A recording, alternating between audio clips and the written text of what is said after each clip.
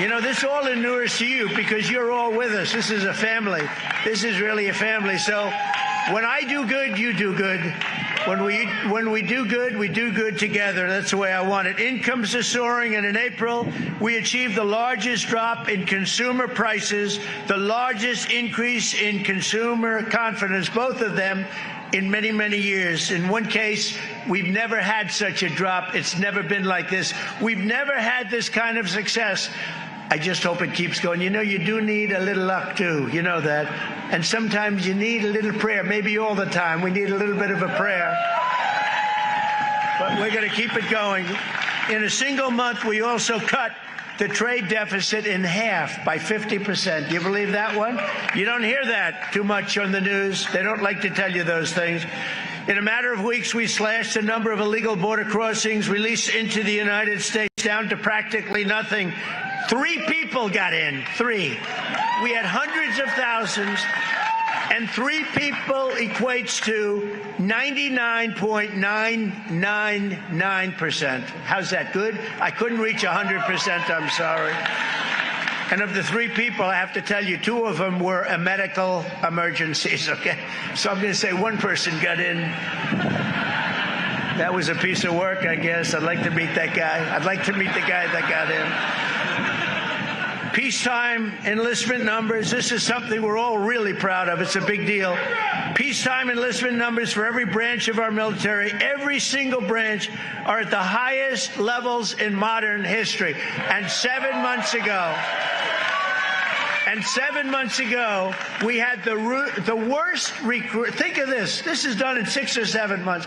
7 months ago, we had the worst numbers in recorded history. Nobody wanted to join the Army, Air Force, Navy, Marines, Coast Guard. Nobody wanted, or our police. Our police are likewise through the roof. 6, 7 months ago, they couldn't fill a position. You couldn't fill it in the military. Now it's hot as a pistol. We have the best numbers. Think of that. The best numbers in a short period of time in modern history. And that's something I'm very proud of. And that's because the people of our country, you love our country, you were devastated to see what was happening, and now you're thrilled to see what's happening because we have a hot one and we love it.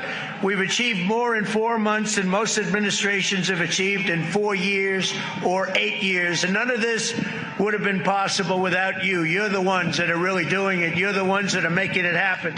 You really are.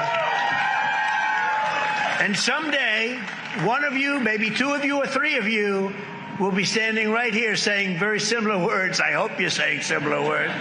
But that's a real possibility because there really is this greatness in this crowd. There's greatness. You might not even know that, but there's greatness in this crowd.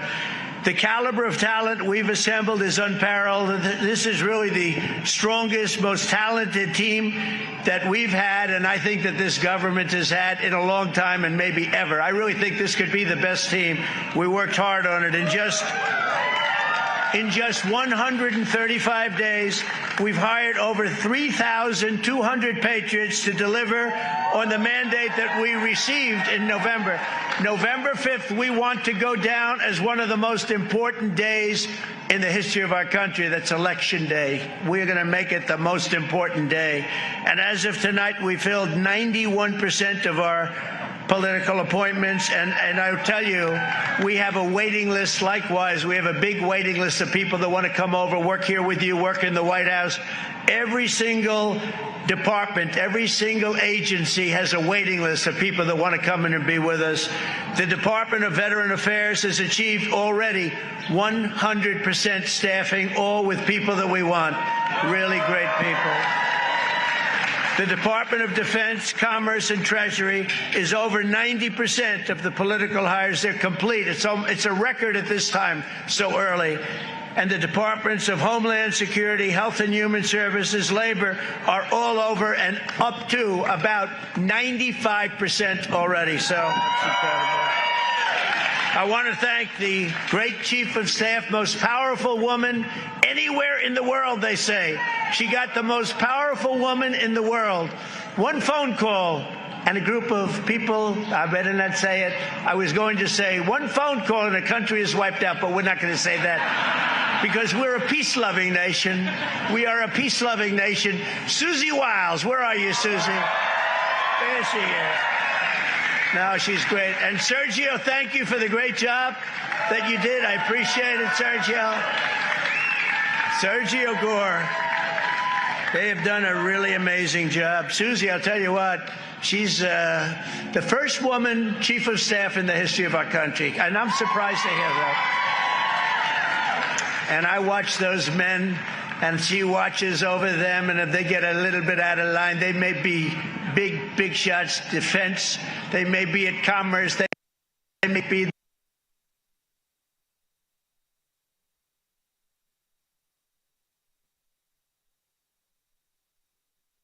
scared of her. They're afraid of her. They don't want her coming after them. But no, she's been incredible. First woman chief of staff in the history of our country. Isn't that great? I'm surprised to hear that, actually, but that's the way it is. But most importantly, let me thank all of the appointees for your tireless efforts to deliver our promises and to put very simply, it's very simple words to words, America first. It's all about putting America first. And by the way, we're going to help other countries, but first we have to straighten out our country. Don't you think so? And it's not going to take too long. A very special thanks as well to your spouses and children and families and loved ones for the support that you've given us. And we're saving our country. This would have been a country, we were a country in shambles, and now we're a country that is just in love with itself, in love with its people, and everybody's talking about it, and it's such an honor to be involved with you. And without you, it wouldn't be happening, because together we've begun the golden age of America. This is now the golden age of America. It's a beautiful term and a beautiful country. And we're going to make our nation safer and stronger and prouder, richer, freer, and greater than ever before. And I can give you my word, I'm going to work so hard. We're going to work harder than any president's ever worked. We have to, because we got off to a little rough start. They gave us a very bad hand, and we've taken that bad hand and we've turned it into the best hand you can get, and you're the reasons why. And I want to thank you. We love you all. Thank you very much, everybody. Have a good time. Don't eat too much. Thank you very much. Thank you. Thank you very much. Thank you.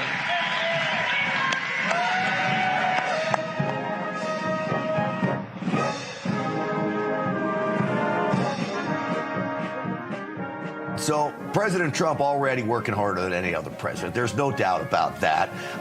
He is a comedic genius. I mean, when he comes out and he says, I'll see you tonight. What do you mean tonight? What do I got going on? Come on, Mr. President. It's the summer soiree, and it's what we wait for every summer. Now, I'm sure that if you are at the White House and working in the White House, you probably do wait for the summer soiree because they are working so hard. So he comes out, says hello. We've got a big show ahead of you. I know our buddy Steve Gruber is out at the White House. Do we have Steve Gruber?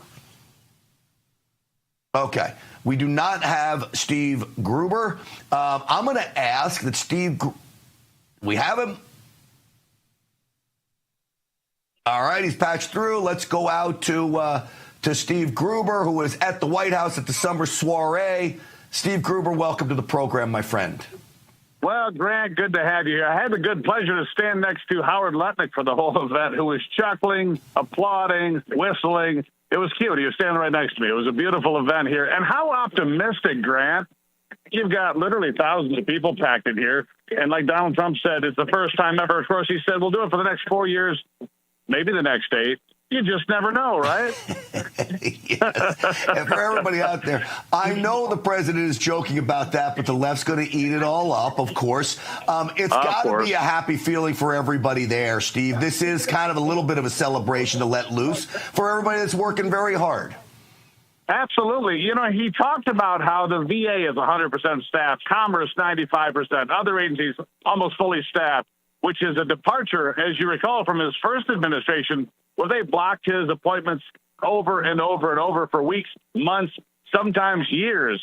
So this is a celebration. The weather could not be more perfect for the president's soiree out here on the South Lawn. Spectacular day.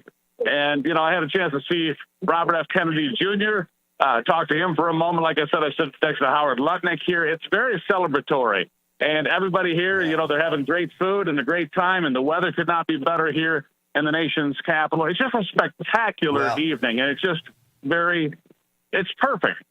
Grant, to be honest with you, it's a perfect evening. It's great, Steve, that you get to be there, be part of history as you watch all this unfold, and it really is to stand next to those people that are turning America around. Thank you, buddy, for giving us a little update on that, and stay safe out there. We will talk again soon. I hate to turn from the summer soiree, folks, to serious business. Just before President Trump came out, he got off the phone with Vladimir Putin. Zelensky meets with Dick Blumenthal, the senator from Connecticut, Democrat, and he meets with the Republican Lindsey Graham from South Carolina. 24 hours later, Zelensky's taken out 40 of Putin's bombers, blowing up bridges after this meeting here. And lo and behold, you don't see him in the picture, but Mike Pompeo's someplace around, too. Former director of the CIA, not just the Secretary of State. I call them the World War III stooges. What in the world are these people doing? This is Lindsey Graham shortly after meeting with Zelensky, who I think Lindsey Graham is pushing us to World War III to line the pockets of his defense contractor friends, quite frankly. President Trump said that Ukraine doesn't have good cards. Well, Russia's much bigger and has a lot more people. I get that. But the world has a lot of cards against Russia. And one of those cards that we have is about to be played in the United States Senate. In America, you have more than one person at the card table. We have three branches of government, and the House and the Senate are poised to act. Steve Bannon recommended throwing him in jail because I actually do believe what he's doing may be a violation of the Logan Act, pushing us to World War III. It turns out President Trump didn't know anything about this attack against Russia that Zelensky waged at a time when President Trump is trying to get peace, and Lindsey Graham is smirking, talking about who has the cards. It was President Trump that used that term. Zelensky doesn't have the cards. How dare Lindsey Graham? I don't know about throwing him in jail, but he ought to be hauled into the Oval Office and given a strict lashing. That's what ought to happen. Well, I want to bring in now the man who is running as a Republican to unseat Senator Lindsey Graham in the Republican primary out in South Carolina. U.S. Senate candidate Mark Lynch is with us. Mark, welcome to the program. Thank you, Grant. Glad to be on. Mark, I think it's reckless behavior on behalf of Lindsey Graham and Dick Blumenthal. I get it from Blumenthal, but Graham, Trump gives him a lot of latitude. I'm not sure why. Yeah, I don't understand it either, and the people don't. And Bannon and Tucker Carlson and General Mike Flynn are all concerned. We're concerned. We're all seeing in the news that Lindsey Graham's acting like he's the Secretary of State all of a sudden. I don't know who appointed him in that position, but that's a mess. What would you be doing if you were senator as opposed to how Lindsey Graham is handling this? Well, if I was the senator, I would be doing what Trump wanted me to do. I wouldn't be walking in the shoes of Marco Rubio. That's not my position. I wouldn't be over there right now in almost a defiant way while the president's trying to have peace talks with Putin and Zelensky. Lindsey Graham's over there. I don't know what he's doing, but it looks like he's getting some things started. Within 24 hours after he's been over there, we have drones bombing Russia. And we're all concerned back here in the United States, as we just heard President Trump, what a great time it is in America again with him in office. We don't want to have a war start with somebody like Blumenthal and Graham over there doing something on the side with some sideshow that's going on. I do believe these men are globalists. They are beholden to the military-industrial complex. This has nothing to do with the safety and security of America. This has everything to do with lining the pockets of their friends.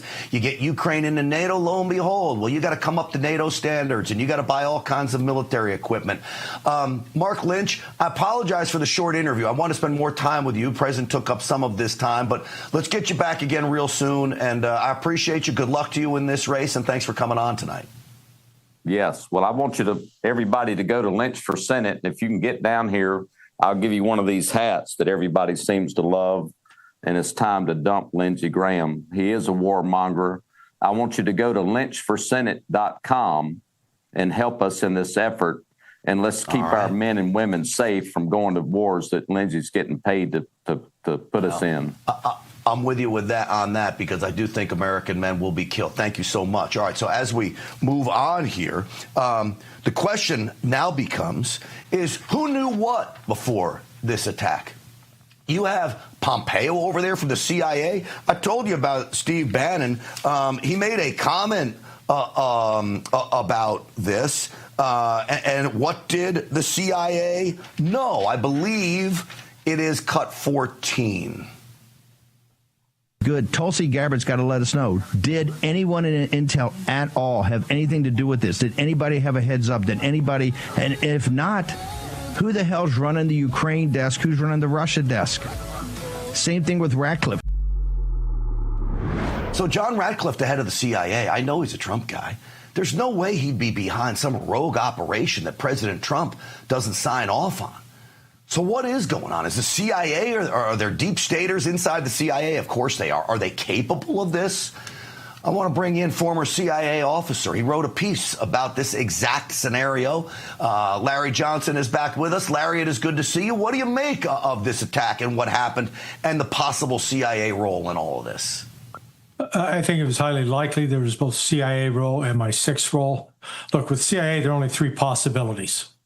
Either they didn't know, and wait a second, this thing was in the planning for 18 months and CIA didn't know. That right there is a damning indictment of the CIA's incompetence.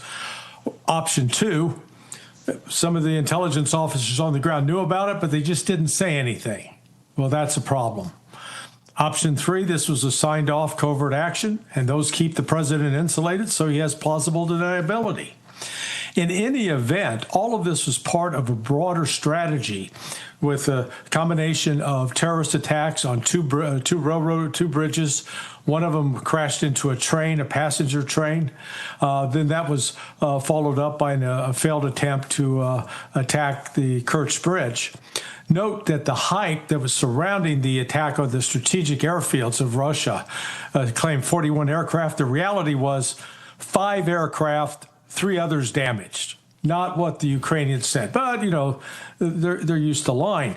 The problem was the reason those airplanes are out there on that field is under the New START treaty. Both the United States and Russia are still agreeing to keep our strategic bombers visible to overhead surveillance by satellites. So this, it's not the damage that was done physically. What this did was it violated one of the tenets of this nuclear strategic agreement with Russia, between Russia and the United States. Putin was furious. And what happened last night, you know, on Sunday night, Marco Rubio called Foreign Minister Lavrov, and Lavrov read him the riot act. Rubio gets off the phone and he goes to tells Trump about it. Notice how quiet Trump was on Monday and Tuesday. Didn't say a word. Then today he calls Putin.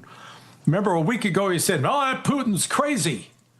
Today he was saying, President Putin said that he feels obligated that he's going to have to retaliate for this. And, well, okay. And then State Department issued a warning to all Americans, basically, get the hell out of Ukraine. Yeah. So but when I hear you lay this out, and you do such a great job of it, my thoughts are there's no way President Trump would approve of this mission. I believe President Trump really does want peace. I really do. I believe that. This blows that out of the water. As you mentioned, the satellite pictures of the bombers, that's fascinating. I hadn't heard that. President Trump's not going to want to violate that because we're going to want to see Russian bombers, too. This makes America look bad. So here's what I think. Zelensky knew it would make Russia look bad. Maybe there were rogue actors inside the CIA. I think the more I hear you talk, because Ukraine wasn't doing anything. None of their intelligence. They don't have any intelligence apparatus without the CIA and MI6. Am I right? Yeah, they have been. Well, we had a New York Times piece from about 2 months ago that laid it out in detail how extensive U.S. both military and intelligence support have been for Ukraine in running this entire campaign. This has been literally a proxy war. Now, I think President Trump's in a position where he's been played a little bit on this, and not by Putin, by his own administration. when you've got the likes of Pompeo conspiring with Lindsey Graham. And let me say something about Senator Graham. There will be news coming out in the next couple of months about how he has profited financially off of money that came out of Ukraine, laundered through Latvia, and made its way into his bank account. And we're talking significant amounts of money. Department of Justice is looking at it. All right, those are serious allegations leveled by former CIA officer Larry Johnson. We shall see.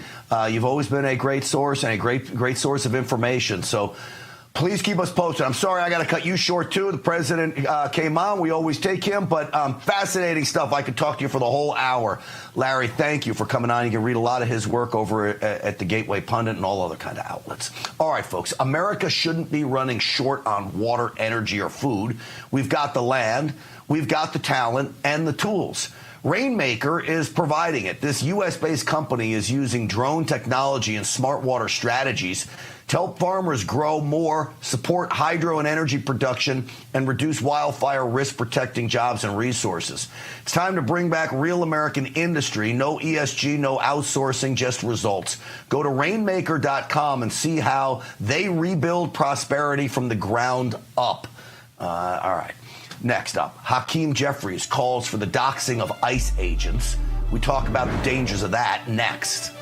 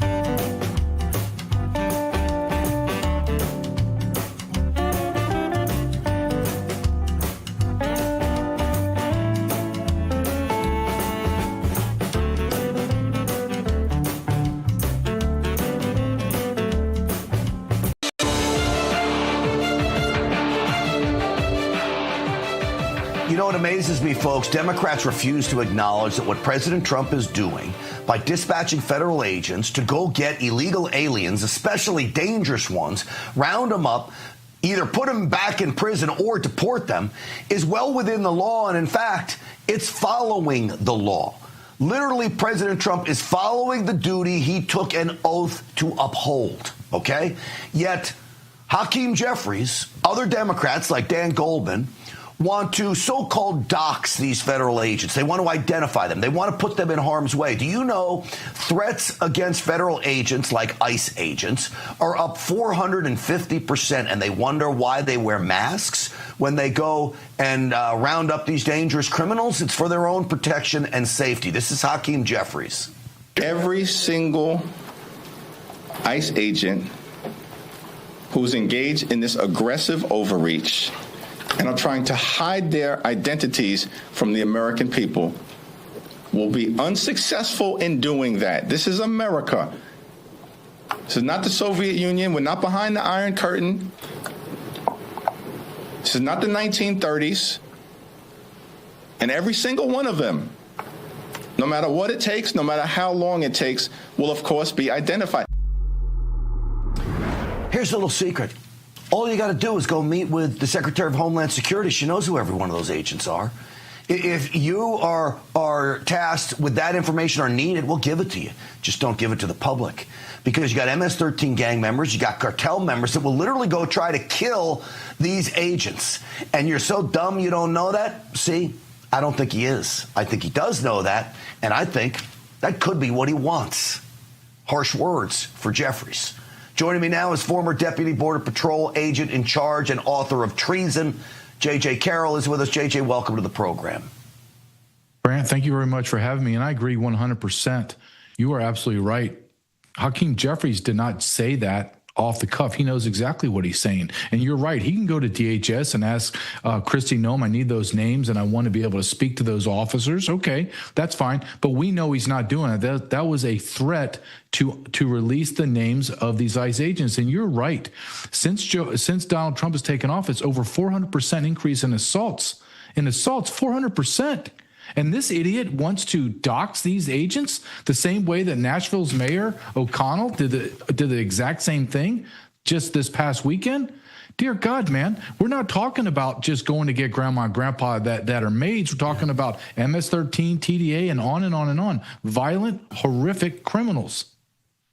JJ, these federal agents are just doing their job. They're trying to keep Americans safe. They literally are willing to give up their lives for that.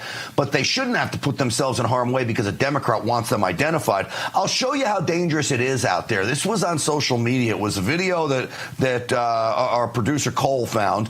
Roll that clip for me, guys. Because that's what we're going to start doing. We're going to start fighting back. That's what we're going to start doing, fighting back. Shame, all y'all should put a bullet in y'all heads. Doing Trump's work, every single one of y'all put a bullet in your head. Yeah, I said it. What? You know, in many respects, I applaud them for not giving him any response that he wants. But the other side of it is, can you not arrest that man for threatening to put a bullet in their heads? Well, I think they did the right thing is just walk by him. But if he touches him or gets in their personal space, which I see constantly over and over again, you have a personal space where you begin to feel threatened. We being the federal agents, need to start taking these guys down hard to the ground and arresting them. They're impeding their federal duty. What I've seen is these agents are take, for example, San Diego. The community in the barrios of San Diego walked ICE agents backwards.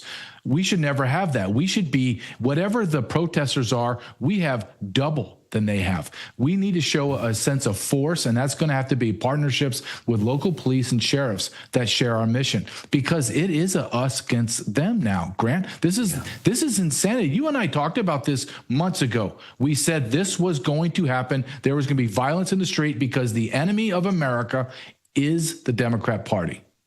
Yeah, it really is. I believe everyday Democrats, some of them, are capable of committing violence against these agents. But I'll tell you who I'm really concerned about. I'm concerned about the MS-13 gang members and even the cartels. The cartels in Mexico operate. They will kill the federales if they get in their way. They will kill journalists. We know there are cartel members here in the United States. It's only a matter of time before they start doing that to federal agents here. That's one of my biggest concerns, JJ. Am I right? You are right, because they are here by the thousands. They control the drug trade, they control the human trafficking, and they control the child sex trafficking. Where you need to really be careful is when Donald Trump goes with the green light and goes down into Mexico and starts to eradicate the MS-13, all the cartels, the narco smugglers, because when that happens, then we're in all-out war. And because Joe Biden has allowed those savages to set up shop in America, we're going to have to deal with them in America. That is where I'm going to be afraid. Not so much right now, but when that green light to go and take down the narco smugglers all across Mexico, well, they're not going to give up $1 trillion a year business just because, Grant. They're going to fight. You know, just so everybody at home doesn't think I'm just picking on Jeffries. Dan Goldman is another one. I'm going to play it real quick and then get a real quick response from you at the end because we're short on time tonight. But I want to play it because it's important to see. This is not just one member of Congress. There's many of them out there speaking this kind of nonsense. What is the point here? Are you just trying to tally more arrests? I didn't get any real response. And then I said to them, why are you wearing masks? I was a federal prosecutor for 10 years. I worked with ICE agents. I worked with law enforcement agents. I never saw any of them wear masks. This is brand new. And the question is, if everything is legitimate and proper, why are you wearing masks to hide your face? JJ, it's a lie. If he was a federal prosecutor, agents have been wearing masks for decades. Well, I would just say this, Dan, I've been around you type of men, you beta males. You could never, ever do what those men are doing day in, day out. You would have to put on Depends diapers to go carry my duty belt out into the field. You and all you Democrats are scumbags, and I despise you, all of them. And I speak for all law enforcement when I say that. That's a great way to end this segment. We love straight talkers on this show. We got straight talk from J.J. Carroll. You better believe it. That's why I want people to go read the book Treason. Thank you, buddy, for coming on. Always, Grant. Have a good night. Thank you. All right, folks, we all know President Trump is having a historic start to his second term, bringing inflation down, fixing our border, and taking on Biden's failed economy. However, while he's working hard, putting America first, you need to put yourself and your personal finances first. Birch Gold Group can help. Here are the facts. In the past 12 months, the value of gold has increased by 30%. Central banks are buying gold in record quantities, and BRICS nations are looking to unseat the U.S. dollar during the, quote, Rio reset. But you can find peace of mind in gold. Birch Gold will help you convert your existing IRA or 401k into a tax-sheltered IRA and physical gold, or buy some just to keep in your safe. Just text America to the number 989898, and Birch Gold will send you a free info kit on gold. There's no obligation, only useful information. Text America to the number 989898. All right, once a leftist stronghold, the Kennedy Center is now being invaded by patriots. A live report next.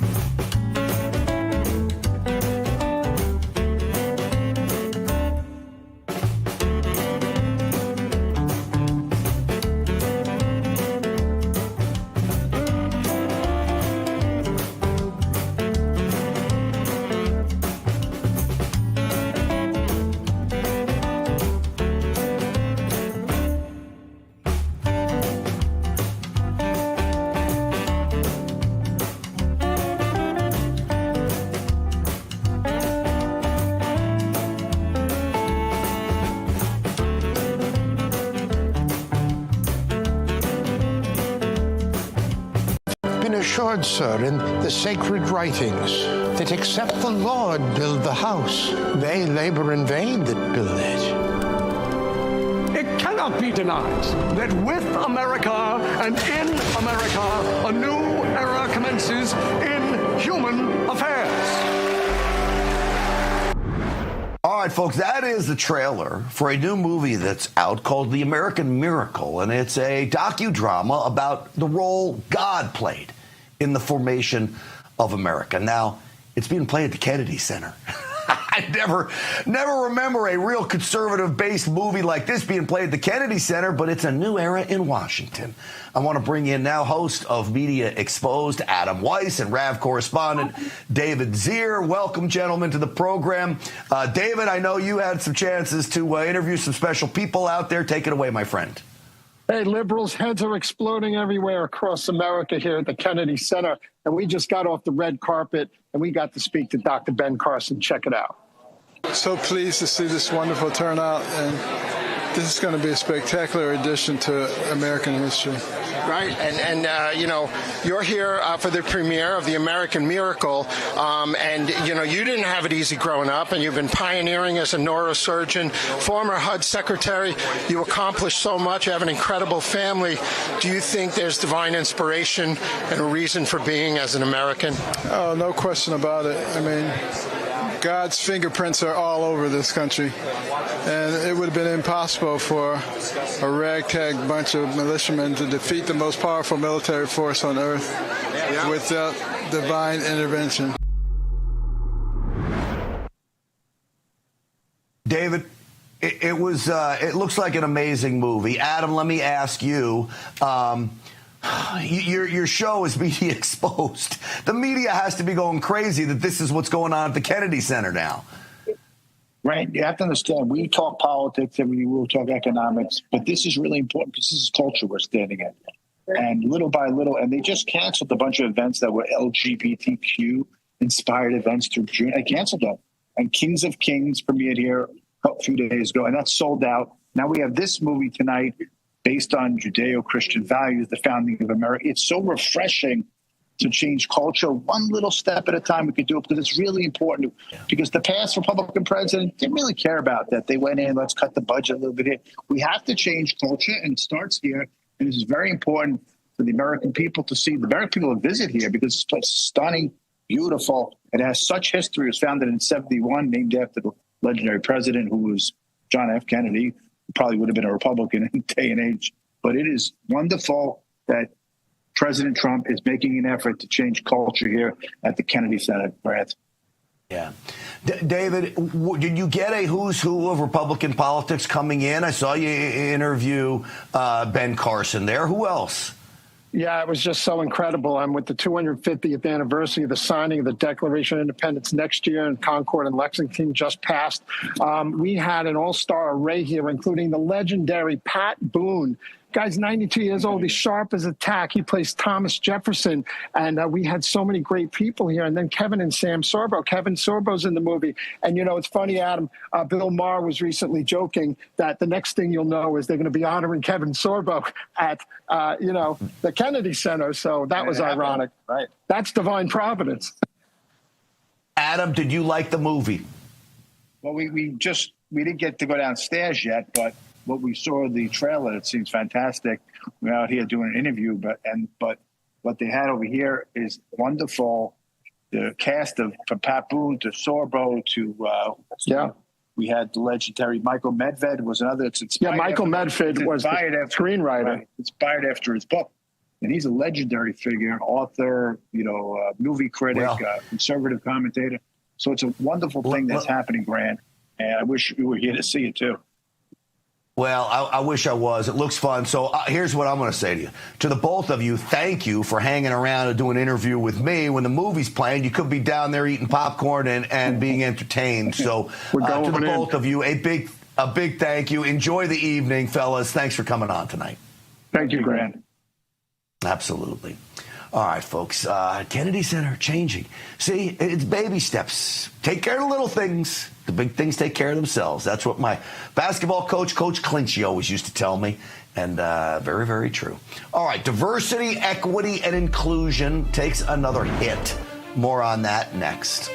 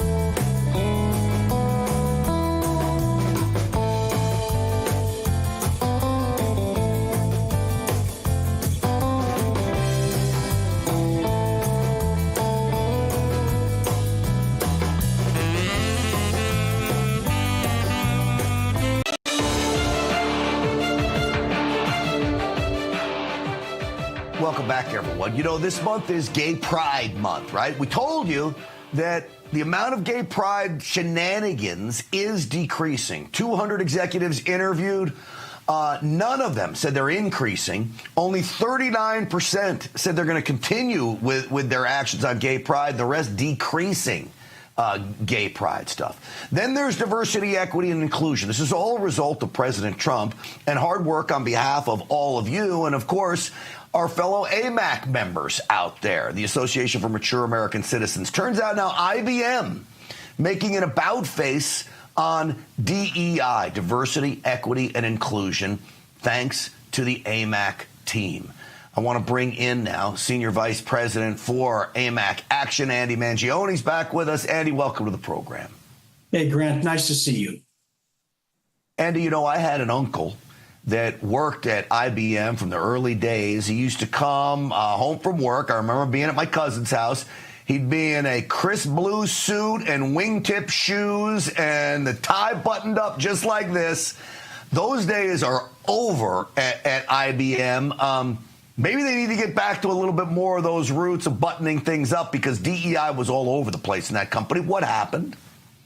Well, AMAC members teamed up with the Alliance Defending Freedom. We've worked with them before, Grant, to take the voice of AMAC members into another corporate boardroom. We previously worked with ADF to stop the debanking of conservatives at JP Morgan Chase, and now we partnered with them to provide grassroots pressure to support a shareholder resolution that targets IBM's DEI policies. And as you mentioned, this is in alignment with President Trump's directive to end DEI.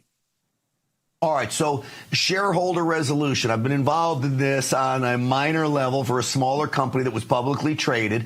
It takes a lot to get one of these resolutions offered up. You've got to get shareholders to get on board. How big a process was this? And now it's got to be voted on, correct? Well, it's interesting. IBM ended up withdrawing the resolution because over 4,400 AMAC members directly contacted IBM executives. Grant, these were the guys in the C-suites. They urged them to abandon divisive DEI frameworks, and this overwhelming response was central to a multi-pronged campaign that was led by shareholder advocates. And if you let me go on, I can tell you what the outcome was of this effort. As a result of the grassroots and shareholder pressure, IBM agreed to change course and reject viewpoint discrimination, particularly against conservative and religious voices. In exchange for the withdrawal of this resolution, what IBM did, Grant, was commit to policies that are viewpoint neutral and ended their alignment with ideologically driven censorship agendas. IBM's new stance is a clear rejection of viewpoint discrimination. It was a combination of efforts. You had legal pressure, shareholder pressure, and AMAC members brought the grassroots pressure. Yeah, it's amazing to think that you've got to have viewpoint neutral. Well, isn't that what a company should have? You want to just serve all of your customers, all of your employees in an equal manner, regardless of race, color, creed, or viewpoint. And yet, that's what we have to now fight for. AMAC, courts, nonprofits, all fighting for this stuff. It's crazy we got to this point, but thank God that those AMAC members are out there fighting this fight, Andy.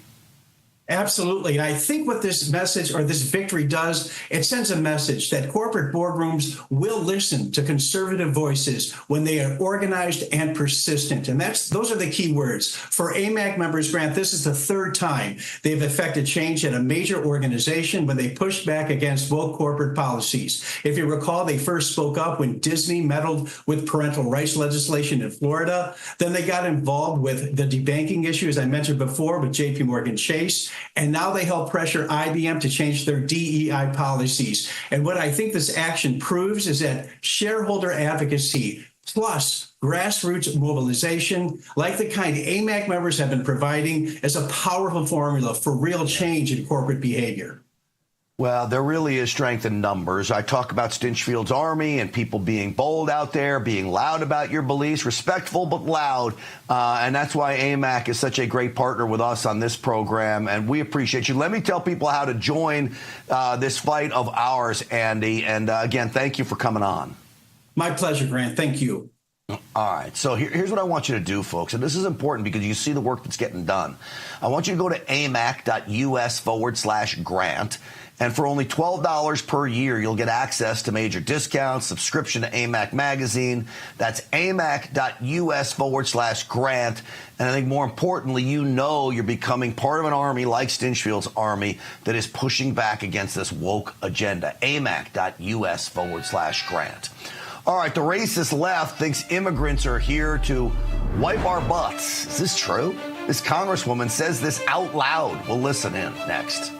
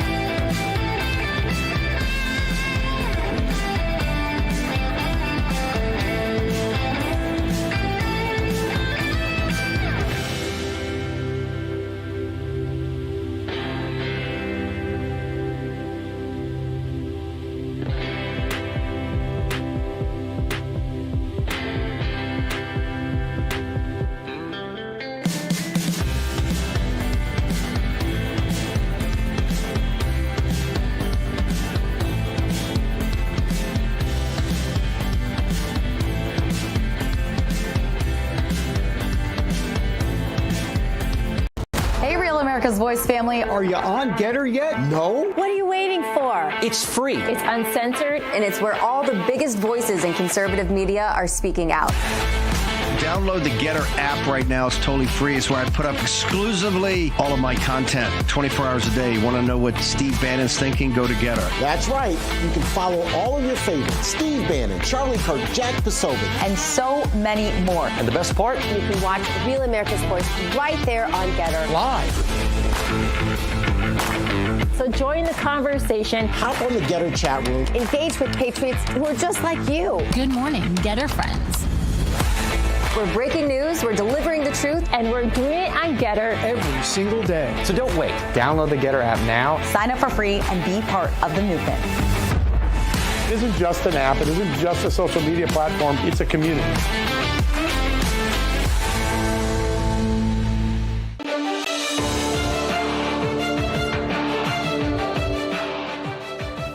I'll tell you what, the Democrats say the darndest things, don't they sometimes? This is Democrat Congresswoman Becca Balint.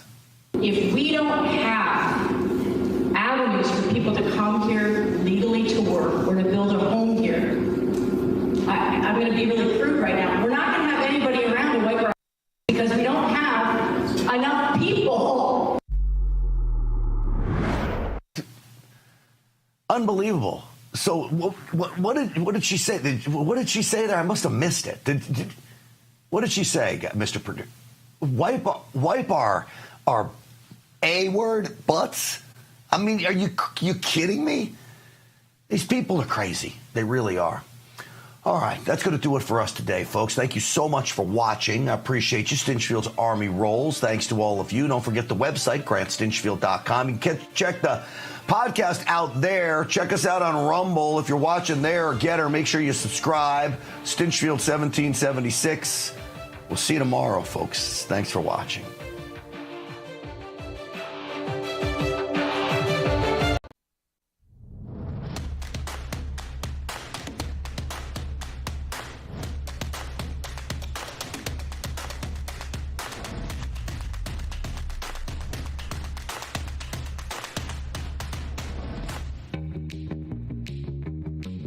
If your TV sounds funny in the evening, you're watching live from Studio 6B on Real America's Voice. All right, it is live from Studio 6B, Wednesday, June 4th, 8 p.m. Glad you're in. Slick Rick is not here to do sports. I'm so used to saying that off the jump. Slick is off until next Wednesday. He's taking the week off. He's out in, I believe, Minnesota. But KDJ sitting in the seat tonight. Kevin Downey Jr., host of the Kevin Downey Jr. Show, 9 to 11 right here where we are right now, 103.9 LI News Radio. He's sitting in with the boys tonight. Rick Delgado's here, of course, as always, going to do the news. Paul Nolan here on a Wednesday night is going to do some news as well. Aaron and Fran. Aaron back in the seat, holding it down. Fran did a great job last night. Harry on the highway. Well, he was here. KDJ, how are you? I'm good, thank you. I couldn't wait to tell you guys. We were talking about something earlier off air, folks. This sort of blends in with it. I got recognized on my radio show as that other guy from live from Studio 6B. Nice. Wow. He waited till the commercial. He goes, "You're that other guy." Right. And he flew down to Florida. So and he's watching now with his family. And I said, "Take my card and listen." He goes, "I can't listen to you. I'm in Florida." I said, "Take it. You can listen to the Kevin Downey Jr. Show worldwide. All you need is Wi-Fi." That's right. So, yeah, that's never happened. That's a new one. Okay, very good. Well, congratulations. Yeah, very good. Lucky you. I'm never recognized. Yeah, and of course, Kevin will be live Friday with us, live at the America First Warehouse, where you can be with us as well. Just all you got to do is show up and come on in. It's a great time.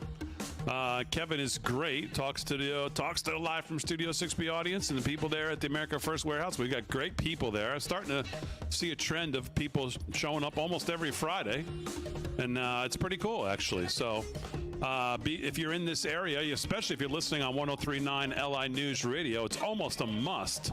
Come down to the America First Warehouse, absolutely free. Tickets at the door, or you can let us know in advance you're coming. You can scan right there for tickets and info. on your phone. Scan the QR code, but get down there on a Friday night, especially if you're listening to 103.9 LI News Radio. Of course, you can hear the Kevin Downey Jr. show in the morning, and you can hear us right here live from Studio 6B Wednesday, Thursday, and Friday night. Of course, watching on Real America's Voice, the mothership, all across the country, all across the world as well. Mr. Delgado, how are you? I am good. Let me remind you, Damon, that if people do come down to the warehouse, you never know what's going to happen. Because, again, this is live. It's not pre-taped. It's not like you're going to be... it's not pre-planned. Right, it's not pre-planned, definitely. There's no show prep that goes into it. No. We just kind of show up and say hi. Sit down and turn the mics on. Let's go. Right. There's no food. There's no food there. Yeah, there's no food. We're usually running back and forth trying to beat people to the bathroom. Yeah. There's no organization, but we put on a damn good show. Yeah, well, that's all of the things you said are why it's good. Right. Because if you come out there and it's all prepped and it's all scripted and it's all teleprompted, it's come on. It ends up being a that's Joe for Biden. sissies. That's for professionals, not for us. It's for people with a staff. We're more like running in here at 7:57, sitting down and said, "Let's go," which is, I guess, what you know. It's kind of this what we do. So, Mr. Nolan, how are you? I am well, my friend. How was your day? My day was very nice. Spent it with my son. We little road trip. Got some furniture from Connecticut. Had some great pizza, by the way. As a pizza snob, there is some great pizza in the Connecticut area. Oh, it's New Haven, Connecticut. It's the pizza capital of the world, right? Yeah. Well, New York City and New Haven. Unfortunately, Long Island pizza used to be great, but it's a race to the bottom. Yeah. Because everybody pays so much money in taxes, they got to buy the cheapest dough. They're using like ragu sauce. You know. It is all becoming quite the same on Long Island. It really is. That's a shame.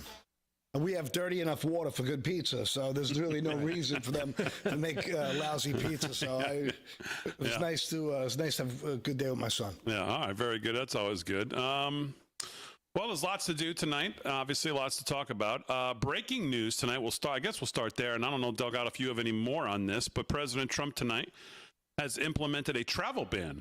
Travel ban? That fully and partially restricts entry from 19 countries this is per CBS News that I'm looking at. Is this the Muslim ban part D? Yeah, this might be part 2. Part H. At least that's the way the mainstream media might. Yes. The fully restricted. I still have never seen a nun blow herself up. It's still one of the best lines. That's great. I've still never seen a nun blow herself up. Never exactly. Yeah. Fully restricted countries: Afghanistan, Burma, Chad, Republic of the Congo, Guinea, Haiti, Iran, Libya, Somalia, Sudan, Yemen, something. I don't even know how to pronounce this. Eritrea. Yeah, exactly. Eritrea. I don't even know where that is. Partially restricted countries: Burundi, Cuba, Laos. Is that Al Burundi? Sierra Leone, Togo, Turkmenistan, and Venezuela. Turkmenistan? Yeah. There goes my vacation plans. Yeah, they're partially banned. Sorry. The president tonight implementing a travel ban. I'm sure that, there's no more details on it as of right now other than that. But this is what we've talked about, not only travel ban, but when you look at what Marco Rubio and the president are doing with overstayed visas, all kind of part of the plan here. We need to look at, obviously, illegal immigration. The president is well underway to getting his hands around. But even legal immigration, we need to get our arms around. Because we're letting in too many people. There's too many people here from China and all of these other places that infiltrated our education system, overstayed visas, and it all needs to be looked at and tightened up. And the numbers of people coming into the country, until we can get an idea of what exactly is going on and how many people are here and how many people need to go and where these people are from and who wants to do us harm and every other thing to look at, this is probably just one cog in a very big immigration wheel that the administration is trying to get their arms around. So I totally get it, especially given what we just saw in Colorado and what we've seen in other places. Yeah, where they're basically, the global intifada, as they say, is here, alive and well in this country. And, they're burning Jews right in the street there. So if you don't think it's real and you don't think it's really happening, then you must be a liberal Democrat. Yeah, how about Arizona? Katie Hobbs rejected the bill to stop Chinese nationals and Chinese corporations from buying land in her state. Well, enough's enough. We're going to let these other nations buy our land, our state land? Are we crazy? That tells you right there she's in on it with the globalists. Without a doubt. And what if, I don't know much about this, but you know about what they found on the two Chinese cats working in University of Michigan, did you? I have that story. All right, well, wait.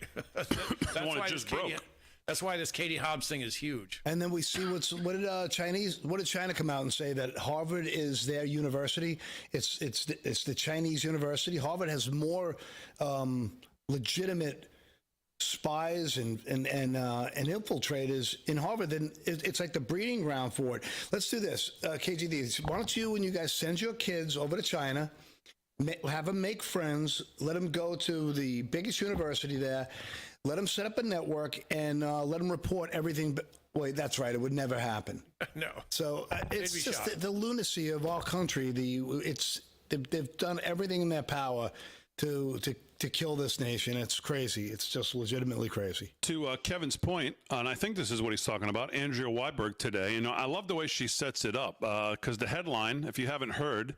Huge story. Chinese nationals allegedly bring biological warfare to America's crops. And the media is trying to make it about Trump. And the point she makes in the opening two paragraphs is what caught my attention, because obviously when you look at the Democrat Party, she says if you were to ask any Democrat about germ warfare in the Americas, you'd almost surely hear from them about the time that Americans tried to kill the Indians with smallpox-infected blankets. After all, it's right there in Howard Zinn's A People's History of the United States, the most read and most Marxist history book in the American education system. The fact that it was an officer in the British military, not the colonists, who did this once in 1763 is irrelevant. Yeah. Our nation is tarred.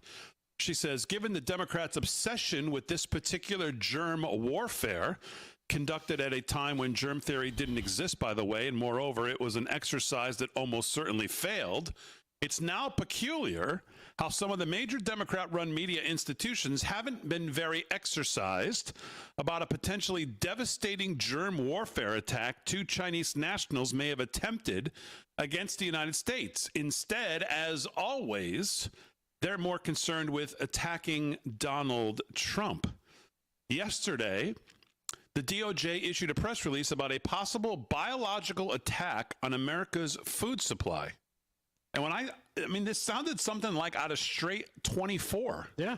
Like Jack Bauer was needed to put this thing away. Like there's a pathogen coming in. Did you see this headline yesterday? Yeah, I saw it. Yes, I think I saw it after the show, as a matter of fact. Or towards the end of the show. Yun Jingjian, 33, and Zunyong Liu, 34, citizens of the People's Republic of China, were charged in a criminal complaint with conspiracy, smuggling goods into the U.S., false statements, visa fraud, announced the U.S. attorneys. The FBI arrested in connection with allegations related to their smuggling into America a fungus called Fusarium grim whatever. Right. Bless you. Which scientific literature classifies as a potential agro-terrorism weapon. This noxious fungus causes head blight, a disease of wheat, barley, maize, and rice, and is responsible for billions of dollars in economic losses worldwide each year.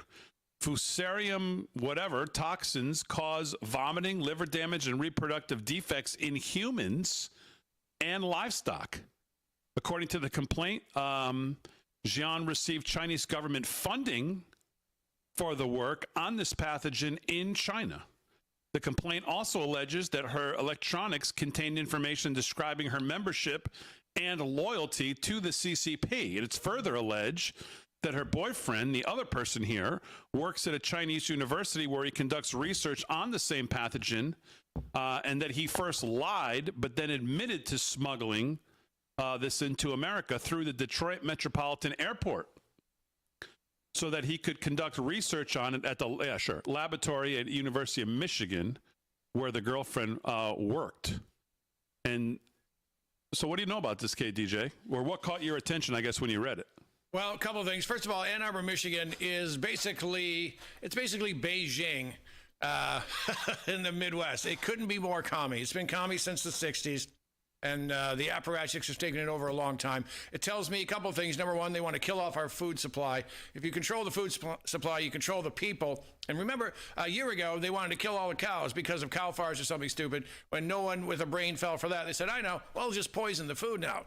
This, I'm surprised Trump didn't put China on the no travel list. I'm glad to see Marco Rubio's going through the list of 50 some odd thousand students from China and throwing their keisters out because they're not doing us any good. They're here to conquer us. All right, more on this plus news. Lots of news. No sports tonight or for the rest of the week. Slick's off. He'll be back next Wednesday. Live from Studio 6B right after this.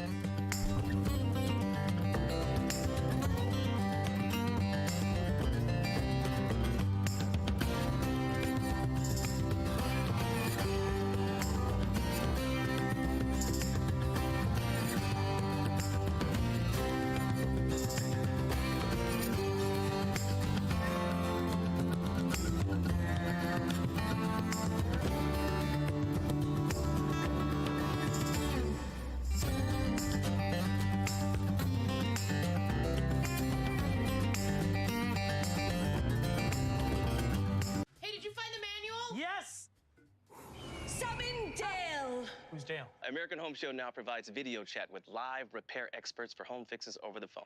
Let's go fix that oven. Okay, Dale. Sign up today at ahs.com. What do you do when your tire goes flat and there's no air anywhere to fix that? You reach for Bullseye Pro, the smarter, faster, hands-free way to fill it up with air. Bullseye Pro is equipped with a rechargeable lithium-ion power plant. So fast, so strong, and so convenient. It's like putting the power of an air compressor in the palm of your hand. Look, you can inflate all 4 tires of your car on a single charge, or inflate a bag full of soccer balls at practice. Bullseye Pro is so advanced, it has a built-in smart pressure digital sensor that gauges and automatically stops when the set tire pressure is reached. Plus, it can be 100% hands-free. You simply set the target pressure and walk away, keeping you out of harm's way. Bullseye Pro is lightweight, durable, and powerful enough to inflate this massive monster truck tire. Plus, it has 4 ultra-bright LED lights to safely inflate at night. Bullseye Pro comes with 3 custom air nozzles on board, so you can easily inflate pool toys, exercise balls, and more. Forget driving to the gas station. Bullseye Pro is your anywhere, anytime inflation station. Call or go online now and get the complete Bullseye Pro inflation system, all for the factory direct price of just $79.99. It comes with a 90-day money-back guarantee. Plus, we'll ship your entire order free. That's right, free shipping. But to really inflate this offer, we'll give you a 50% discount on a second one. You get it all. An incredible value for one low price. Call or go online to order now. To order, call 1-800-976-9718 or go to getbullseyepro.com. So call 1-800-976-9718. That's 1-800-976-9718 or order online at getbullseyepro.com. Order now. Do you suffer in pain? Are you stiff, tense, or less active? Introducing the Easy Well Remedy Massage System, a triple fusion of therapeutic experiences. Full body vibrational therapy increases blood circulation and reduces inflammation. Infrared heat penetrates deep to reduce pain, soothe, and relax. The Ultra Shiatsu pillow with 6 heated nodes mimics a professional massage. Plus, it's detachable for deep relief anywhere you need it. Experience the true remedy for your pain and stiffness. Call now. The bathroom of your dreams is only a phone call away with BCI Bath and Shower. We can make your ordinary bath and shower extraordinary. This is not a cookie cutter design. This is a complete custom build that will fit your every need, and discounts for seniors and military.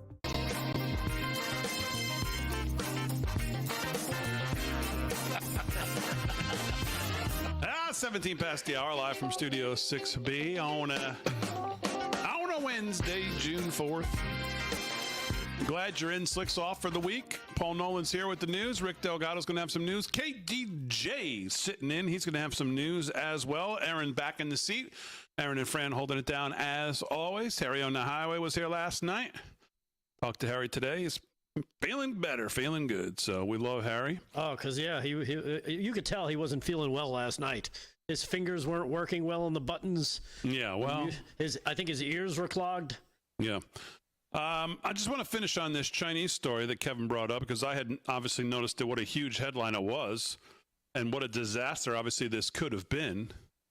And her point that the American media, who are always looking for some kind of sensational headlines, haven't seemed to really cover the story with almost any enthusiasm whatsoever.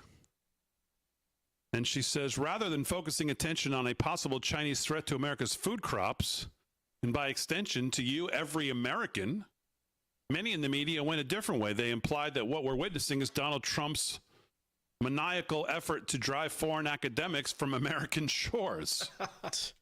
The New York Times offers this narrative approach.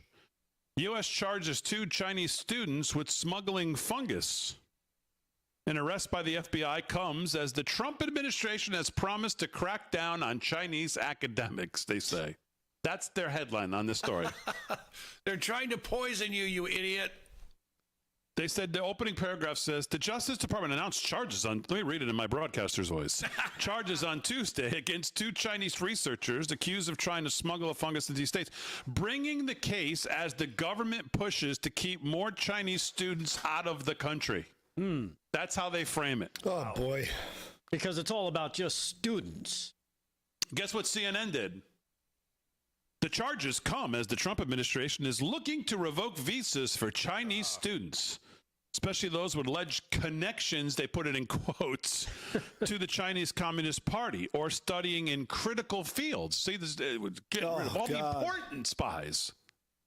Secretary of State Marco Rubio said last week the State Department has zeroed in on potential wrongdoings from academics across the country in the last several months, including a Harvard researcher accused of smuggling frog embryo remains. USA Today did the same thing. This is how they ended their article. The criminal charges come amid growing tensions between the U.S. and China over the Trump administration's visa crackdown on Chinese international students. The Trump administration has ramped up deportations and has targeted international students as part of a wide-ranging effort to fulfill its hard-line immigration agenda. That's what they're calling it. Yes, it's the immigration agenda. It has nothing to do with them spying on this country, stealing intellectual property, sowing seeds. Trying to kill you, trying to poison your food. Mm-hmm. Don't forget about the biolab that they found in California. There's some decrepit old building, and a building inspector goes, there's water coming from that hose. They go, a bunch of dead mice, a bunch of COVID tests, a bunch of pregnancy tests. We don't know why. And they were very hush-hush about it. I think we're hip deep in some real Chinese trouble here. And it doesn't help when you've got the Operation Mockingbird morons going, well, Trump is just trying to kick out the Chinese. He's such a racist.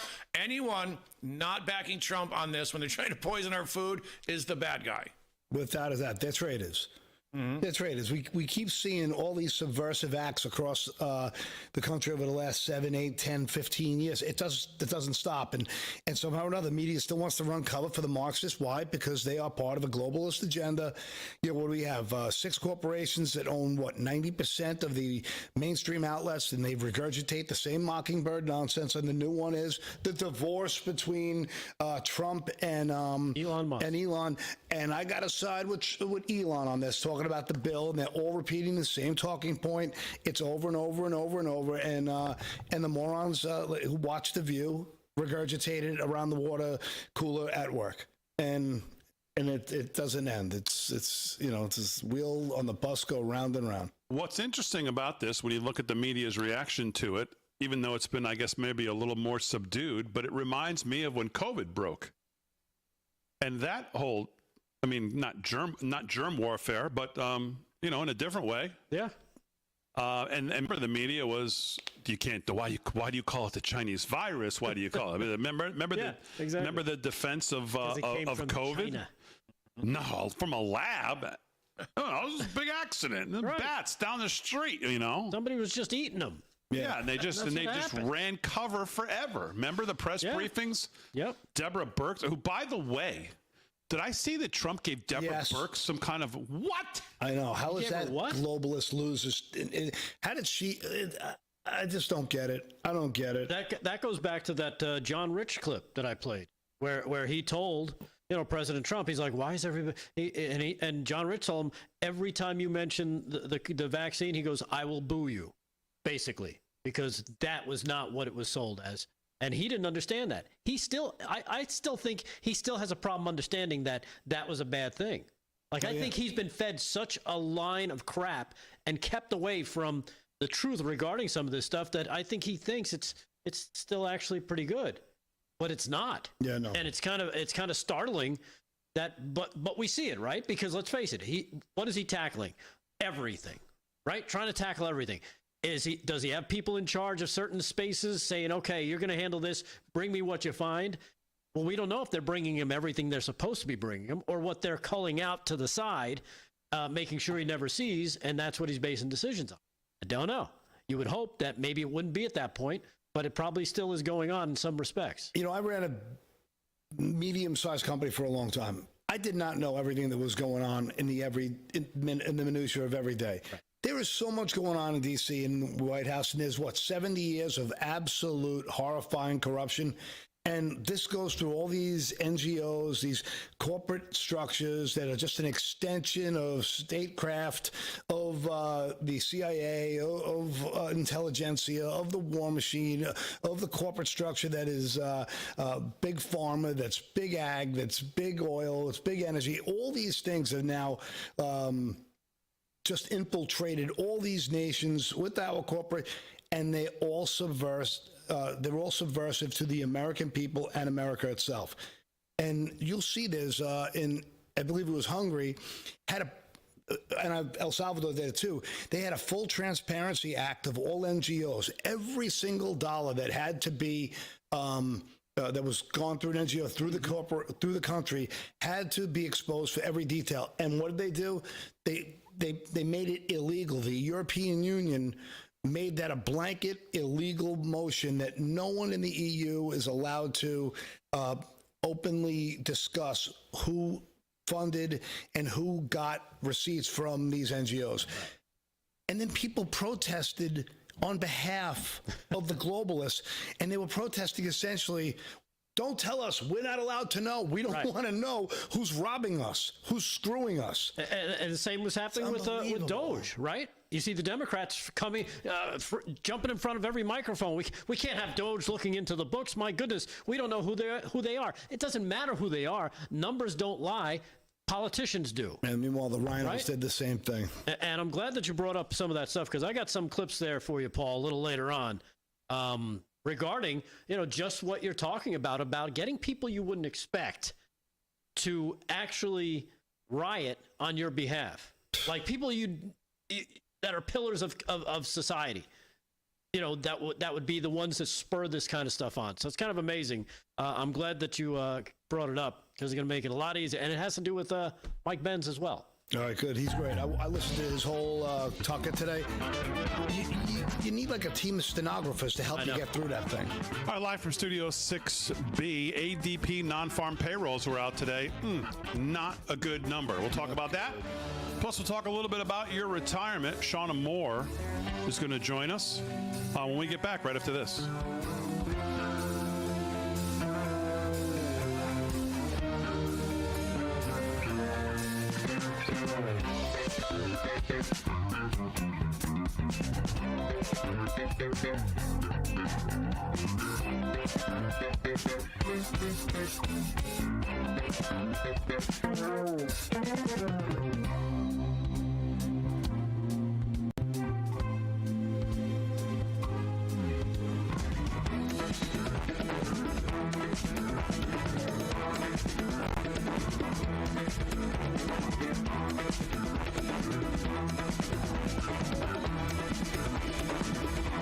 Don't you hate that dirty old hose? It kinks, splits, and it always leaks. And it's way too heavy to carry around. It's time to get the brand new Pocket Hose Copperhead. Just turn on the water and watch it grow to a full-size hose. It stretches and expands like a rubber band. Old-fashioned hoses get kinks and creases at the spigot, but the new Pocket Pivot swivels 360 degrees. Just connect to the spigot and watch it pivot. And when you turn off the water, away it goes, shrinking back to a pocket-size hose. And it makes it easy to carry and put away. Copperhead. It's the hose that grows and pivots, flexes, and sprays. It puts itself away for another day. The pocket hose is so unique and so innovative, it was awarded over 100 patents. Call or go online now to get the super light 25-foot pocket hose Copperhead today for only $39.99. But wait, order right now and you'll receive an instant $10 discount. So it's only $29.99. And it gets better. Order right now and get our copper spray nozzle with our exclusive thumb drive free. Simply use your thumb to turn it on or off.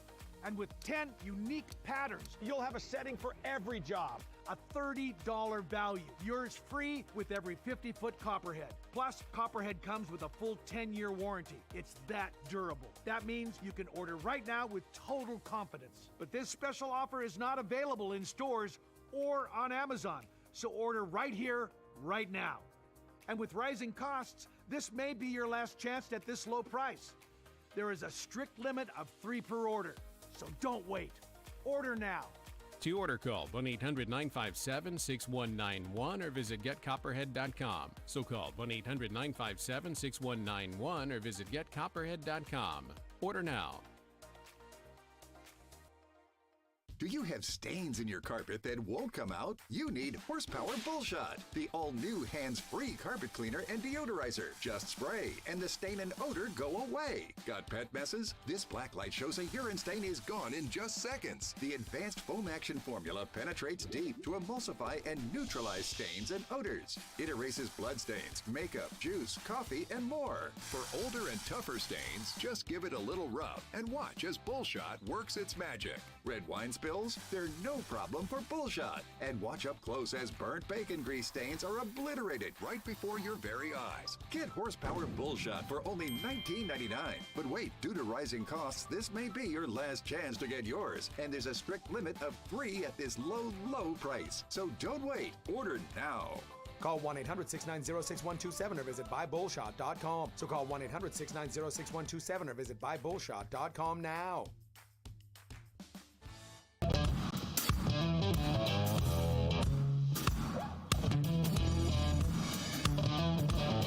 All right, 30 minutes past the hour, live from Studio 6B, Real America's Voice, all across the country, and of course on your radio, 103.9 LI News Radio. Glad you're in, everybody. Kevin Downey Jr. is here. He's going to do some news coming up. Rick Delgado's got new headline news as well. Paul Nolan will have his news. Aaron and Fran holding it down as always on a busy Wednesday night. We'll get into the chat a little bit as well, see what you guys are talking about. But right now, I want to welcome to the show. Speaking of, we saw the non-farm payroll jobs today. There's a lot of talk about taxes going on with the one big, beautiful bill. ADP non-farm payrolls today, way big miss. Expected 111,000 jobs created. I think we only got about 37, which was way, way off. So, of course, the president is all over the Fed on cutting rates, but I don't think the Fed can cut rates, if you ask me. But anyway, speaking of all of this and how it affects your retirement, please welcome Shauna Moore to the show. She's a financial advisor from Moore Wealth Management. You can find them online at morewealthtalk.com, MOORE, More Wealth Talk, all one word.com. Shauna, welcome to the show. Hi, thank you. I'm excited to be here. Thanks for having me. Oh, it's great to have you. So much going on with this kind of stuff. Obviously, taxes and retirement, and people are nervous about, well, I guess the number one concern of most retirees as they approach retirement is obviously outliving their money. But before we get to that, you're obviously a successful financial advisor, female financial advisor, 25 years in the business. Talk about a little bit about the financial landscape and if it's changing when it comes to women taking charge of their retirement. Yes, and and again, I've been in the business over 25 years. I started right out of high school at 18, so I know I might look young, but I started in the late 90s, and retirement planning really has changed. It is a male-dominated industry, but I do think that in the last several years, things have kind of shifted, and I think that's partly due to the fact that more women are becoming more actively involved in their own finances, whether they're single, divorced, widowed. or even married women that are more the financial driver in their household. And so I think that the fact that you have baby boomers, you have Generation X coming up, there's a lot more trust in female advisors, and it's for those women and even for men that are looking more for a different experience than the traditional male advisor. We're seeing female advisors starting to kind of pick up and be more dominant in the industry. Yeah, our friend Tom Hegna always says if every wife knew what every widow knows, there'd be a lot more life insurance and whole life insurance and planning on their behalf. But before we get to that, and I know you're doing an interview with Tom coming up on CNBC, we'll talk about that in a little bit. But there's a lot of talk, obviously, with the Trump tax cuts right now, this big, beautiful bill that Congress is trying to push through to the Senate, and we'll see what it comes of it. But a lot of people talking about the future of Social Security as well in there, what's going to happen. So can you give us some advice from your perspective? What's going on with Social Security? What do people approaching retirement need to know? Talk a little bit about that. Well, there's a lot of talk, and there's been a lot of insecurity about Social Security for quite a while, but they are talking potentially about removing taxes on Social Security, and that's one thing that a lot of people that come to us are unaware of the fact that Social Security is taxed, and it didn't used to be that way. They started taxing Social Security in the 80s, and so I know that they haven't been able to implement removing that tax, but they have put into place, at least for the next few years, where there's going to be an additional standard deduction of up to $4,000 for those that are age 65 and up. But really, I think what it comes down to is planning for potential taxes on Social Security in retirement and making sure that you're working with an advisor who understands that and can walk you through that process to know how much is going to be taxed. You know, there've been a lot in this new bill. There's a lot of good things. They've kept the lower tax brackets, and they're actually more favorable going forward. They've permanently extended the exemption on higher estate taxes. And so, but when it comes to Social Security, that's kind of the foundation for people's retirement. And I don't think, personally, I don't believe they're going to be changing Social Security benefits that much for those that are already collecting or they're going to be collecting soon. But I definitely think that for younger generations, there are going to be some changes, whether that means that you can't collect as early, you may have to wait longer, maybe the benefits are lower. So there's going to be some shifts. But I think for those that are close to retirement, I don't think there'll be a lot of change other than potentially the tax issue. Yeah, and when you talk about all of that, obviously all of that factors into the planning of your retirement. And so if you had to kind of name one mistake or one thing that pre-retirees but who are in that kind of red zone of retirement, what would be the one biggest mistake that you see pre-retirees make as they get ready to get to that retirement age?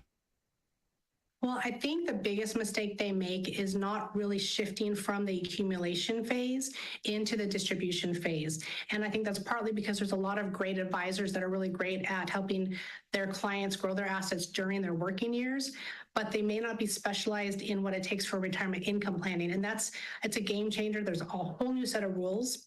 And so if you don't shift into distribution, you could find yourself potentially running out of money in retirement, depending if you spend too much and don't have an actual income plan in place. And so it's really about focusing on that distribution and looking at what income sources you have, not just Social Security, but maximizing your pensions, if you're going to continue to work part-time, if you have rental income, and really so overlooking that retirement income and shifting into that new thought process is, I think, the biggest mistake that we see with retirees. Yeah, and when you talk about, obviously, pensions, and we're talking about Social Security, obviously all of that to a retiree is what I think you call guaranteed income, or at least like annuities and things like that. Some people are not familiar with the term guaranteed income in retirement, and that's kind of like what we said, annuities, your Social Security, your pension. What else do people know, or what else should be people planning to have that kind of guaranteed income in retirement?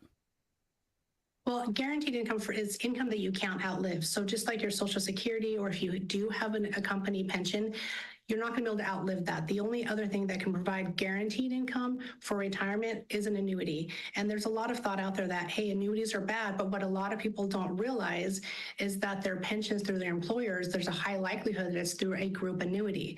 And you can carve out a piece of your retirement plan, whether it's a 401k or an IRA, and now you can take a portion out of that and put it into an individual annuity where you get to choose the right annuity for you that's best for your situation. and provide that additional guaranteed income so that between your pension that you may or may not have, your Social Security and other income sources, now you have another section where you have an additional guaranteed income piece that you cannot outlive, and you can leave the rest of it to grow in the stock market, to be an inflation hedge, to have a liquidity, or for unexpected expenses. But that guaranteed income, studies have shown that those that have guaranteed income that matches their expenses and their needs in retirement have a much happier retirement, and they have peace of mind that those that don't have that are more likely to get up every morning, check the stock market, and have more worry about their retirement and their future. Yeah. We're speaking with Shauna Moore, obviously, Steve, financial advisor, Moore Wealth Management. You can find him online, morewealthtalk.com. And finally, before I let you go, and I want to thank you for giving us a few moments on all this important stuff. I know you have an interview coming up later this summer that's going to air on CNBC with Tom Hegna. Tom's been on this show. We're familiar with Tom's work. He is very well known in this industry and talking about retirement. Just share with us a couple things that maybe you talked about with him. What's coming up in this interview?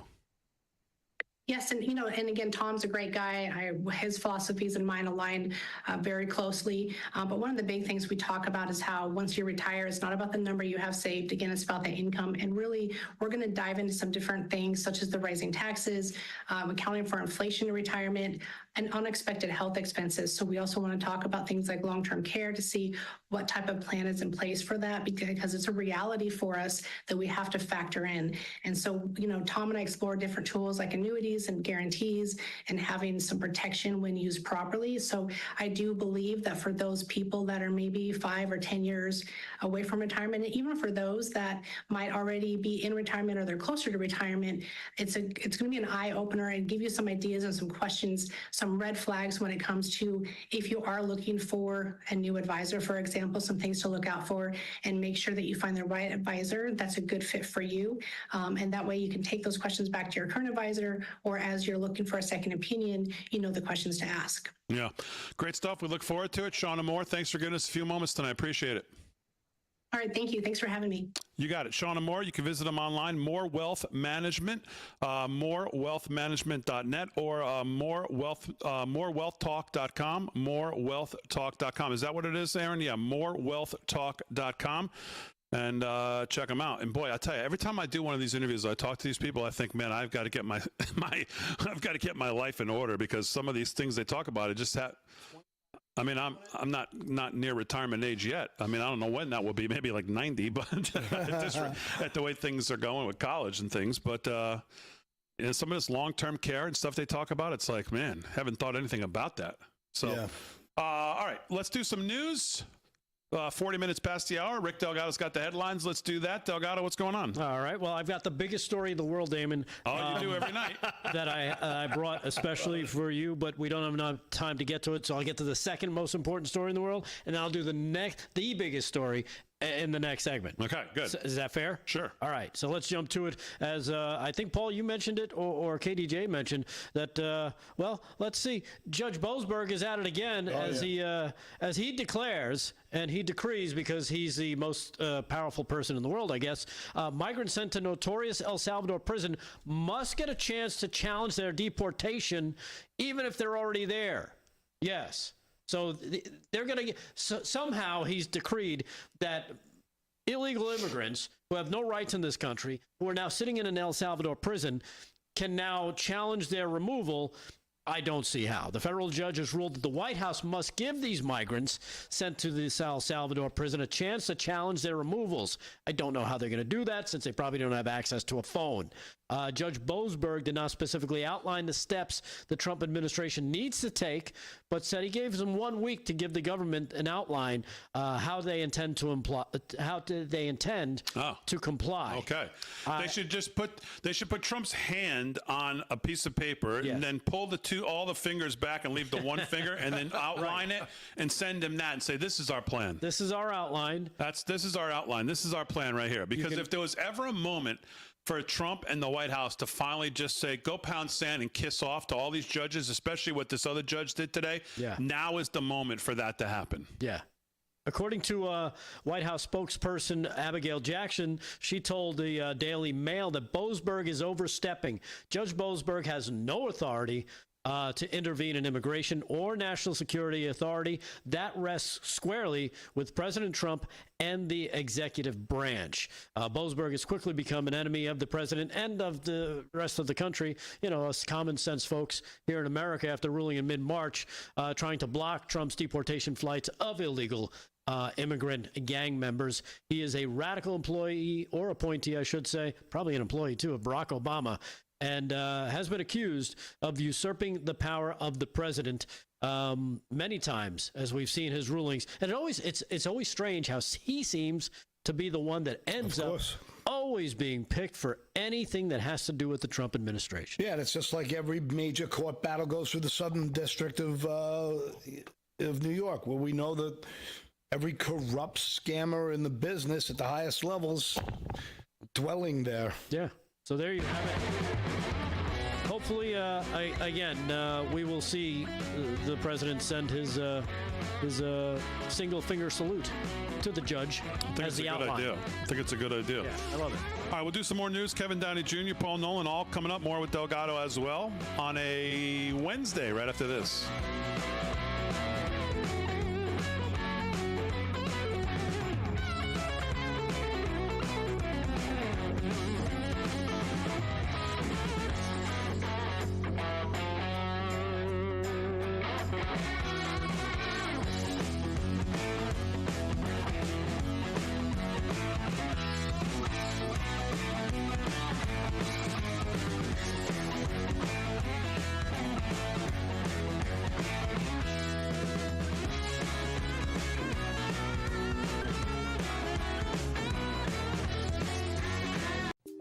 Friend, do you remember when it felt good to withdraw your cash from the bank to expand a business, go on vacation, or buy a new car? Well, today, withdrawing your own cash has become a very risky business, according to The Secret War, a shocking new research report. I just read it. And folks, I was amazed to learn why banks are now required to spy on us for the government and then report any suspicious or unusual behavior. I suggest you get The Secret War free. Just call the number on the screen, no charge, from the folks at Swiss America. And get this, did you know simply spending cash today may be enough to have you branded as a potential criminal? That's right. The new war on cash is really a war against all freedom-loving Americans. The Secret War is yours free, so call the number on the screen and you can tell them Pat Boone gave you the number. Do you suffer in pain? Are you stiff and less flexible? Do you have trouble sleeping? Are you less active than you once were? Introducing the Easy Well Remedy Massage System that combines the incredible effects of vibrational therapy, targeted deep tissue shiatsu massage, plus soothing infrared heat. A triple fusion of therapeutic experiences delivering health-boosting treatments to your body. Full body vibrational therapy increases blood circulation, bringing relief to joints and muscles and reducing inflammation while supporting your overall mobility. Look at these beads moving from the powerful vibrational motors. It's amazing. It's like 1,000 little fingers just vibrating my body from head to toe. Infrared heat penetrates deep to relax and soothe your body, reducing joint pain and stiffness and increasing circulation. Remedy gets in there and helps deal with the source of the pain, so you feel much better. The Ultra Shiatsu pillow with 6 infrared heated nodes is designed to mimic a professional massage specialist's hand kneading and working tight muscles in just the right way to bring maximum relief and pleasure. It is even detachable, allowing you to get a deep tissue relief in your upper and lower back, neck and shoulders, feet, calves, or anywhere on your body. I can't even describe to you the feeling. It's just something that you're gonna have to feel for yourself. Call or go online now to receive the Remedy Massage System. Your system includes the Zero-G memory foam layer, the vibrational infrared and ultra shiatsu therapies, the removable shiatsu pillow, remote control, and a convenient carry bag free. Just one massage visit can cost almost $100, but you can own the Remedy Massage System and have as many therapeutic treatments as you want. The sooner you order, the sooner you can experience the true remedy for your pain, stiffness, and stress. Call now.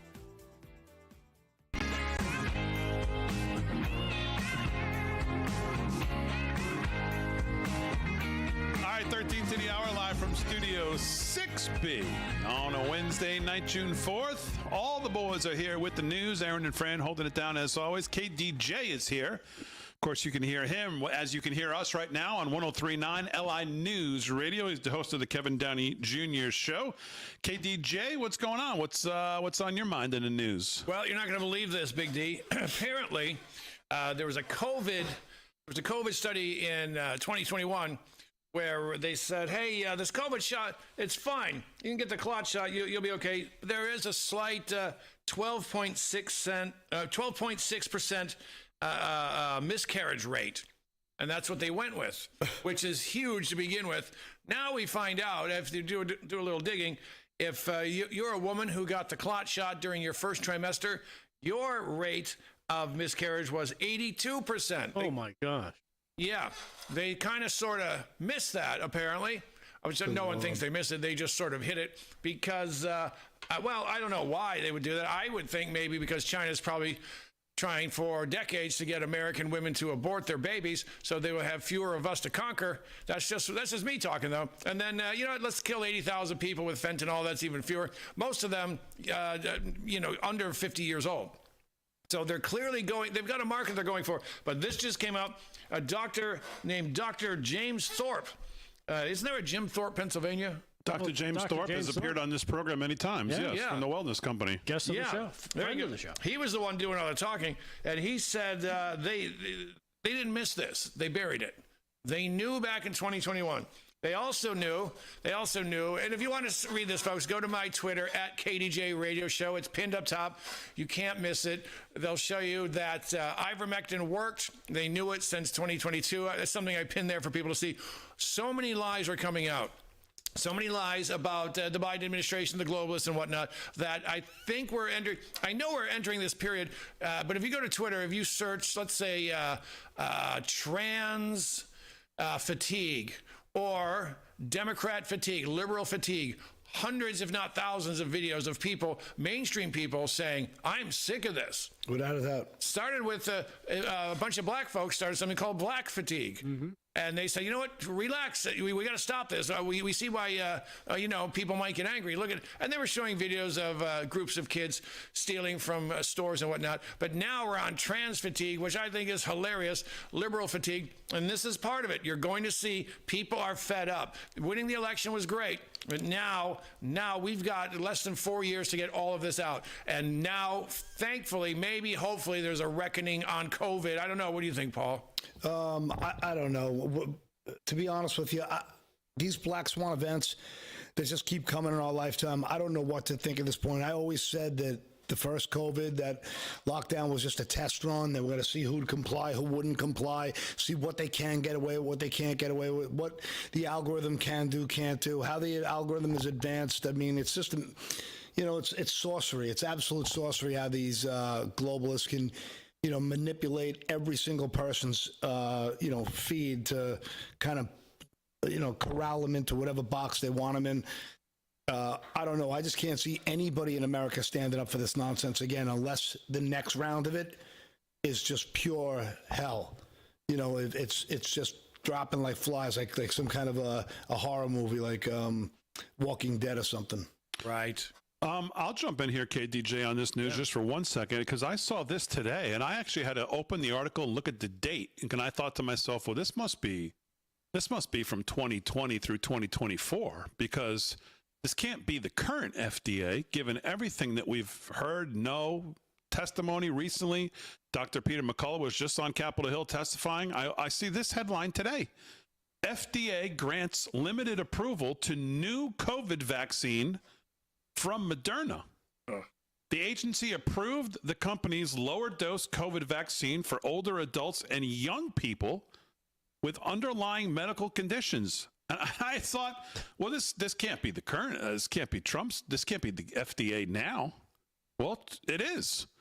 Moderna announced this weekend that the Food and Drug Administration approved its lower dose COVID-19 vaccine for adults 65 and older, as well as people ages 12 to 64 with at least one medical condition that increases their risk for severe COVID.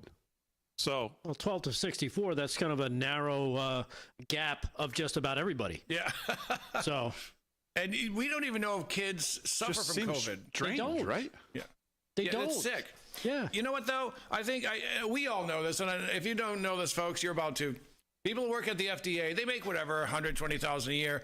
But there's just a little unwritten rule. If you pass the drugs that Pfizer and Moderna and Johnson & Johnson want to get through, well, winky, winky, maybe there's a job for you where you're making $400,000. And that's why they're doing this. It's all just a scam. It's sick how corrupt everything is. Yeah. Everything. Moderna said Saturday in a press release that the new vaccine will be available in the U.S. in time for the 2025-26 respiratory virus season. Oh, please. Which starts in the fall. Here comes the conditioning. The approval, which is limited to individuals who have previously received the COVID vaccine, was granted by the FDA on Friday. That's like this past Friday. I mean, I don't even know what to make of that. I guess they're not clean. They're not done cleaning out certain agencies just yet, because didn't we? We were talking about that 2 weeks ago, Damon. You brought it up, and the next day, RFK is in. The FDA guy is in. But what's his name? RFK the next day they said, okay, we're suggesting that the COVID shot not be given to anyone under a certain age. Yeah. And then it was expanded after that to pregnant women. Yeah, but it took them 5 months to get there. I know. And now this. I don't know. I don't know. I'm sure they reason it somehow that they're protecting and saving people, but boy, just seems weird to me. So, Paul Nolan, what? Give me one of your top stories here of the evening. Well, to me, my clip is 2 minutes, so we can kind of save that, but. You guys, I know we wanted to save your rebranding of Jean-Pierre. Well, that's the top story in the world. Yeah, I mean, we all know. Well, we have more than 2 minutes. Do you want to play this clip? Yeah, let's play the clip. We'll discuss it on the other side. Do you have it? Okay, I'm being told we have it. Thank you. Run it. We can play this one instead. This is even better. From the audience. Okay, go ahead. I'm sorry, Aaron. I thought we were playing this one. Do you have it? Okay, I'm being told we have it. Thank you. Run it, this please. Excuse me. This is all lies. And you had some very bad people in that group, but you also had people that were very fine people on both sides. That was President Trump saying that very fine people were marching alongside neo-Nazis and skinheads and white supremacists. I've condemned neo-Nazis. I've condemned many different groups, but not all of those people were neo-Nazis, believe me. Not all of those people were white supremacists. And you had people, and I'm not talking about the neo-Nazis and the white nationalists, because they should be condemned totally. But you had many people in that group other than neo-Nazis and white nationalists, okay? This is a president who said there were, quote, very fine people on both sides in a Charlottesville neo-Nazi Klan march in Charlottesville, and his infamous reference to very fine people. There were, quote, very fine people on both sides of that Charlottesville, Virginia march. And candidate Trump, I tried to get him 3 times to condemn David Duke. He wouldn't do it. Well, you've got David Duke just joined, a bigot, a racist, a problem. I mean, this is not exactly the people you want in your party. A lot of people think that he has a soft spot in his heart for, or at least won't condemn, white supremacists. As I said on Saturday, we condemn in the strongest possible terms this egregious display of hatred, bigotry, and violence. It has no place in America. Racism is evil, and those who cause violence in its name are criminals and thugs, including the KKK, neo-Nazis, white supremacists, and other hate groups that are repugnant to everything we hold dear as Americans. We are a nation founded on the truth that all of us are created equal. And there's this big effort by Trump supporters to pretend that the president didn't say what he said, to call this all a hoax. And you had people, and I'm not talking about the neo-Nazis and the white nationalists. Because I had a story about Jake Tapper's credibility and why his book's getting no sales, so we'll do that later. All right, we'll do that when we get back. Plus more news with Delgado. Coming up right after this.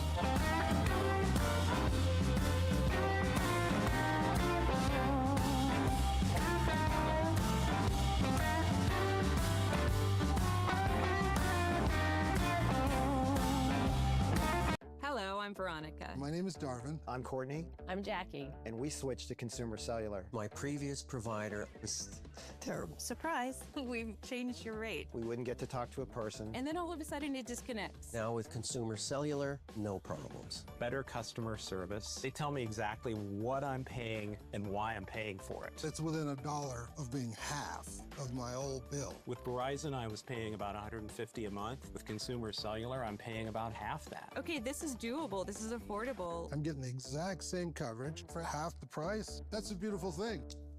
Done deal. I got to keep my phone. I got to keep my number. Switching over took about 20 minutes. That's it. It's month to month, very simple. It's been amazing. I was now a Consumer Cellular customer. And I've been bragging to my friends about it too. Call 1-800-726-2125. To switch and save up to half with Consumer Cellular. Plus, new customers can save $25 when they switch today. There's nothing worse than losing your dog before their time. So why do so many dog foods contain awful things a human would never eat? To save his pets, world-famous veterinarian Dr. Marty knew he had to change what was in their bowl. That's why I created Dr. Marty Nature's Blend, my breakthrough formula that's changed everything about dog food. Nature's Blend contains nothing but all-natural ingredients, designed to help dogs with everything from digestive issues to itching and policking, even moving around better. And that's because Nature's Blend is freeze-dried. So instead of destroying the nutrients with high heat, we gently preserve them, and you'll see the difference in your dog. Take it from a veterinarian with over 50 years of experience saving dogs' lives. I have never seen a food make this much impact on a dog's health. Such a huge difference in her health. More energy, more playful, no more pooping issues. He's healthier, he looks better. Dr. Marty has thousands of 5-star reviews. And for a limited time, get up to 54% off Dr. Marty Nature's Blend, plus a free gift with our special TV offer. Call or go to drmartypets.com/TV. That's drmartypets.com/TV. They tried to shut them up. There's no guarantee to free speech. They tried to cancel them. Deplatforming works. They even threw them in jail. Peter Navarro, Steve Bannon, now in prison. But they couldn't stop them. There's not a prison bill that will ever shut me up. They call them rebels. Basket of deplorables. They call them rogues. They claim to guns or religion. And they say they're outlaws. These are the kind of guys you like to smack in the ass. War Room presents Rebels, Rogues, and Outlaws. You set out to take Vienna. Take Vienna! The national bestseller by longtime Bannon producer Dan Fluette. Take a journey through the pictorial history of War Room in a culture that celebrates the weak. Show your support by standing with the rebels. Go to doitfluette.com or scan the QR code on your screen.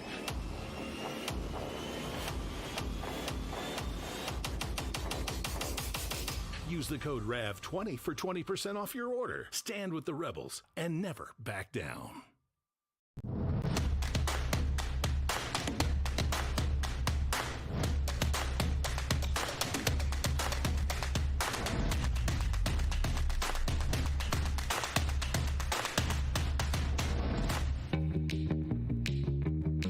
It's Big D, Double Dizzle, and the 6B Brizzle, live on Real America's Voice Vizzle, baby.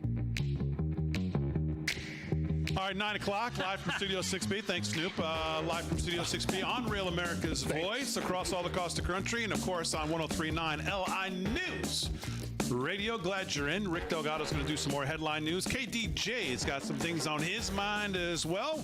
Paul Nolan's doing the news right now. Aaron and Fran holding it down on a Wednesday night. Glad you're in, of course. Make sure you follow us on all our social media at LFS6B everywhere, and then head over to livefromstudio6b.com as well. So before we hit the break, Paul, we played this long clip of stuff that's fairly old, obviously, but the point of that was the Jake Tapper angle. And, of course, this is a slimy book that he put out.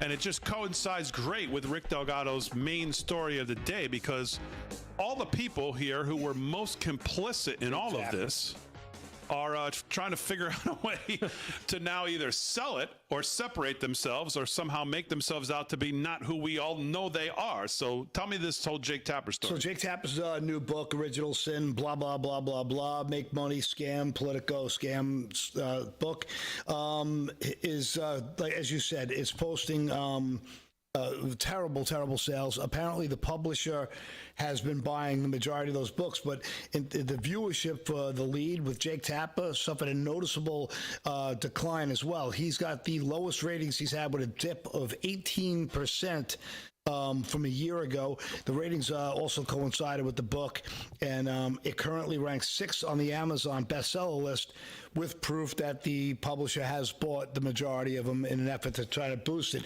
It means virtually no sales of this book because nobody's buying it because the man has absolutely no credibility. He's a professional liar. He's a sociopath. He is subversive. And you ask me, he's a traitor to this country who will go on the air, deliberately lie, to deliberately hurt the president of the United States. This is a man who has absolutely no scruples, no decency, no morals. He's completely disgusting. He's a disgrace. And that's all I have to say about that. Okay, let's think about exactly how you feel, Paul, before you talk. I honestly think about it for 1 second. You know what he reminds me of? When a dog throws up and then eats it? That's him. Well, by the way, no offense to Amazon, whatever.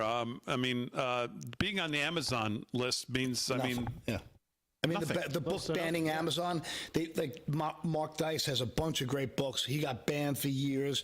There's a guy, James Corbett, the Corbett Report, books banned. I mean, this is a place that bans books, so Amazon's disgusting globalists too while we're at it. And you know what? Look, if I can throw this in, I was looking it up on the break. So this is about 2 hours ago from Esquire magazine. Headline: Here's more damning evidence that the Trump administration is reestablishing white supremacy. Oh. I'm not kidding. There's some Native American Indian colleges, what have you, and they're looking at some budget cuts, and they're saying, well, there's got to be white supremacy. And they even go back to this myth that Catholic schools drew in these indigenous kids and killed them. And there's no proof, and there's no evidence of that. Are you serious? Yeah, Canada too. They really went after the Catholics. They brought the Indian kids in and they slaughtered them. They're all buried there. And they found nothing. They didn't even find, and you know that sonar. So we can't even find the proof that there's anything here. Right. But it tore Canada apart for a good year and a half. Yeah. And you see it in TV. You see it in as much as I liked what's his name, Tyler Sheridan. He had the 1883 and 1923. Mm-hmm. There was a subplot in that story that, you know, Indian girls were being beaten to death by nuns in an effort to cleanse them of their evil. And I kind of looked it up because I wasn't thrilled with that subplot. And apparently it's propaganda. So I don't know how true or false it is, but I'm glad to hear you pick up that they could not find any of the remains, supposedly. So none. But you know what this brings us back to? 2 of the 45 goals of communism, one of which is take over the media and say whatever we want. And the other one is take over Hollywood and put the curriculum in every TV show. I used to watch this show about, it's like a sitcom based on like a Walmart. And it was a funny show until COVID came. And then it was like, well, we'd better all get our shots. They are free, and we could kill grandmas if we don't. I was going to bring a clip. Gotta love when they incorporate that. It's like when they did the Bugs Bunny cartoons and make sure you buy your U.S. bonds. Yeah. You know? Yeah, or like Popeye with spinach. It was like to help the U.S. agriculture. But I watched the Daily Caller did something. The Daily, who's the one with Ben Shapiro? Anyway. Wire. They did a compilation of all the propaganda pumped out by Sesame Street and Elmo and from Donald Grump, what's his name, the green guy out of the garbage man, Oscar the Grouch. He's dressed with an orange, big Trump hair, and then all the COVID baloney, and then all the pride stuff, and they just they had some really creepy pride stuff even on this week. So they don't stop. No. They it's so subversive, and it's a nonstop slow cook infomercial that just shapes society and opinions, and it's pathetic. Yeah, and the thing about Jake Tapper. Right, and people like him on CNN, MSNBC. This is supposed to be their big time. Trump is president. They should have their best numbers. The fact that he's down almost 20% tells you not only. I think the left is suffering from Trump fatigue. They're already tired. They're tired of Dem fatigue. They're tired of liberal fatigue. Right? Because all they get from these people is BS, nonsense, nothing positive, nothing uplifting, no ideas, no policy things that would move us forward in the right direction, nothing. All they get is hate Trump. And people, you can sense it. You can tell. because people are just like, yeah, okay, Trump's fault, right? Yeah, you made a good point there because Victor David Hansen just did something about Trump's popularity. If you check it out on YouTube, he as everyone knows, I mean, he's terrific. He's so clear in his points, but he kind of touched on what you just said there, that the liberal media should be having a field day, right, chopping down Trump, but it's just not working. People have just had it. Yeah. All right, 7 minutes past the hour. So I'm gonna put Paul down as undecided on Jake Tapper. We'll get back to him and see if he can make a full decision on how he feels on him. We'll also get back to Paul on this Bono thing because I want to hear, because he's not fired up enough tonight. So I want to get him to talk a little bit about Bono on Joe Rogan, because I think he thought that was a swelltastic interview and he liked every moment of it. But maybe there was one or two he didn't quite like. We'll get to those when we get back to Paul. But right now, let's do the biggest story in the world. Oh, my goodness. According to one Rick Delgado, news is brought to you by our friends at EternalLifeCoin.com. All one word, EternalLifeCoin.com. Rick Delgado, what is that story? Well, you know what, Damon? I'm glad that you kind of couched it the way I've been for the last hour and a half. It's the fact that former Biden White House press secretary, our very own, our favorite, Karine Jean-Pierre, earlier today revealed that she's registered now as an independent. She's left she's walked away, as they say, from the Democrat Party, and announced that to help her do this, she's a Bolshevik. She's shucking a book there, boys. Here's cut number one. Here is KJP. KDG? Karine Jean-Pierre, pushing a new book called L'Indépendance. Check it out. Hi, I'm Karine Jean-Pierre, and I am the author of a new book that's coming out this fall called Independent. It's coming out on October 21st, so please do grab it. And the reason I wrote this book, coming out of the White House, you know, serving as White House press secretary was an honor and a privilege. But since I have left, the people that come up to me, strangers that come up to me just across the country as I'm traveling, and sometimes right in my neighborhood, at a grocery store, supermarket, airport, my daughter's school, the number one question they ask me is, Karine, how do we get out of this? How do we protect our democracy? How do we protect vulnerable communities among us? Get the hell out of here. I told you, Aaron. The greatest liar ever, ever, no one even close to assume that position. The single worst press secretary, the most professional, well-polished liar that has ever taken the podium, right there, doing what she does best in that clip, which is lie. Yes. KTD, could you see, what does the interview for that job look like? Okay, so do you have any morals? No.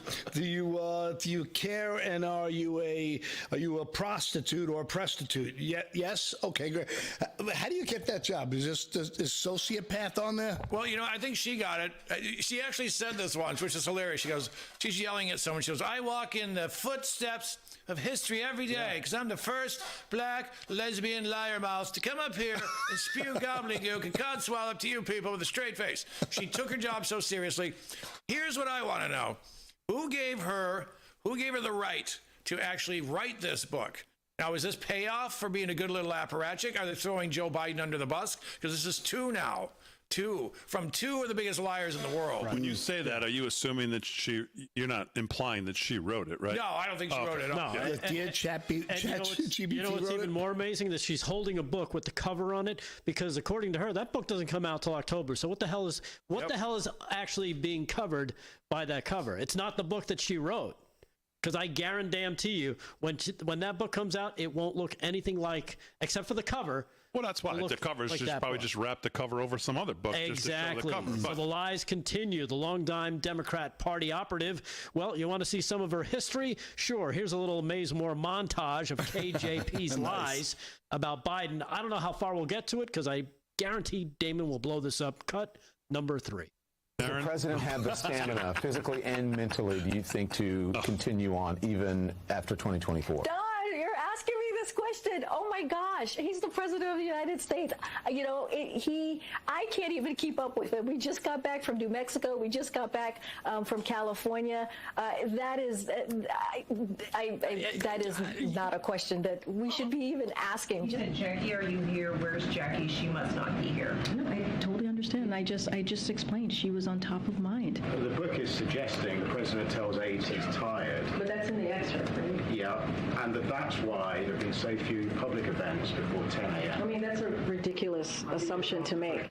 President Biden is the oldest president in U.S. history. Why does White House staff treat him like a baby? No one treats the president of the United States, the commander-in-chief, like a baby. I'm sorry, I just can't. I just can't. And that's fine. I can't fully expect it. for her to speak of, as we're hearing, broken White House, broken White House. Well, she's holding the biggest hammer. She is as responsible as anyone else for breaking or being a part of why that place was so broken. She lied. She covered it up. She ran cover. She was guilty as any of them. She participated in. And I mean, if you were putting this in criminal terms, she should be on the top of the arrest list, all of them, for what they perpetrated on the American people. And she's A+ #1 right there at the top, along with Ron Klain, the good doctor, and a couple others. Yeah. I love how they say we don't treat him like a baby, but we are changing his diaper. But that has nothing to do with it. Now we're going to try to sell Hit that books. like button. Hit the like button. People YouTube. have no. That's the biggest story in the world, and you just heard it. 13 past the hour, live from Studio 6B. More news with Delgado, Kate, DJ, Paul Nolan, all coming up right after this.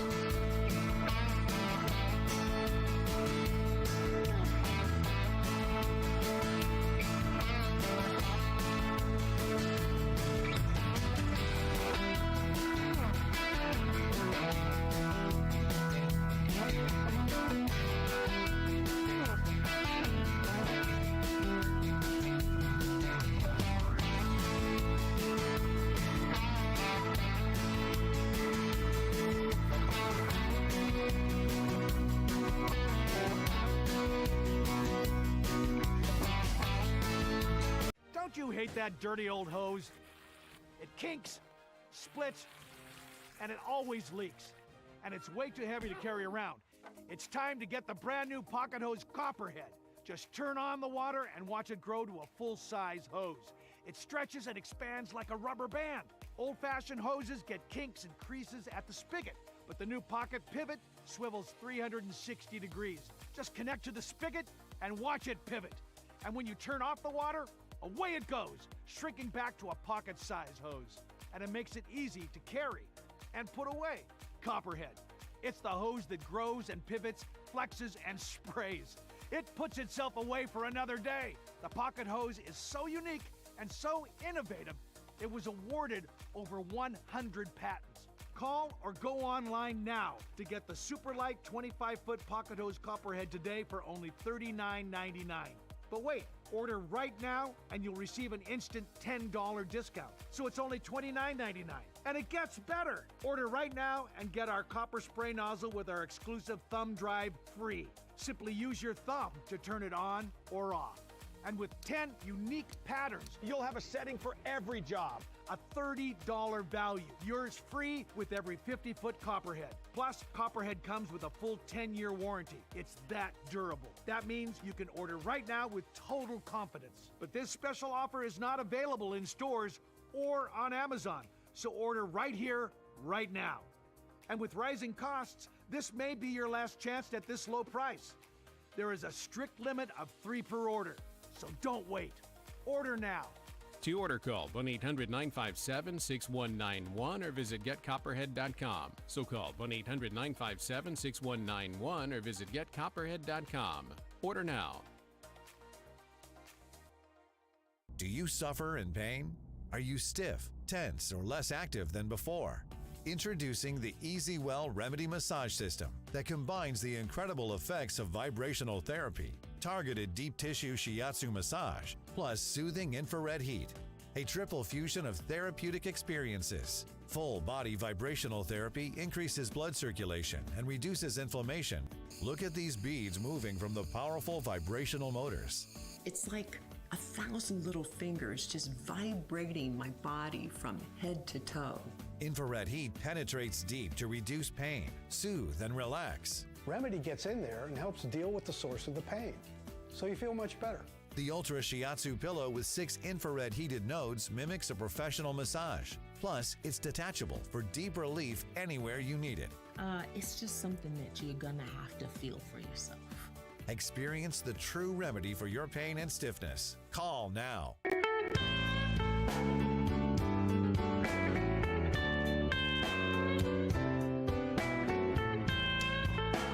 All right, let me talk to you about our friends at Birch Gold. Sound like the blues on a Wednesday night. You know, the administration is trying to move mountains at the speed of light. However, when they're trying to right the country, they can't also take your personal finances into account. You have got to be responsible for doing that. And that's why thousands of Americans are buying gold now from Birch Gold. Here are the facts. In the past 12 months, the value of gold has increased by 30%. Central banks are buying gold in record quantities, so demand doesn't seem to be subsiding. The Rio reset is on the horizon here in July coming up, where BRICS nations are looking to unseat the U.S. dollar as the global reserve currency. But you can find peace of mind in gold. Birch Gold makes it extremely easy to convert an existing IRA or 401k into a tax-sheltered IRA in physical gold. Or you can even buy some to store in your home safe. Just text the word America to 989898, and Birch Gold will send you a free information kit on gold. There's no obligation, only useful information. An A+ rating with the Better Business Bureau, tens of thousands of happy customers. Take control of protecting your savings today. Text the word America to the number 989898. Text America to the number 989898 and see if gold is right for you. Talk to our friends from Birch Gold, who will make it as easy as possible for you to protect your savings against inflation, against many other things. Text America to 989898. All right, 18 past the hour, live from Studio 6B. Let's do some more news with Rick Delgado. What's going on? Other than your beaver nuggets. I thought you were going to KDJ's doing? All right. Oh, yeah. Sorry, let me go to KDJ, the host of the Kevin Downey Jr. Show. Delgado, that's basically Delgado's way of saying, I'm eating beaver nuggets. I don't want to talk.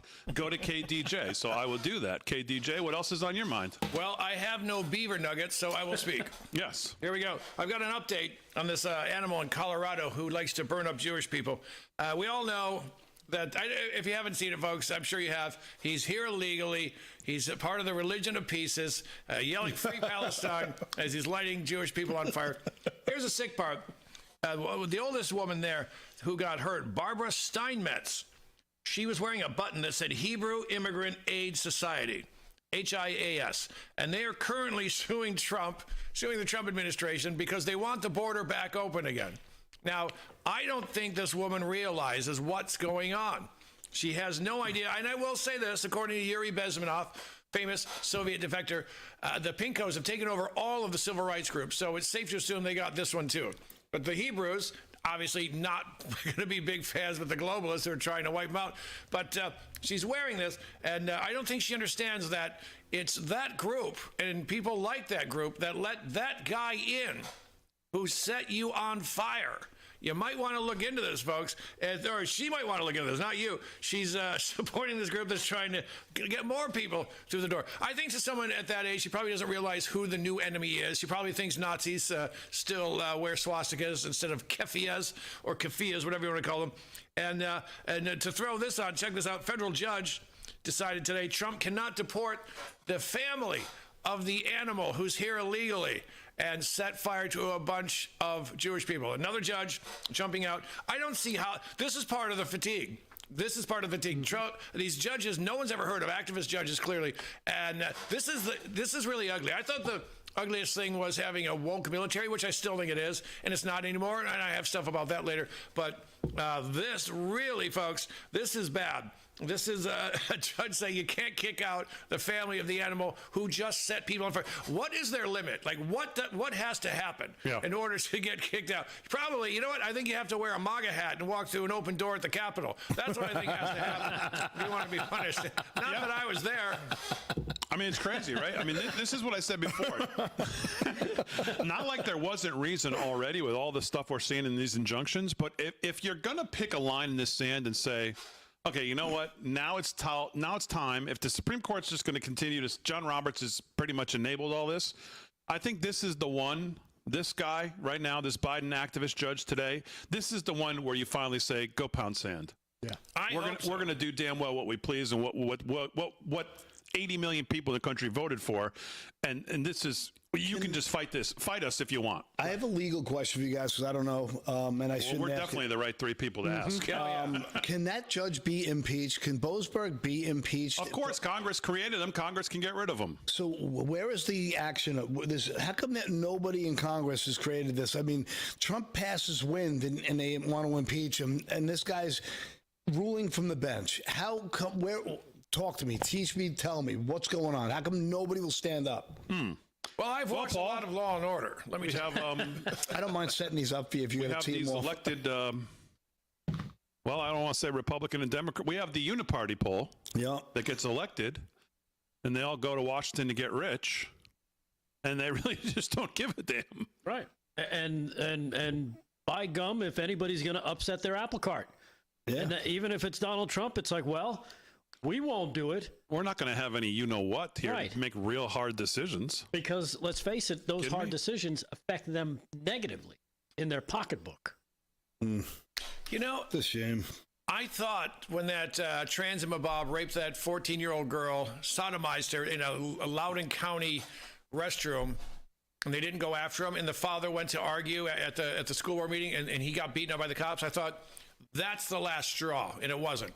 Then I thought Laken Riley was the last straw. People are going to wake up. No. Jocelyn Nungary. No. Now we've got someone who lights Jewish elderly people on fire, and they're defending his family for being kicked out. It's sick to me. That El Brego Garcia guy, human trafficker, gangbanger, on a terror watch list because he's on MS-13, they went to visit him. They're sick. There's nothing we can do about it. They just don't get it. This is what happens. This is what happens when the moral fiber of a civilization or a society like ours gets gutted. And that's what's been happening since the 60s, probably even before that. That's why, look at the 45 goals of communism. They want chaos. And this is what we get. They said, we want indecency. We want that to be normal. And that's what happens. When indecency becomes normal, you can let an old woman burn and not punish the family of the illegal immigrant who's involved. You can go down and kiss El Brego Garcia's Bahuki and pretend that you're on the side of righteousness. It's tragic what's happening, but people are waking up. Fatigue. Mm-hmm. Yeah, that we talked about black fatigue was trending, but now it's gay fatigue.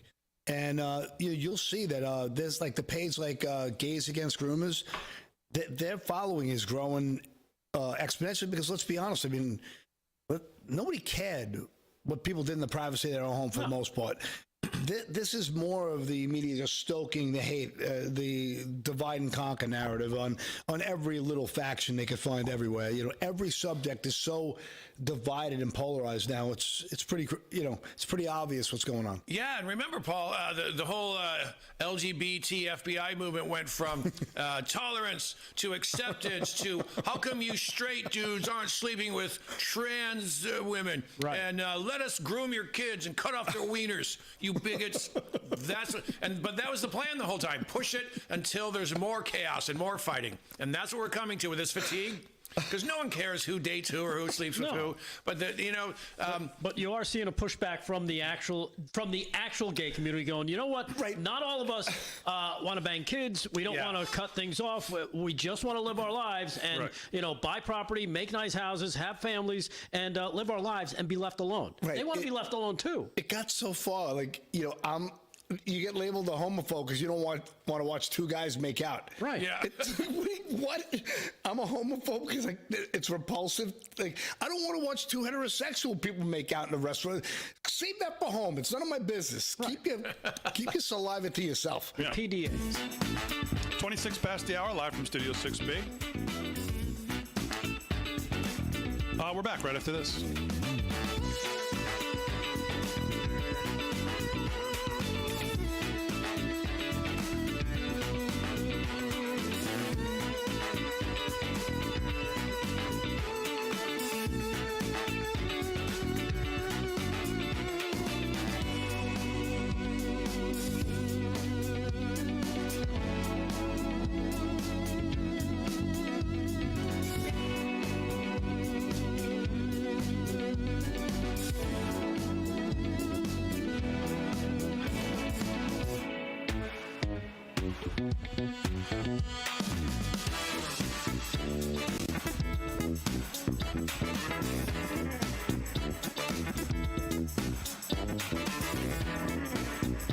Give me 30 minutes a day for 21 days and the weight will come off. You want to know the one mistake most people make when they want to lose weight? They try to overhaul their entire life at one time. My secret is you just commit to 3 weeks at a time. In 21 days, I lost 10 pounds and 15 inches off my entire body. Right now, bundle 21-day fix with Shakeology, superfood nutrition that helps you lose weight and feel less bloated, and save up to 60%. Just go to body.com today. That's body with an I.com. Cooking rice just isn't nice. No matter how hard you try, it always comes out stuck on and dry. Until now. Hi, Chef Daniel Green here with Rice Robot, the 1, 2, 3 rice cooker. It's the easiest way to make fluffy, delicious rice every time. Watch. 1, add the white cup for rice. 2, add the blue cup for water. 3, click it and let Rice Robot perfectly cook it. White, brown, jasmine, pilaf, basmati, even sushi rice, all cooked just right. The secret is perfect cook technology that surrounds the rice with controlled heat for even cooking. Then Rice Robot senses when it's done, auto stops, and keeps it warm to serve. Rice Robot's so smart it won't burn, overcook, or undercook, guaranteed. Watch this. Add rice, water, olive oil, salt, 1 large tomato in the center, click it, cook it, and look, amazing Mediterranean rice that's just bursting with flavor. But how about an egg fried chicken rice meal for the whole family in just minutes? And rice is just the beginning. Make mac and cheese, frittatas, oatmeals, soups and stews, even ramen dishes. For a healthier choice, make quinoa, couscous, or cauliflower rice. Throw in turkey, rice, vegetables, potatoes, broth, and bring leftovers back to life. Elevate your party with a melty queso spinach or a s'mores dessert dip. Rice Robot is perfect for apartments, dorm rooms, and RVs. And with a ceramic, ultra non-stick interior, cleanup's a breeze.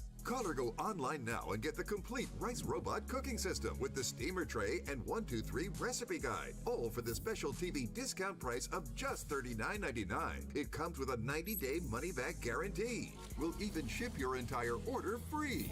You get it all at incredible value for one low price. Order now. To order, call 1-800-575-5956 or go to buyricerobot.com. So call 1-800-575-5956 or order online at buyricerobot.com today.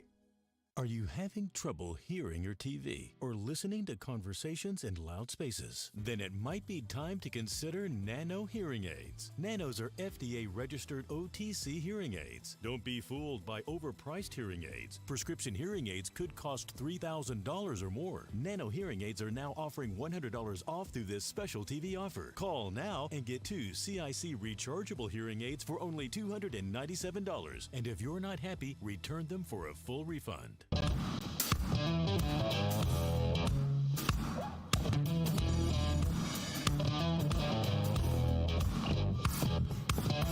right, 30 minutes past the hour, live from Studio 6B. All across the country, Real America's Voice. And, of course, on 103.9 LI News Radio. Glad you're listening, watching, wherever you're checking us out. We appreciate it. 8 to 10 weeknights right here. Richard Klenecki on YouTube asked the most important question of the night so far. Has anyone run the Beaver Nuggets on Damon's wife's app? That would be the Yuka app. Yes. And, oh, boy. No, we oh, boy. No, we have not. So it's we're going to keep it that way, too. So He actually tried, but the app wouldn't read it. The app said, come on.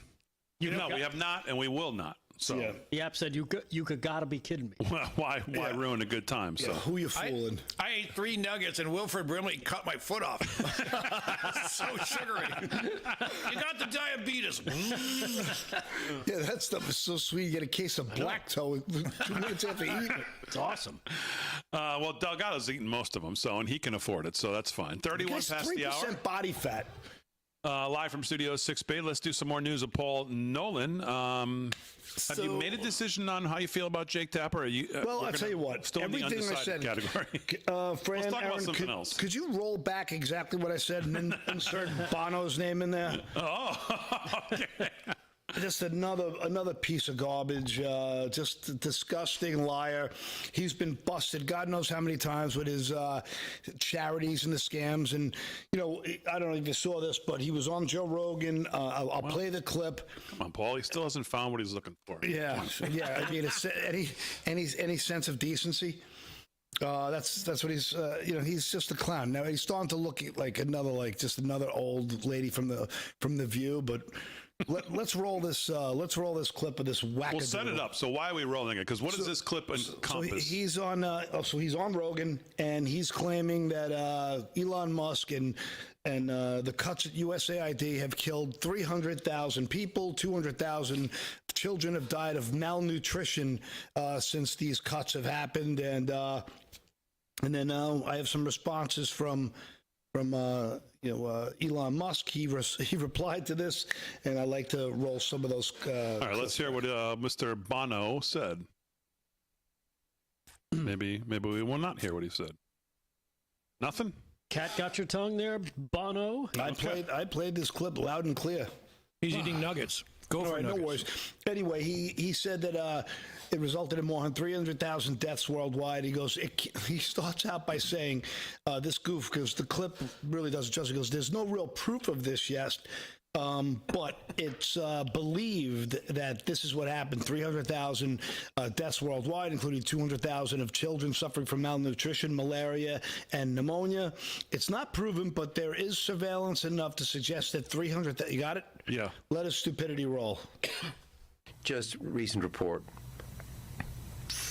It's not proven, but there's surveillance enough suggests 300,000 people have already died from just this cut off, this hard cut of USAID. Come on, so Joe. there's food rotting in boats, in warehouses. There is this will fuck you off. This will not. Oh my God, dude! No American will. But oh my God! All right, very good. All right, I'm leaving. I'm sorry. I cannot. I just want to throw up. I can't believe. Oh my God! The clip I had the. Oh my 33 God. past the hour, live from Studio 6B. Oh my God! Paul's going to get back to the clip editing. Oh my God! We should cut out dirty words with Bucky Nugget Crunches. yeah, Bucky's nuggets. I think we went over this. I think 7 times before we played it to make sure. And I even said, "Give me a break." Yeah. Give me a break. You asked me 3 times. I listened to the clip. Right. Okay, very good. And you can check out Paul's next appearance in Damon's trunk. Back to the trunk, Mr. Nolan. Yeah. Dude, I'm sorry. So why don't you recap what he said? If there's an FCC fine, I will pay it. Why don't you recap what he said? Be without the F-bombs. But anyway, Rogan replied and basically said, look, there's some good charities out there that done some good work. He placated Bono a little bit, and then he went on to say, but we have to admit this was a giant money laundering scam. Billions upon billions, in fact, trillions of dollars had been wasted. The fraud had no receipts. Money went all over the place. And, he basically stood up to Bono's lies. And then I love what Elon Musk did. He went to Twitter, X, and he wrote, he's such a liar, idiot. 0 people have died. He went on to say that the next tweet was, I got a big one here at I Find Retards, is what he said. Then he posted a clip of South Park, where South Park had a whole episode. I don't know if you saw this. What is the biggest piece of crap in the whole world? And it was Bono. And Bono's bouncing around.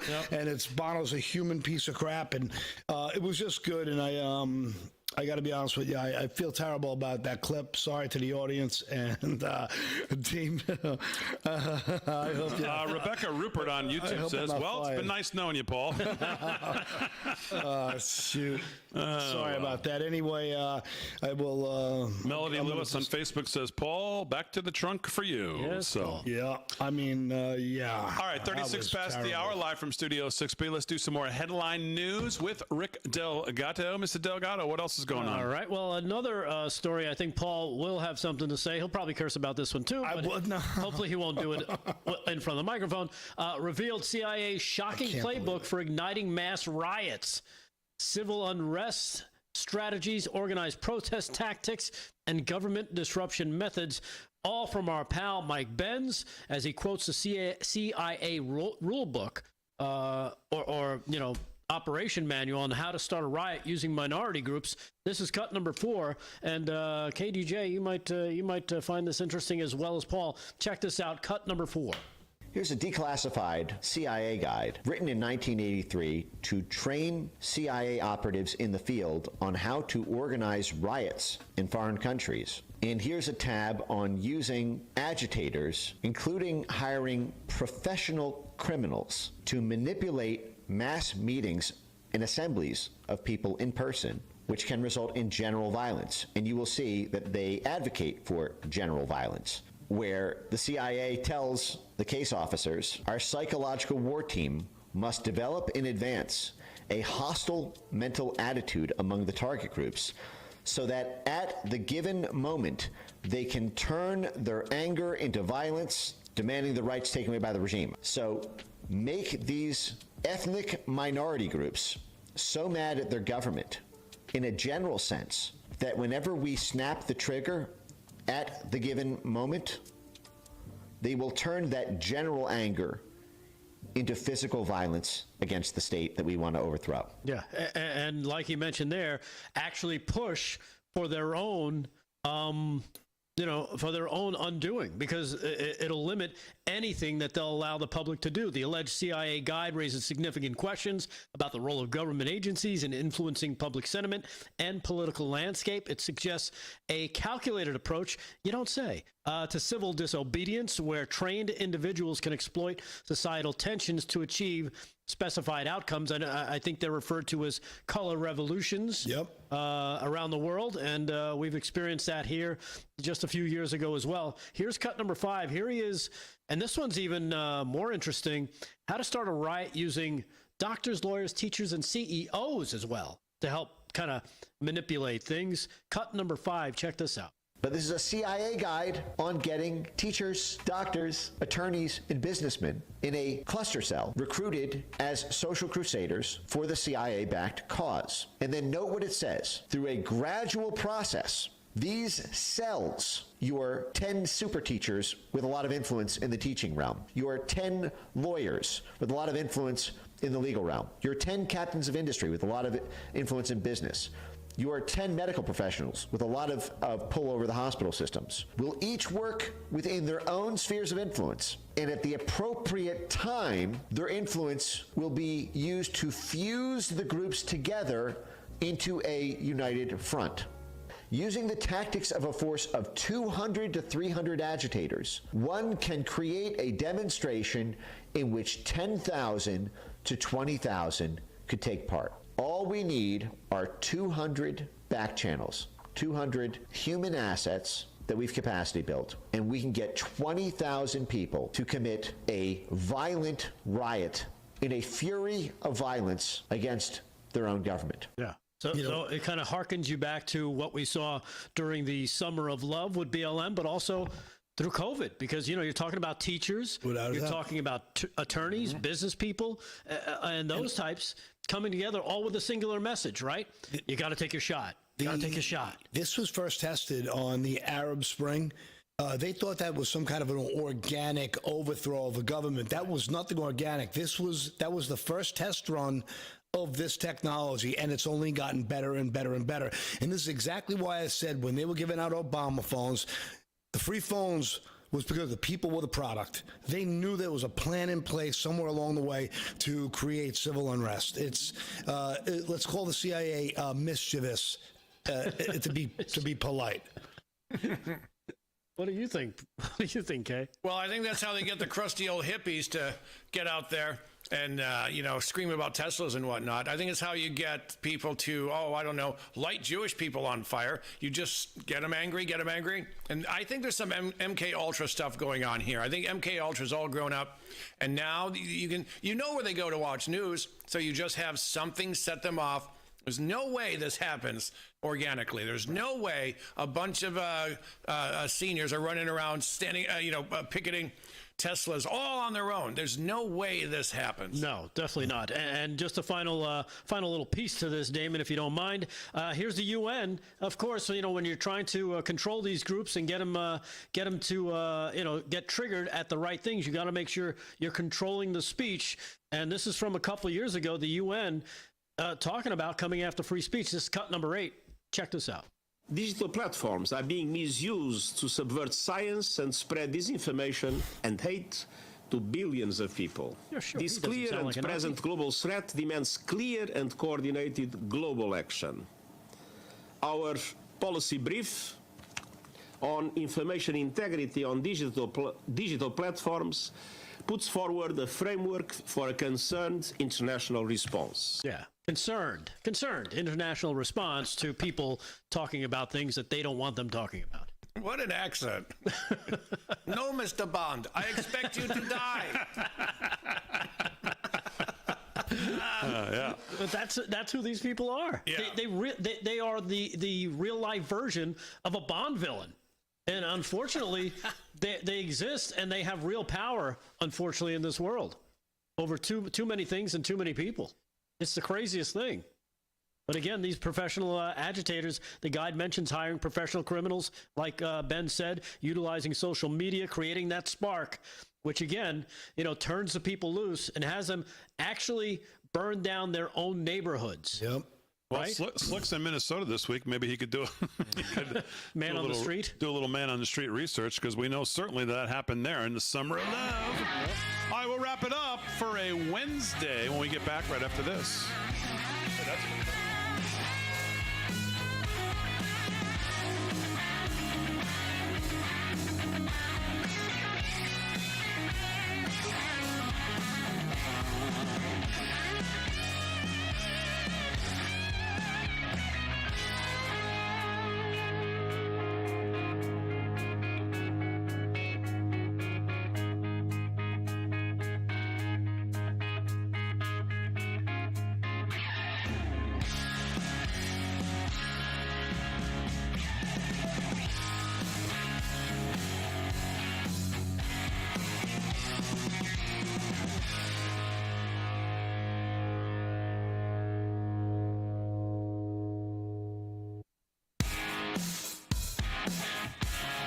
Mama, look.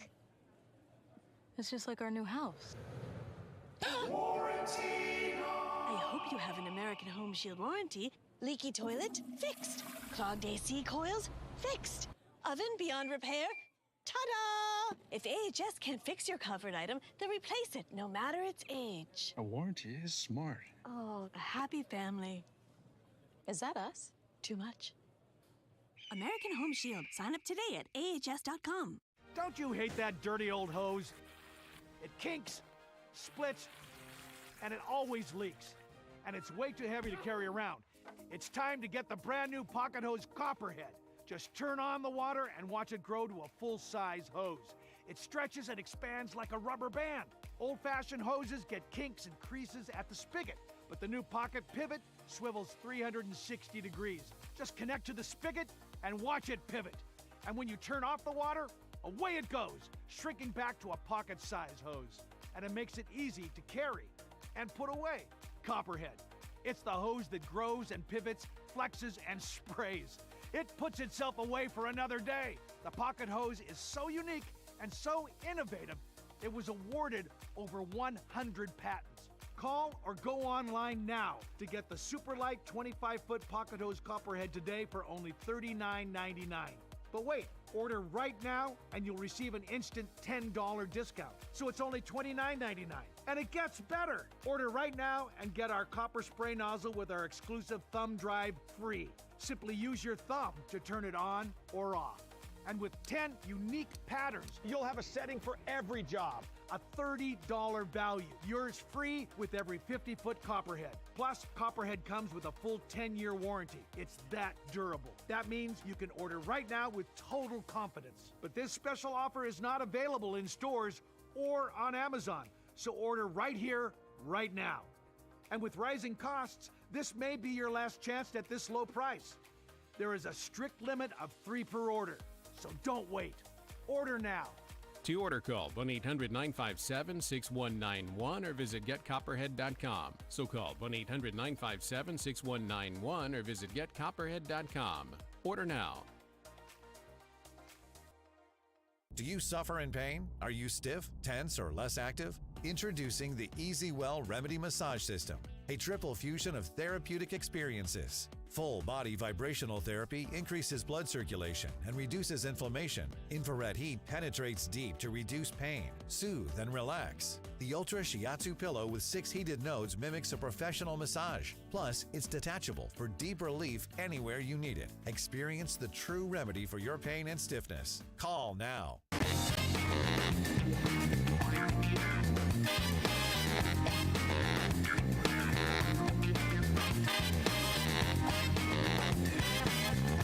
All right, 13 to the hour, live from Studio 6B. Wrapping it up on a Wednesday night here, Real America's Voice, and across the airways of 103.9 LI News Radio. Let's try to get to everybody here one last time. KDJ, host of the Kevin Downey Jr. Show. I'll start with you. What's going on? Well, thank you, Big D. It looks like Cuck Schumer has finally flipped his lid. Now, I'm not kidding. Now, this is written in his native salamander. I'll translate into English. He's talking about the big, beautiful bill. He's changed the name of it to, and I'm not kidding, the We're All Going to Die Act. Oh, God. We're all going to die if this goes through. And he's just ranting. He's off his gourd. My favorite part is, we're all going to die if we pass the largest. Oh, we should work on Chuck Schumer impressions. We're all going to die if we pass the largest tax cut. And if we block, I'm not kidding, if we block illegals from taxpayer-funded health care and cut the deficit. If we cut the deficit and block illegals from getting free medicine, we're all going to die. And he just, the video is about, it's 57 seconds long. It's hilarious. And then he goes on to say, Trump's going to cut Medicaid. Trump's going to cut Medicaid. They're not cutting Medicaid or Medicare. They're cutting the fraud out of it. And that just gives the morons it's just so disingenuous. But instead, where they're going to say, well, they're cutting Medicaid. Well, we're cutting the fraud out of it. It's like if you're getting a finger amputated because you have to or you're going to die. Oh, they're removing body parts. No, they're saving your life. But that's not how they say it. And I want to play the video, but I think Bono comes in halfway through. Yeah, no, it's probably not a great idea. That's my favorite. 2 kg day. That's my favorite news of the day. The We're All Going to Die Act. It's so sad watching this lizard try to cling to any sort of try to be relevant, and it's just not working. He knows he's out. I don't think AOC is going to win because she's horrible. But well, what really should steam your clams here, KDJ, is that if Schumer trying to pass by the idea that maybe he's actually read the bill. Yeah, exactly. I mean, who's he kidding? I don't think I don't think he's read a bill in 30 years. No. I really don't think he's just there. And paid one. Yeah. Now, the best thing about what's going on now is, for some reason, you would think the Democrats would embrace Schumer as, he's our number one guy and he's Jewish and we're going to fight against anti-Semitism. But now they're like, nah, let's just get rid of him. Yeah, he's a self-hater anyways. Yeah, exactly. Along with Bernie and all of them in the party for the most part. So anything else, KDJ? Oh, yeah. I got a lot of fun stuff here. We're talking about fatigue and the different types of fatigue. And Paul hit the nail on the head before he got fired when he said... when he was talking about pride fatigue. That's the one that's hitting us now. Yeah. And it's hitting everywhere. Major corporations are like, yeah, we're not going to donate money so that, men can put feather dusters up their keisters and run around on a parade float. It's just crumbling apart. This was never about making people more tolerant. This was always about empowering the so-called oppressed and getting us, a society, to the point where we're sick of them now. It's all over. Like Mr. Delgado was saying, gay people going, and my friends who are older, like, we want nothing to do with the trans. Right. We just want to live our lives. The trans are bringing it down. People are finally sick of it. And my God, this, Election Day was the biggest kick of my adult life, but this is the second biggest. Everyone is fatigued of all this leftist flapdoodle, which is not a curse word. So he's not fired then. Right. No, you're good. We'll see you on Friday at the American Square. I gotta say it, it'll be fine. 9 minutes till the hour. Yeah, I don't know. I have a couple things. I don't know if you saw this, but WAPO is mocked for labeling the drop in fentanyl seizures mysterious. We played it last night, which is absolutely hysterical. I'm glad you played that clip. Caroline Levitt is she just so smoked them. Yes, yes. There was like a chalk line around WAPO after that. But it's no different than the headlines on the germ warfare thing that we talked about. Like those headlines are just as bad. Right. Mm-hmm. Yeah, I don't know if you saw this. The war between Russia and Ukraine has caused 1.4 million military casualties, according to a new study. The study was done by the Center for Strategic and International Studies. It was released Tuesday. That since Russia invaded Ukraine in February of 2022. By the way, wasn't this war supposed to last a week? Anyway, it's rolling along, and roughly 1 million casualties. While Russia's had 1 million and Ukraine's had 400,000. This is the largest since World War II. So, honestly, when this thing ends, I guess if you're a single guy, just move to Ukraine because there's no young men there left. At this point, just go there, buy a building, and by the way, five wives. To your point, Paul, so you think about where we are right now. Think about the president saying he'd have this ended before he even took the oath. He didn't know then what he knows now, obviously, but still, that's what he thought was going to happen. Mm-hmm. And you look at his tweet today, Truth Today, about his conversation with Vladimir Putin. Yeah. And the things that Putin said to him, especially about, we're going to have to retaliate about this drone, after this drone strike they did. Did you see we are nowhere near. I think the president is nowhere near where he thought he would be, certainly. Well, these war machine those globalists, they've done everything in their power to subvert any form or any chance of peace. The war machine won't be stopped, and they just keep provoking, and they just keep on sticking a bear with in the eye with a stick, a flaming stick, and now what they expect was going to happen. And if you saw any of the video of how they perpetrated this drone attack, was fascinating. They had these trucks hidden with the roofs on them open, and an endless barrage of bombs just came one by one. Did you see the video of the attack? No. It was absolutely stunning. You know what I'll do? I'll have it for us Friday night, and it was crazy. So, you're going to be there Friday? Yeah, well, I'll be in the parking lot. I'll be working the steak truck. All right, 6 minutes till the top of the hour, toward the end of the show. Delgado, any headlines we haven't hit for you? A few, but I'm gonna bypass that and ask Paul this question. hey, Paul. Speaking of the war machine, and I've been thinking about it because the last few weeks.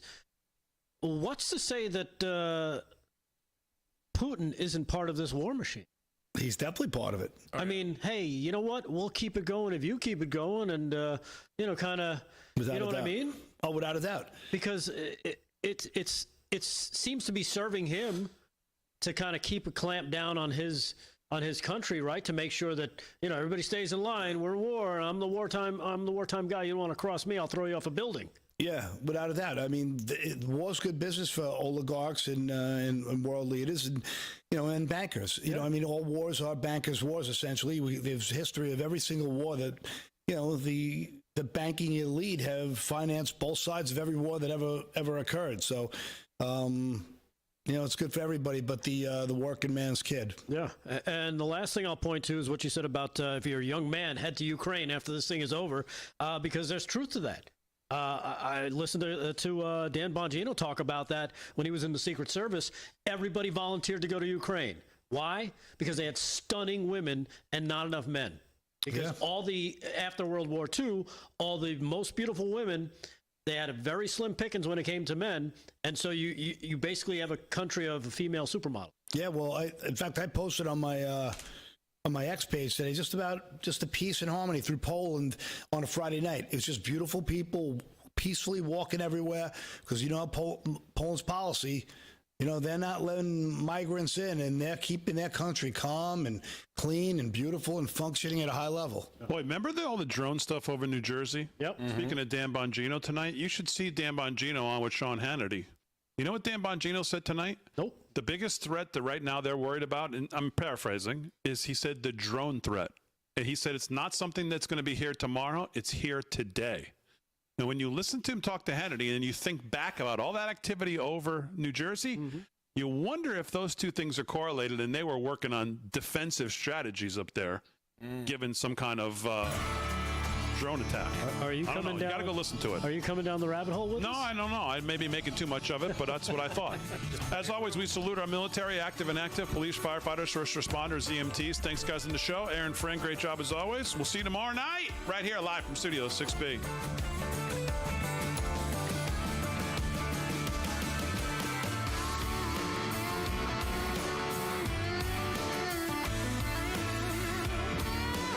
Wounded Warrior Project empowers post-9/11 veterans and their families with life-changing programs and services. I realized I could be successful in a civilian career. We stand by warriors and advocate for their needs going forward. They were by my side in the hospital, and they're still with me today. Through our programs, community, and advocacy, we're proving anything is possible. Learn more at woundedwarriorproject.org/connect. Hey guys, you got carpet stains like this? Well, you need Horsepower Bullshot, the all-new carpet stain remover and deodorizer. Just spray, and the stain and the odor goes away. Why bend over and scrub? That's back-breaking work. Stand up to stains and odors and let Bullshot do the hard work of carpet and upholstery cleaning for you. You love your pets, but when Fido has an accident, you better have Bullshot. This black light shows every drop of that urine stain, but Bullshot quickly eliminates that stain. The secret is an advanced foam action formula that penetrates deep to emulsify and neutralize stains and odors, lifting them from the fiber with a formula safe for kids and pets. And it's made in the USA. Ever accidentally spill red wine on your carpet? I can shoot from the hip with pinpoint accuracy. Bullshot is like spraying an eraser on your floor. That stain is gone for good. For older and tougher stains, just give it a little rub and watch as Bullshot works its magic. Just point and shoot.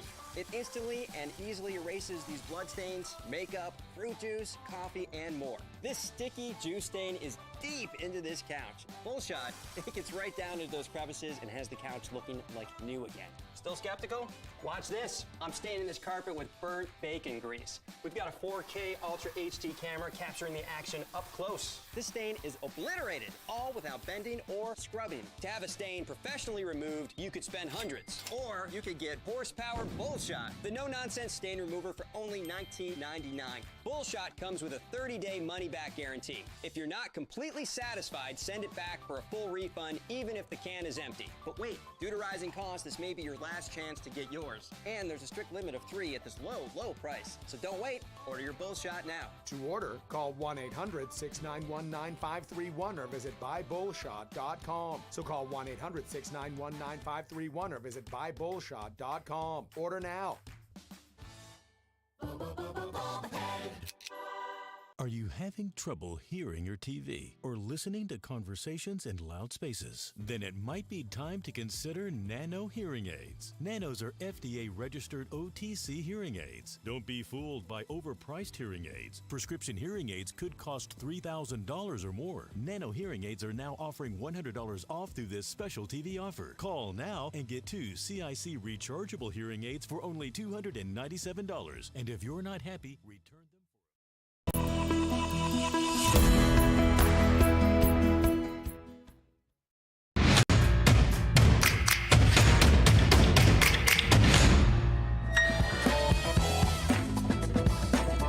Newsflash, Biden lied, and now millions of Americans are paying the price. Again, not sure where we've heard that headline before. Also, illegals may be exploiting our insurance systems. A new bombshell report sent by congressional Republicans over to the DOJ. And straight people, do they exist? Well, not according to this Broadway star, which is kind of a hilarious story. All that and more coming up on this episode of Turning Point tonight. My name is Jobob. Thanks so much for tuning in. Together, we are charting the course of America's cultural comeback. This is Turning Point tonight. Now, before we get to any of those stories and to our fantastic panel, we've got to turn our gaze yet again to the hilariously misrun state of Corruptifornia. Sorry, California. I don't know where it's Freudian slip or something like that. California was put on blast by the Trump administration in a recent report issued by the Secretary of Transportation, Sean Duffy. In the 310-page report, it outlined how bad of a deal the California high-speed rail train project is. If you don't know about this, well, first of all, you should. The California high-speed rail project is no longer a high-speed rail, but was approved by voters in 2008 to be an 800-mile rail that was supposed to be completed in 2020 for $33 billion. It included a stretch of around 500 miles that went from San Diego to Sacramento, the entire stretch of the state. Since then, in 2019, Governor Gavin Newsom, lib, came out and said, well, okay, so it's not done by 2020 because I'm looking around and there's really no track laid. And actually, instead of going the 500-mile stretch, it's going to go 171 miles from Merced to Bakersfield. And if you're around the country going, what the heck is Merced and Bakersfield? That's what we in California think too. Not popular cities for people to have to travel between, and yet California, the ballooning price is now up to $77 billion. So it increased in price, it decreased in value, it extended the time frame, and for some reason we're still doing it. Thankfully, Sean Duffy, the transportation secretary, is saying, hey, no more federal money going to this program, or at least we're looking at canceling all the federal money going to this program. You have until July 11th to justify why you need more money.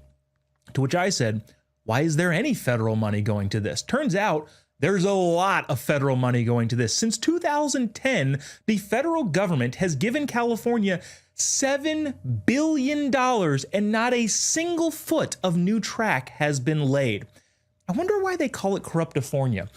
Aside from that, I would just like to point out, personally, by myself, if you need 0 feet of track laid, I'll do it for half. That's right. American taxpayers get a discount, $3.5 billion, and I will lay 0 feet of train in the state of California. Here to comment on that and so much more is Fox contributor Siaka Massaquoi and conservative commentator Lily Kate. Guys, thanks so much for joining us. Even though I'm here in California, it feels corrupt, but I appreciate having you. Thanks for having us, man. Yes, thank you. Siaka, as a California refugee, I hope that's okay to put that out there. But as a person who lived here, I've been looking around. I haven't seen the train, and it was supposed to be done in 2020. They push it to 2033. New reports are now saying, we're probably not even going to make that deadline. What gives? I mean, do Californians just at this point deserve this? No, we don't. But here's the fun part, because I voted for that back in 2008 when I was still in LA. And a little caveat is that we're actually still been paying taxes for that this entire time. So not only have they been getting federal money, but they've been getting, which is technically our money anyway, but they've been getting our money directly from the state of California for a train to nowhere. Oh my goodness. If the scam wasn't so real, you wouldn't believe it in the movie, guys. All I heard there was Siaka's fault. Siaka is the reason this train exists. And by exists, I mean doesn't exist. Yes. Lily, I think one of the biggest, most interesting things about this is Gavin Newsom is out there saying, well, look, hold on. We're past all of the environmental studies and the land purchases. In other words, the hard part is behind us. This is a big tack that libs are now trying to take. They're talking about, well, we're going to do abundance by cutting red tape, which ironically is the red tape that they put in place. Are they going to get away with this politically speaking, do you think? Well, they're going to get away with it because California is just going to keep making the same mistakes over and over again. What is it with blue states and not being able to keep railways effectively functioning? I mean, look at the New York subway system. We know it's a total disaster. It's where so much degeneracy and danger and violence occur like every single day. Every day I go on X and I see another clip of someone doing something heinous on any kind of subway in a major city. And so I'm just wondering what it is, from Pete Buttigieg having his obsession with trains, from California double dipping into California taxpayers' money and also federal workers and federal funds for this railway. I'm just wondering why the obsession with trains in America, because clearly we're not that good at it. So just wondering there. I think it's the former president's obsessions with trains. It's a here comes the train, open wide, here's the jello type of situation there. Speaking of corruption, this I thought was fascinating and super unreported, or at least I'm not hearing many people talk about this. Illegals coming into the country are apparently exploiting some of the insurance policies or schemes. According to House Republicans, Mike Collins, who leads a House Republican Coalition Against Insurance Fraud, submitted a report to Pam Bondi and the DOJ saying, hey, there are a bunch of illegals in this country that are staging commercial truck accidents in order to collect on insurance and then repay the coyotes for getting them across the border. Lily, it's one of those where like insurance fraud is something that we should always be fighting. And the fact that illegals are now doing it just seems to compound on the thing that we should already trying to be stopped. So, I mean, I don't know why. I haven't seen anything about this. Maybe you have. Is this getting the coverage that you think it deserves? Well, I think we need to be talking about this more, and not for the issue of insurance fraud, because that's a big issue, yes, and should be covered. But I'm just amazed at the fact that people coming into America are such theater kids.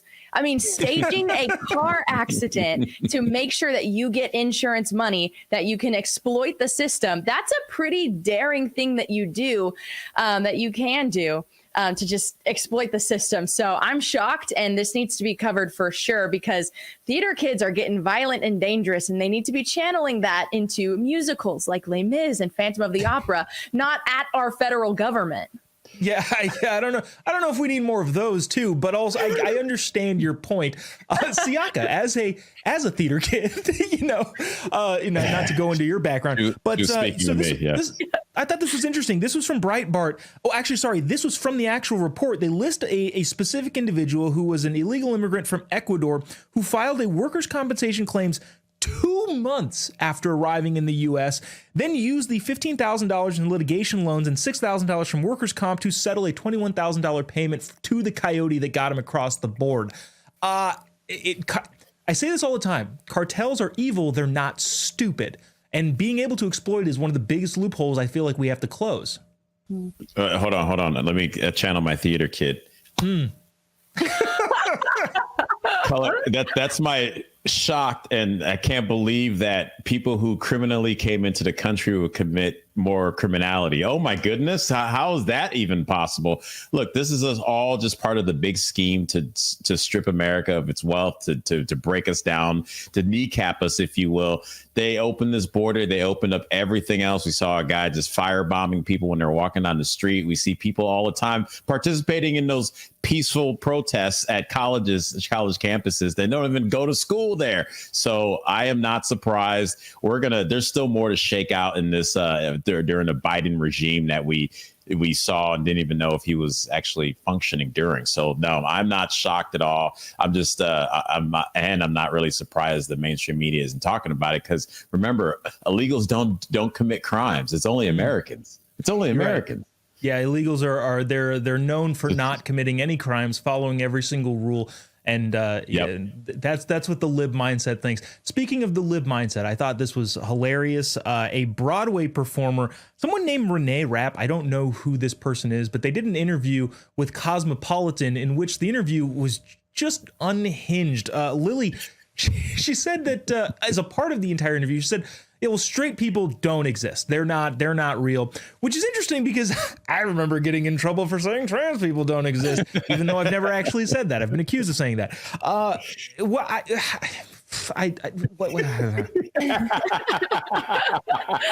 Well, what we do know about her as a theater kid as well is she actually was on Mean Girls, the musical. So she really just took that and applied that to real life. But she has continually said that the people that surround her or the people in her community are not straight. And so it very might well be true that in her community, there are actually no straight people, because as we know, Broadway is full of people who are all various types of sexuality and not straight. So wouldn't be surprised if she actually legitimately doesn't know a straight person, but she lives in a lesbian frat house, she says, which I'd hate to have all of those lesbians get synced up, because that'd be a whole lot of drama. We don't need to go into what that means, but if you know what it means, it's funny. Siaka, also in the interview, she said, we have an intersectional group of B words at the house playing Rage Cage on Sunday for no reason. It was kind of bragging. Now, I don't know what hell is supposed to look like, but if you could find a better description, let me know. I feel like that seems like my hell. I think that's in, I want to say it's in the Isaiah. I forget which one. So you may want to check that out. But I found it funny from the article about the lesbian frat house. So I'm like, that means you guys are fighting and beating each other up more than any other relationship. You're probably breaking up every other day. You're falling in love every other day, and you're moving in and out of each other's rooms every other day. So it's got to be nice and chaotic. I would love to see that as the new Big Brother show. I would actually finally watch. That's just me. Hitting them with the stereotypes. Love it. Siaka and Lily will be right back after the break to discuss President Biden lying to millions of Americans, and now millions of Americans are paying the price. Again, not a headline that is unusual to us, but I do think the fallout that is now tangible is fascinating. Don't go away. We'll be right back after the break.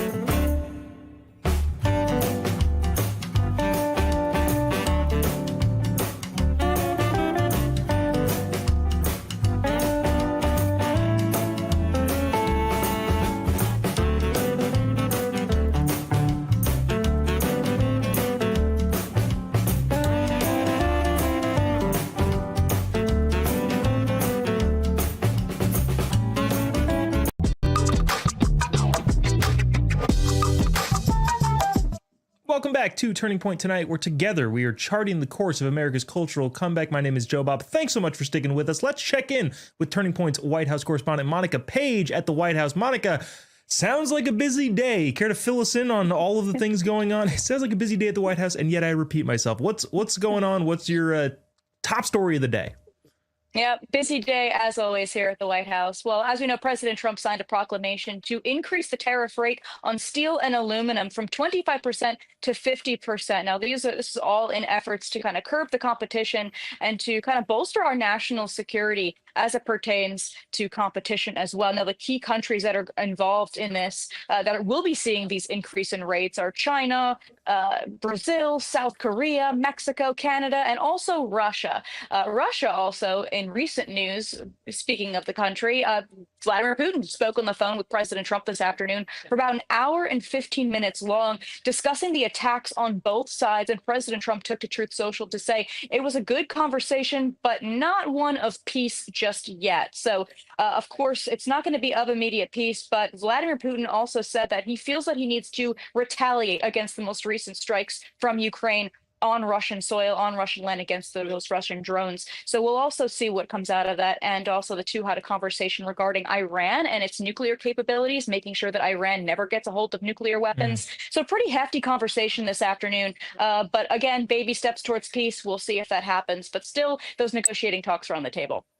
Yeah, speaking of stuff that was coming out of the White House, last White House administration, there was an identity hire, the first woman, black, lesbian immigrant to be the press secretary of the White House, and she was very, very bad at what she did. Her job was to lie to the American people, and she was very awful at doing it. Not that that's a good thing regardless, but she's just bad at the job. But Karine Jean-Pierre is out with a new book. In order to promote that book, she's got a special announcement. Can you fill us in on what that is?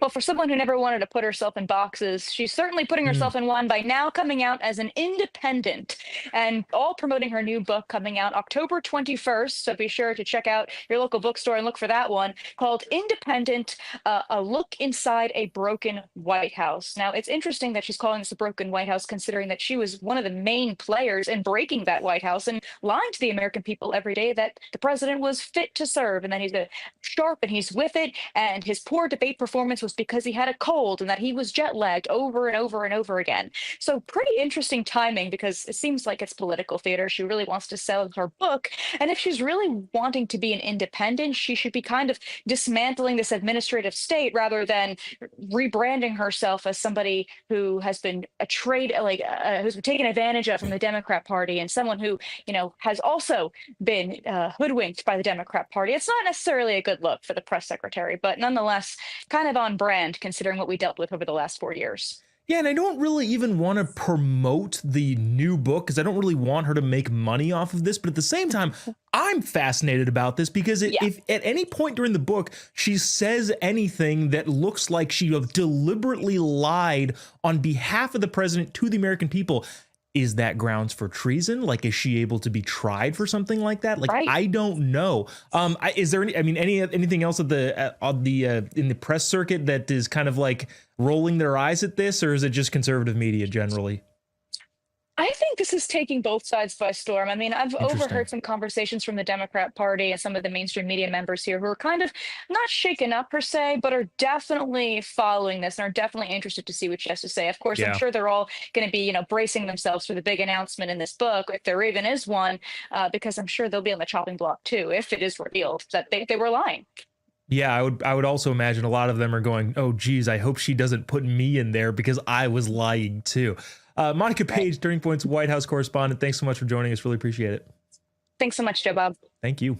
Speaking of the last administration, I don't know if you remember this, but the president of the United States, Joe Biden, kept saying, we're going to cancel your student loan debt. Now, that was unconstitutional. He knew it was unconstitutional, and it was told it was unconstitutional by the Supreme Court twice. And yet he still continued to say, don't worry, we're going to repay your student loan debt, with, by the way, is the least progressive thing that progressives have ever advocated for. People who attend college generally make more money than the average American household.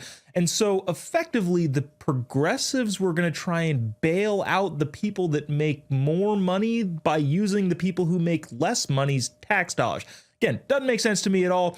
But as a part of that, 1 in 4 Americans, 1 in 4 student loan debt repaying Americans are now behind on their payments. I can only assume it's probably because the former president was saying, don't worry about it.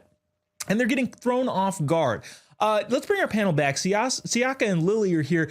Guys, Siaka, I think, look, I don't necessarily, it's hard because I want to have sympathy for somebody who's like, oh, shoot, I bought what the president of the United States said. But at the same time, like, you got to pay back what you owe. Like that makes sense. I don't know. what are you thinking about when you're hearing stuff like this?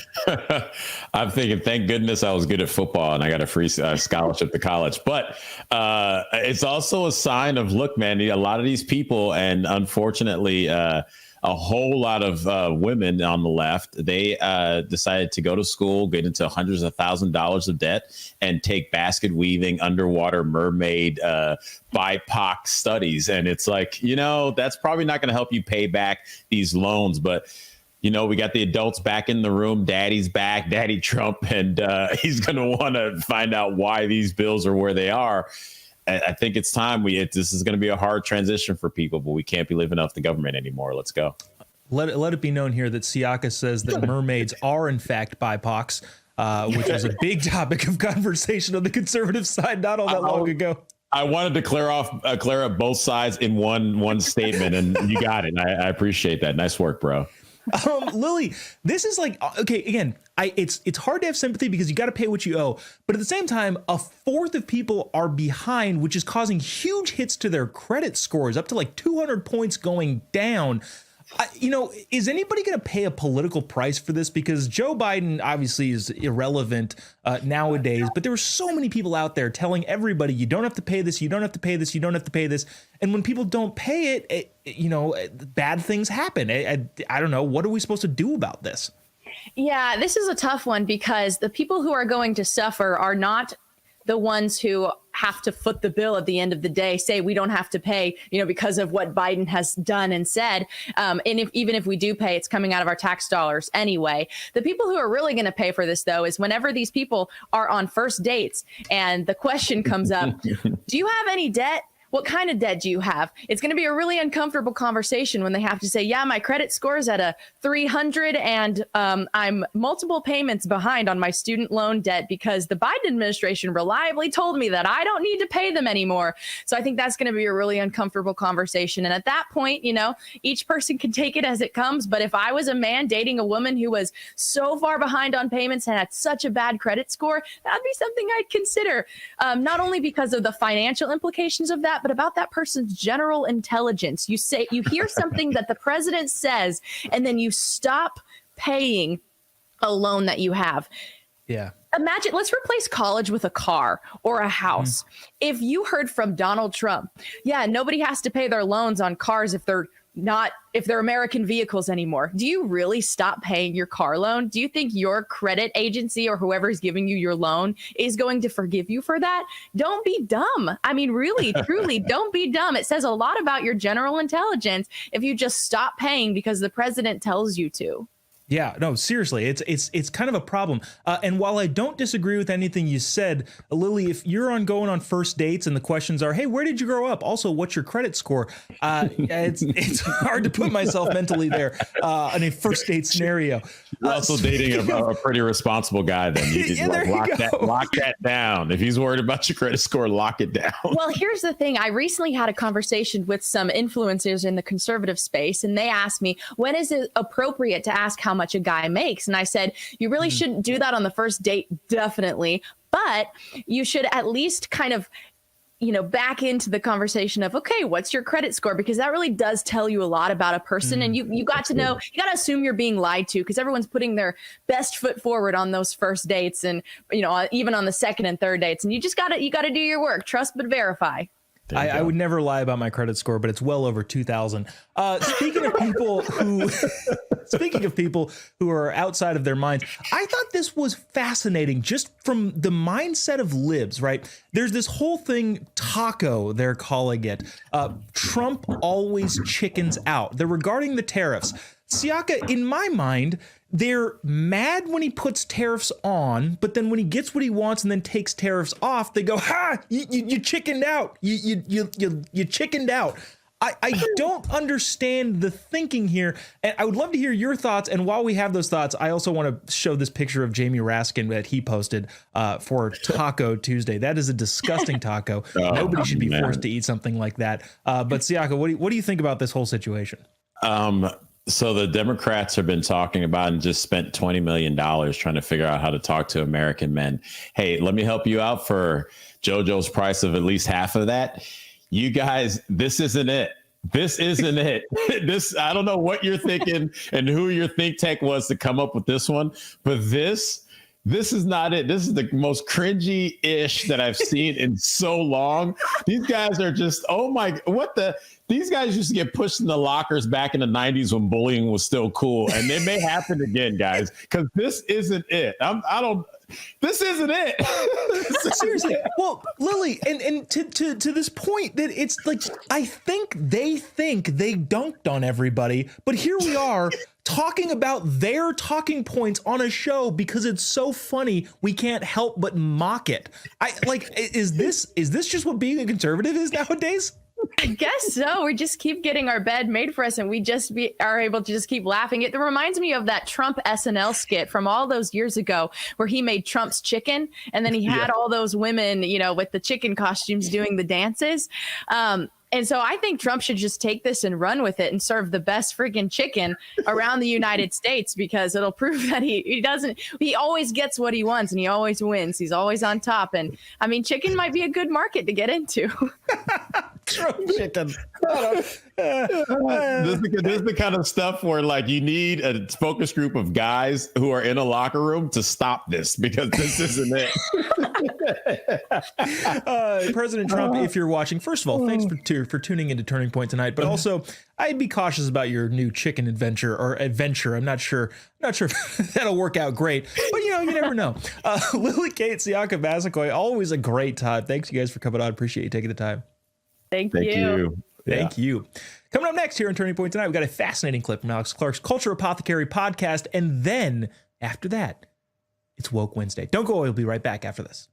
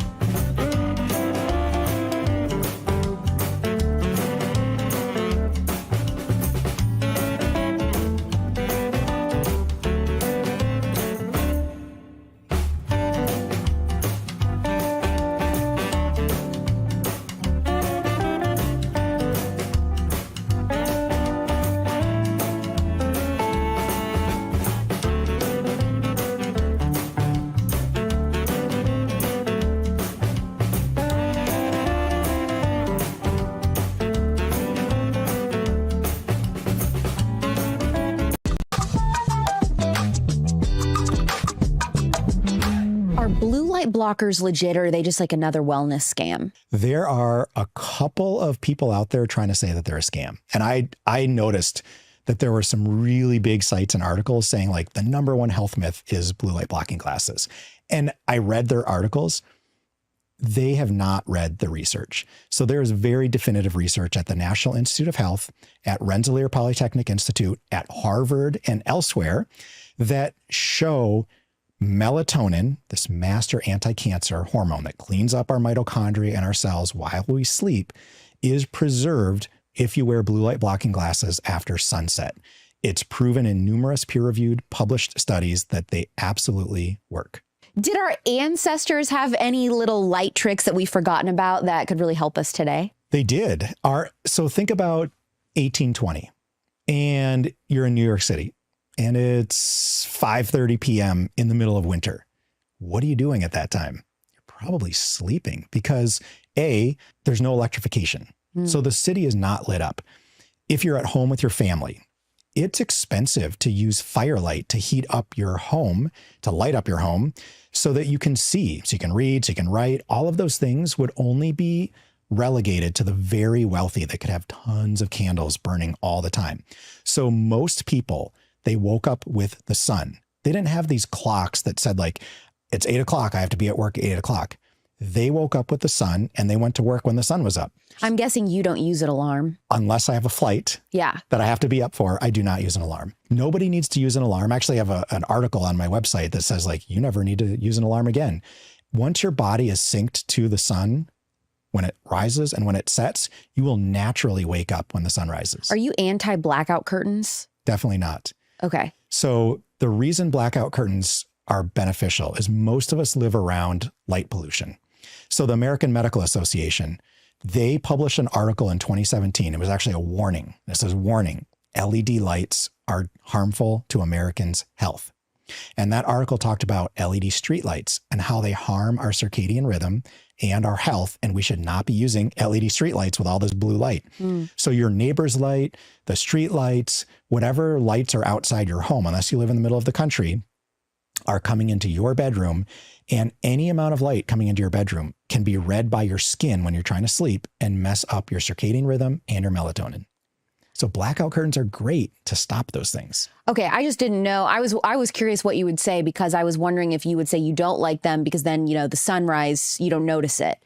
So it's good when you're trying to fall asleep and keeping asleep, but then in the morning though, you're missing out on that light. Ideally, like you would have these mechanical things that would go up on a timer. Yep. When the sunrise comes up. So the sun comes in and it naturally, when the sun hits your body, it will naturally wake you up. Now, I noticed that you have on yellow blue light blockers. I interviewed Hilda Labrador a couple years ago and she had orange ones on. Is that a fashion choice or there's like something different going on with these different colors? There's definitely something different.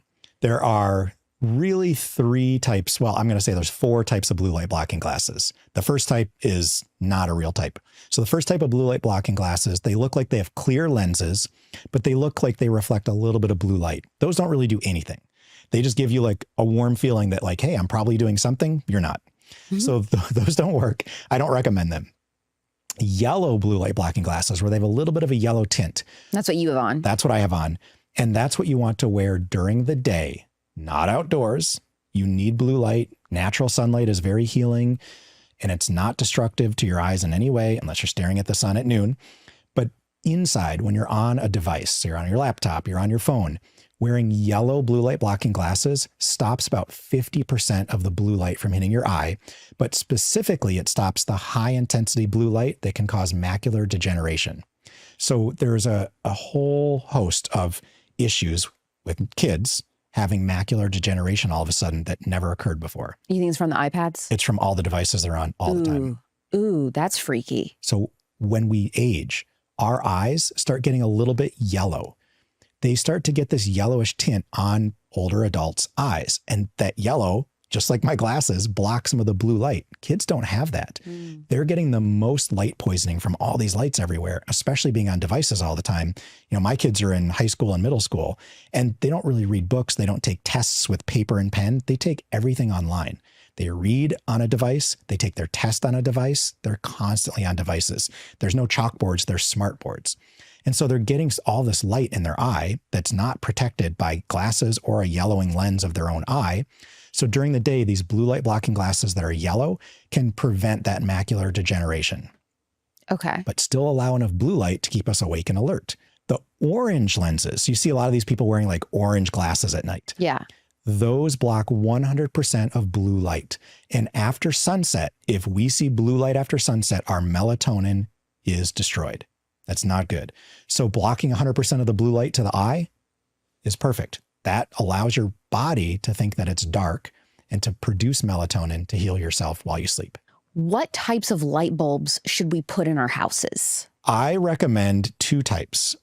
Incandescent. So even though we know that incandescent bulbs can destroy like half of your night's melatonin, which is not great, but they don't flicker like an LED light does.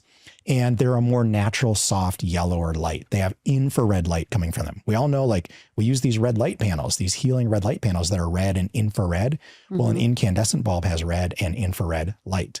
When you put in LED lights, they flicker.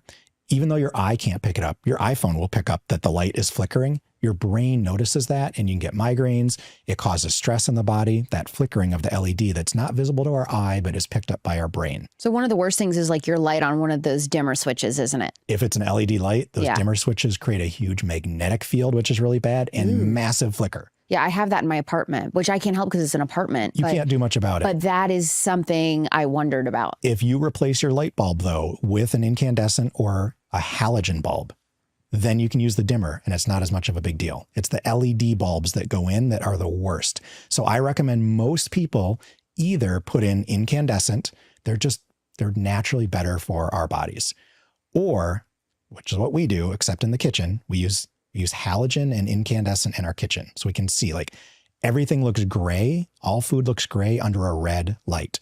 And we use red light in the rest of our house. So our bathroom light, our living room light, and our bedroom lights are red lights. Now, is that just a red light bulb? You can get incandescent light bulbs that are red. Okay. Or LED light bulbs that have almost no flicker and are red. Now, let me ask something, because this is something that's been very confusing for my audience. Is there a difference between a red light bulb, like a red light used on a chicken, etc., and then red light therapy? Yes. So if you had a chicken light, the chicken light gives off heat because the chickens need to stay warm in the winter, especially where we live. So that red light has a red and infrared. The infrared is the heat coming off of it. And the chickens stay warm. It gives off infrared. It gives off red light. That light bulb can be used for therapy, but a lot of the red light studies show that if your skin gets hot, the red light therapy is not as effective. Oh. So the red light panels have invisible infrared light and then some red light, and they don't, if they're designed properly, they don't heat your body. And therefore the red light gives you more benefit when the skin is not getting hot. So they are different. I get like a little bit warm. The incandescent lights, the chicken lights, there's saunas out there that use them. And there's red light panels that use these. You get really hot. You'll sweat. Mm-hmm. So like when your skin gets so hot, you're going to sweat. That is too much heat in your body. And it's not as effective red light therapy.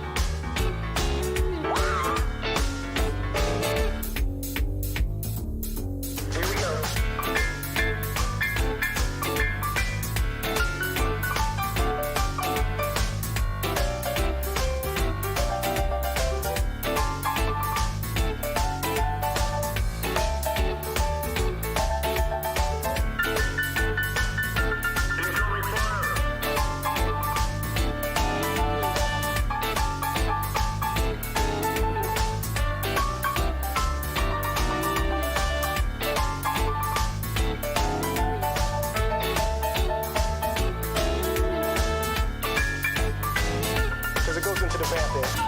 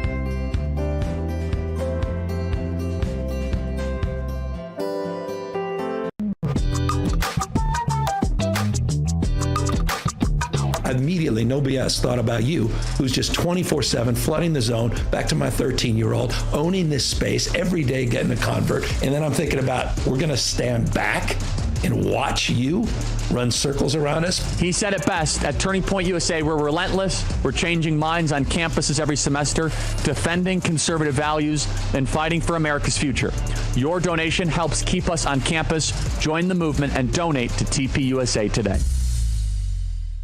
Welcome back to Turning Point tonight. Charlie is right. Go to TPUSA.com. Join the movement. Help keep conservative voices alive and well on college campuses. You can also find out everything Turning Point is doing, including all of our fantastic events like Young Women's Leadership Summit, which you don't want to miss unless you're a man. Then you can't go. You flat out, you can't go to the Young Women's Leadership Summit that's happening in Dallas this month. And then next month in Tampa, the Student Action Summit, as well as the Chapter Leadership Summit, as well as the Turning Point Educators Summit.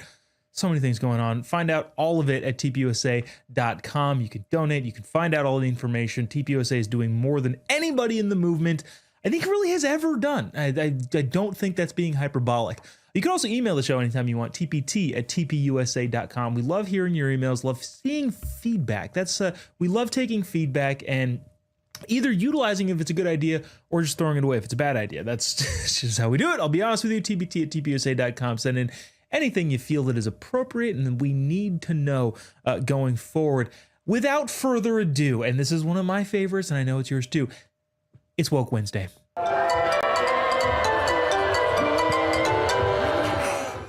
Thank you, Screaming Highlighter Lady, or they, them. I don't know. I never know, but maybe someday they, them, her will tell me. This is an interesting Woke Wednesday because we're not necessarily nut picking. If you're not familiar with the term nut picking, both sides kind of do it. You kind of pick one of the nuts from their party. Well, and we don't necessarily do this part of it and kind of assume that that's everybody, but increasingly on the left, it seems to be easier to do. And in this case, we're taking actual representative individuals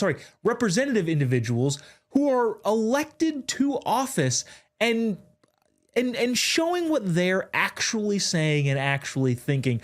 This one is fascinating to me because it encompasses so much of what libs think and why it's so incredibly wrong and dangerous. Watch this and we will discuss all of the ways that it's incoherently stupid. Check it out. Labor, and of course, we have to come to a place in Congress where it is no longer a political issue, but we see it as an existential issue for the country. If we don't have avenues for people to come here legally to work or to build a home here, I'm going to be really crude right now. We're not going to have anybody around to wipe our asses because we don't have enough people. Okay, well, first of all, that's incredibly demeaning to anybody coming into the country, which I thought being demeaning was like a big whole thing. Feelings is like a big whole thing with you libs. That was a lib Congresswoman Becca Ballant of Vermont, which is just interesting. But here's what is correct about her wrongness, right? The whole thing, libs don't say this out loud, but the whole thing of letting illegals into the country in mass is, one, they think they're going to get their votes. I think that's a bad bet. But two, we do genuinely have a population problem. Now, a lot of that is driven by libs saying, you don't need to have babies, you don't need to have kids, you can just live this hedonistic lifestyle and do everything for yourself, and that's totally fine. Okay, cool. That's wrong, but let's extrapolate that a little bit. If you think that you don't have to have kids, then yes, we're going to have a population crisis, especially with the entitlements that libs have set up. You can't sustain yourself in the long term if you tell people explicitly having kids is oppression, having babies is bad for society. You shouldn't do it. If you believe that, then you by default have to allow people to come into the country en masse, or else you can't have a sustainable infrastructure, societally speaking. So that is what she actually thinks. Again, it's incredibly demeaning, but given her diluted pathway, the wrongness makes sense in a weird way, because yeah, if you're going to discourage Americans from having babies, having kids, and raising families, then you're going to have to get that labor from elsewhere. And again, like I said, very, very demeaning thing that she said. She is in a way right in her wrongness, if that makes sense. God, wokeness is such a crazy mental gymnastics thing. I want to play this before we run out of time. Second clip. This is from Missoula, Montana. The item is recognizing the pride flag as an official flag of the city of Missoula. And we have Councilwoman Jennifer Savage to provide the overview and kick off this agenda item, please. Great. Thank you very much. I have something that I'm just going to read. So last week, my email inbox filled with messages from concerned parents, students, and community members about pride flags having been removed from Missoula's classrooms. In the wake of House Bill 819 that Governor Gianforte signed on May 13th, which regulates the types of flags that may be flown in public buildings in Montana, Missoulians were concerned and urged all of us to act quickly. Tonight, I bring you a resolution to make the pride flag an official flag for the city of Missoula. If you can't be encompassed in the flags that represent everyone and you have to single flags out, you're therefore discriminating. If gay Missoulans can't be represented by the American flag or by the Missoula city flag, whatever it is, and have to add an official flag, you're therefore discriminating against everybody else who doesn't feel represented by that particular flag. Whenever they fly a half Irish, half Samoan flag, let me know. Then I will personally feel included. That's going to do it with us here at Turning Point tonight. Charlie's going to take us out. We'll see you tomorrow, same time, same place. God bless America.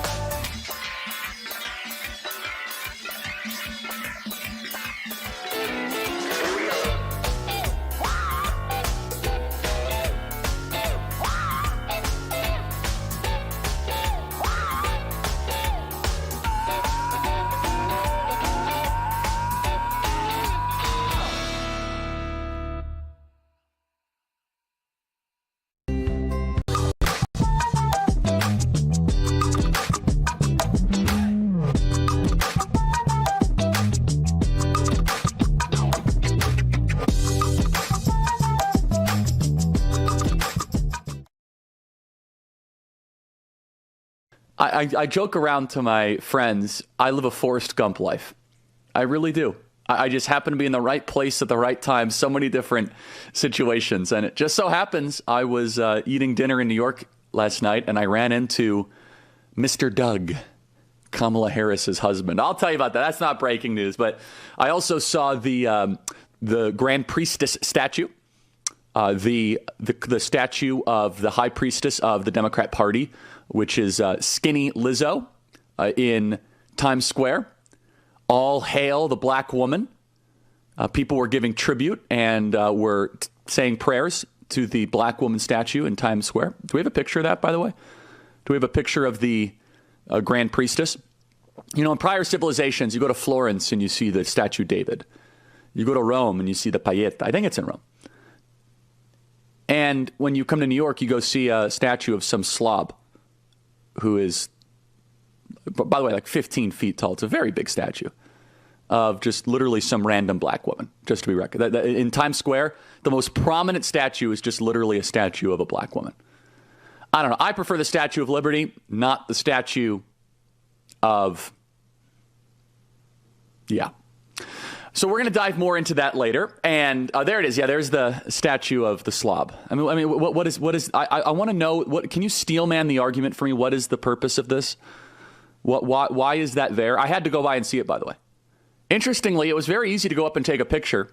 No one really wanted to go take a picture next to it. Either they'd be called racist, they felt intimidated, or they thought that she was going to start screaming at them. It was literally right in the center of Times Square. What is their steel man argument for this? Oh, to challenge cultural norms and spark conversation about previously marginalized, unappreciated groups. Is that what art is about? I could do a whole show about art and how we have lost the plot when it comes to art. Roger Scruton, may he rest in peace, had one of the best documentaries and books and analyses on how we in the West have decided to embrace the ugly. They think art is to expose systemic injustice. We believe art is to uplift the divine, make human beings be better versions of themselves, to appreciate the beautiful and the good and the traditional, and to make society one that is worth defending, not one of deconstruction. I could do a whole speech on this, but I thought it was quite something that we go from the statue of David in Florence as a beautiful symbol of Western civilization to the statue of Shaniqua. Okay, so let's dive into the breaking news. So yesterday, Elon Musk, the world's richest man, someone who I have gotten to know and I still get along with, tweeted. The tweet heard around the world. Now, it was seen over 100 million times on X.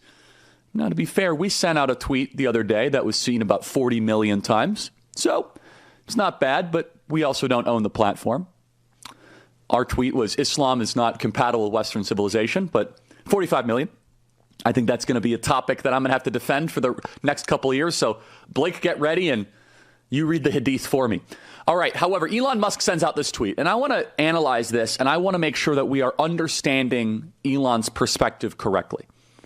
The media is completely unhelpful here, and I think I can offer some unique insight, having being a proponent of the Big Beautiful Bill, having be someone who is friendly with Elon and thinks that Elon has really delivered a civilizational blessing to us by liberating X and helping President Trump get elected. I think I'm in a unique spot to actually explain this.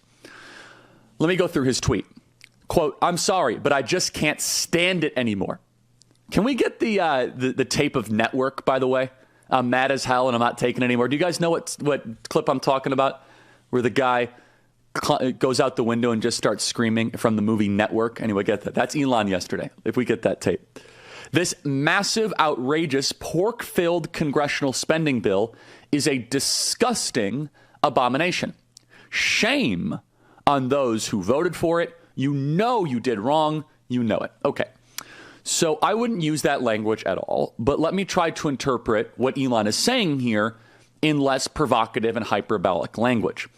I wouldn't use words like shame or outrageous or pork-filled Because understand what this bill is, first and foremost. It is a reconciliation bill. It is not a budget bill.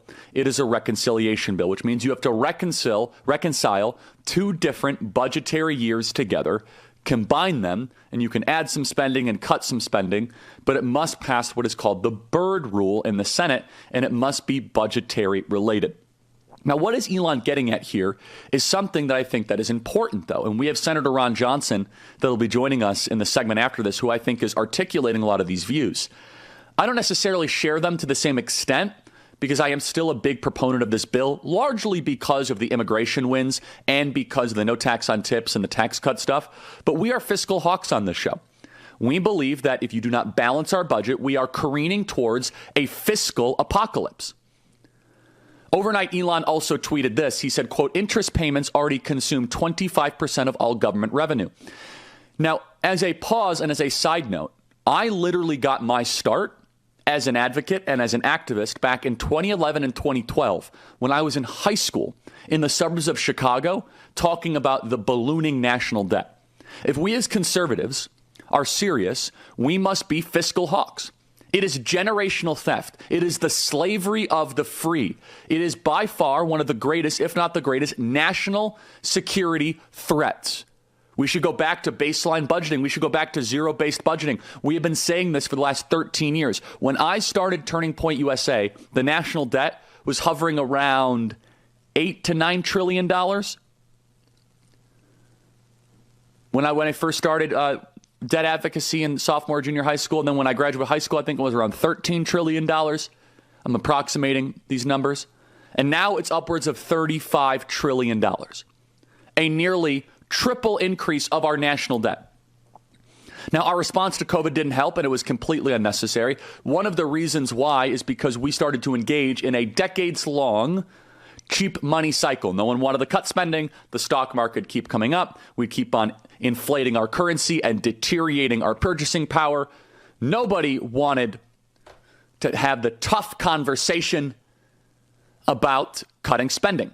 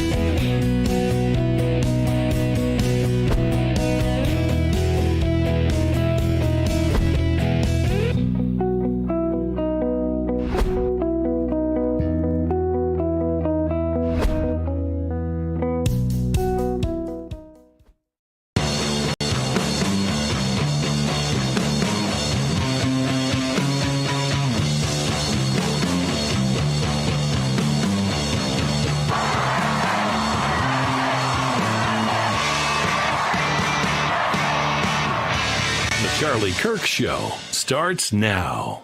The FBI arrested 33-year-old Yu Qing Zhan for allegedly smuggling in a fungus called Fusarium graminearum, which could be used as an agroterrorism weapon. The gases from the fungus could cause liver damage, vomiting, and reproductive defects in humans and livestock.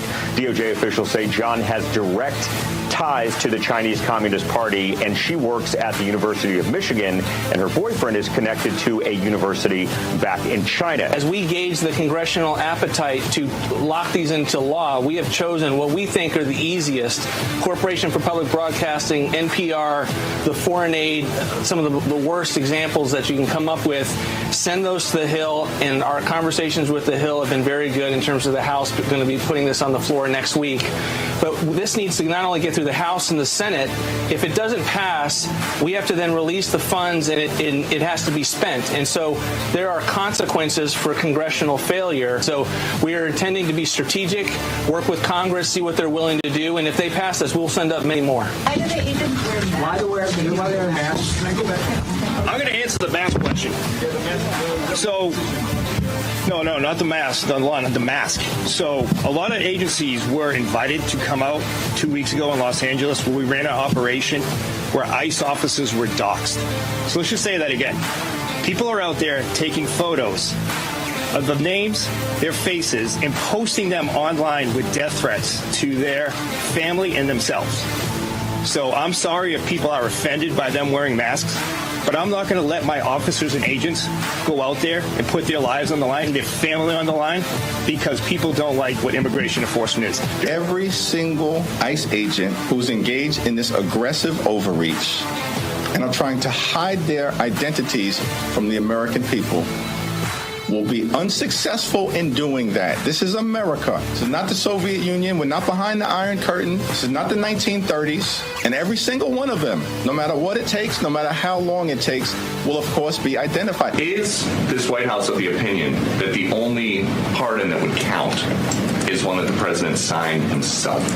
It's very interesting. Very interesting props. If you want to bring them to my office later so I can take a closer look, I would like to do that. The president is making a good point when he discusses the usage of the auto pen. Who was running the country for the past 4 years?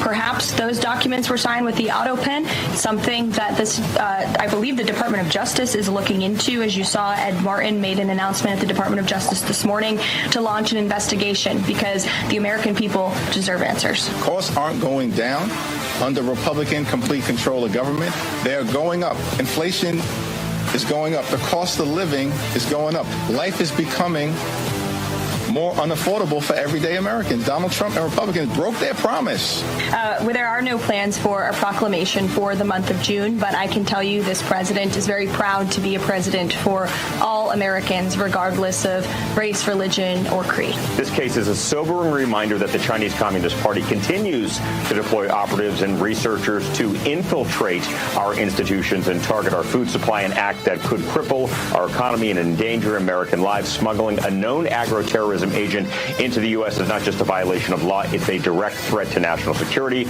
I commend the FBI Detroit Division and our partners at CPB for stopping this biological threat before it could do real damage. At Turning Point USA, what we are doing every single day is we are dedicating ourselves and our staff and our students and our activists for a full revival of America. Get ready to launch into the future of freedom at the largest student event in the nation. SAS is back. Join thousands of fellow students ready to pioneer a bold new era for America at our Student Action Summit. And we're bringing in the biggest voices in the movement. Featuring Charlie Kirk, Tucker Carlson, Steve Bannon, Dr. Ben Carson, Congresswoman Anna Paulina Luna, Brandon Tatum, James O'Keefe, Benny Johnson, Jack Posobiec, and more. From July 11th through 13th in Tampa, Florida. Register now at SAS2025.com. The Charlie Kirk Show.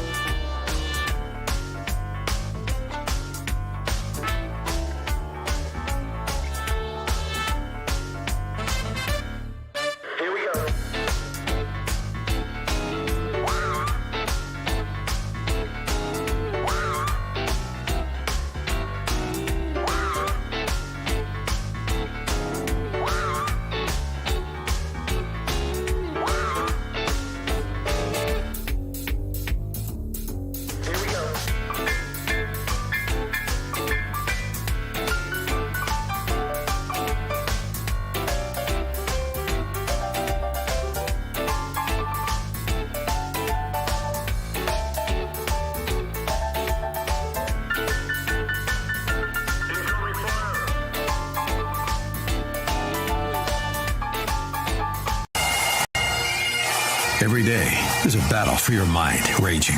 Information coming from every angle with the will to deceive. Fear not. You found the place for truth. The voice of a generation that still has the will to believe in the greatest country in the history of the world. This is the Charlie Kirk Show. Buckle up. Here we go. Okay, everybody, radio stations across the country. I am back in the chair. Honor to be with you as always. More energy and spirit than ever. I had quite a day yesterday. I'll tell you kind of about who I saw at dinner in a second. It was quite something. That's not the breaking news, but I joke around to my friends. I live a Forrest Gump life. I really do. I just happen to be in the right place at the right time. So many different situations. And it just so happens I was eating dinner in New York last night, and I ran into Mr. Doug, Kamala Harris's husband. I'll tell you about that. That's not breaking news. But I also saw the Grand Priestess statue, the statue of the High Priestess of the Democrat Party, which is Skinny Lizzo in Times Square. All hail the black woman. People were giving tribute and were saying prayers to the black woman statue in Times Square. Do we have a picture of that, by the way? Do we have a picture of the Grand Priestess? You know, in prior civilizations, you go to Florence and you see the statue David. You go to Rome and you see the Pieta. I think it's in Rome.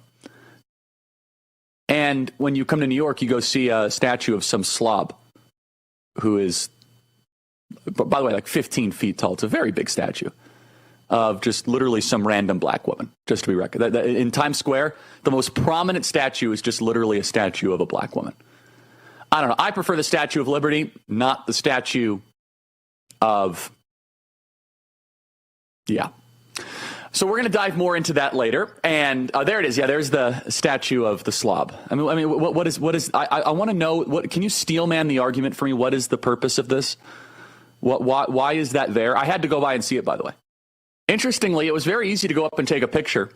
No one really wanted to go take a picture next to it. Either they'd be called racist, they felt intimidated, or they thought that she was going to start screaming at them. It was literally right in the center of Times Square. What is their steel man argument for this? Oh, to challenge cultural norms and spark conversation about previously marginalized, unappreciated groups. Is that what art is about? I could do a whole show about art and how we have lost the plot when it comes to art. Roger Scruton, may he rest in peace, had one of the best documentaries and books and analyses on how we in the West have decided to embrace the ugly. They think art is to expose systemic injustice. We believe art is to uplift the divine, make human beings be better versions of themselves, to appreciate the beautiful and the good and the traditional, and to make society one that is worth defending, not one of deconstruction. I could do a whole speech on this, but I thought it was quite something that we go from the statue of David in Florence as a beautiful symbol of Western civilization to the statue of Shaniqua.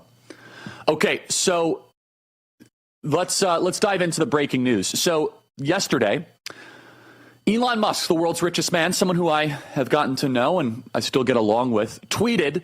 The tweet heard around the world. Now, it was seen over 100 million times on X. Now, to be fair, we sent out a tweet the other day that was seen about 40 million times. So it's not bad, but we also don't own the platform. Our tweet was Islam is not compatible with Western civilization, but 45 million. I think that's going to be a topic that I'm going to have to defend for the next couple of years. So Blake, get ready and you read the hadith for me. All right. However, Elon Musk sends out this tweet, and I want to analyze this, and I want to make sure that we are understanding Elon's perspective correctly. The media is completely unhelpful here, and I think I can offer some unique insight, having being a proponent of the big, beautiful bill, having be someone who is friendly with Elon and thinks that Elon has really delivered a civilizational blessing to us by liberating X and helping President Trump get elected. I think I'm in a unique spot to actually explain this. Let me go through his tweet. Quote, "I'm sorry, but I just can't stand it anymore." Can we get the tape of Network, by the way? I'm mad as hell and I'm not taking it anymore. Do you guys know what clip I'm talking about? Where the guy goes out the window and just starts screaming from the movie Network. Anyway, get that. That's Elon yesterday, if we get that tape. This massive, outrageous, pork-filled congressional spending bill is a disgusting abomination. Shame on those who voted for it. You know you did wrong. You know it. Okay. So I wouldn't use that language at all, but let me try to interpret what Elon is saying here in less provocative and hyperbolic language. I wouldn't use words like shame or outrageous or pork-filled, because understand what this bill is first and foremost. It is a reconciliation bill. It is not a budget bill. It is a reconciliation bill, which means you have to reconcile two different budgetary years together, combine them, and you can add some spending and cut some spending, but it must pass what is called the Byrd Rule in the Senate, and it must be budgetary related. Now, what is Elon getting at here is something that I think that is important, though. And we have Senator Ron Johnson that will be joining us in the segment after this, who I think is articulating a lot of these views. I don't necessarily share them to the same extent because I am still a big proponent of this bill, largely because of the immigration wins and because of the no tax on tips and the tax cut stuff. But we are fiscal hawks on this show. We believe that if you do not balance our budget, we are careening towards a fiscal apocalypse. Overnight, Elon also tweeted this. He said, quote, interest payments already consume 25% of all government revenue. Now, as a pause and as a side note, I literally got my start as an advocate and as an activist back in 2011 and 2012 when I was in high school in the suburbs of Chicago talking about the ballooning national debt.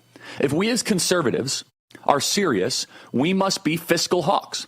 It is generational theft. It is the slavery of the free. It is by far one of the greatest, if not the greatest, national security threats. We should go back to baseline budgeting. We should go back to zero-based budgeting. We have been saying this for the last 13 years. When I started Turning Point USA, the national debt was hovering around $8 to $9 trillion. When I first started debt advocacy in sophomore, junior high school, and then when I graduated high school, I think it was around $13 trillion. I'm approximating these numbers.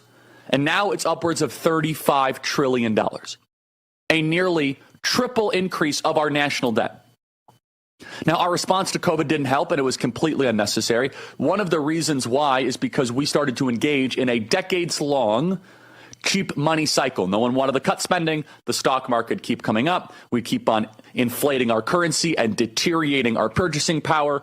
Nobody wanted to have the tough conversation about cutting spending. So from Elon's perspective, again, his language is what his language is. He'll have to defend this. Is that Elon got into this political game for a couple reasons. One of which is he is intensely focused on balancing the budget. You cannot get him off of this topic. When I've talked to him privately, when I've had dinner with him, when I've had lunch with him, when we text, the number one concern that Elon Musk has is we are going to be a nation in bankruptcy if we do not have severe and dramatic cuts. Now, one thing Elon must also simultaneously understand, and I would tell him if he was sitting right here, is unfortunately we have a bunch of moderate Republicans, the House of Representatives, and a 3-seat majority that have no stomach, no concern, they have no interest whatsoever in cutting spending. None. They do not want to cut spending at all. They'll do a little bit on the edges, but even getting them to do the appropriate Medicaid cuts or the SNAP stuff. So, for example, the Big Beautiful Bill does cut about $1.5 trillion in spending over the next decade. So that's $150 billion a year. It proposes $600 billion in Medicaid cuts, about $290 billion in SNAP, which is food stamps. This is all over 10 years, though. $330 billion in student loans. But I'm going to explain this even more and talk about the fiscal apocalypse that we are careening towards. And then I'm going to talk about Stephen Miller's retort. I don't agree with the language that Elon put forward in his tweet, but I'm going to explain because still a lot of people in our audience feel this way. A lot of people in the base are saying, why are we not cutting more spending? Stay right there. I want to tell you guys about Z-Factor. Z-Factor is amazing. If you guys want to get better sleep, 100% Relief Factor, Z-Factor brought to you by Relief Factor can get you guys the sleep you need. You see, Z-Factor is a wonderful way to be able to get sleep. I know a lot of you guys are suffering from lack of sleep and insomnia. I just had like 9 to 10 hours last night and I feel great. Make sure you guys get the sleep that you need at 100% drug-free Relief Factor, but it's called Z-Factor.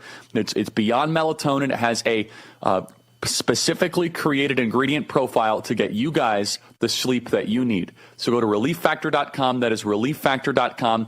It uses a unique formula of 4 natural ingredients to help relax your mind so you can fall asleep quicker. Go to relieffactor.com.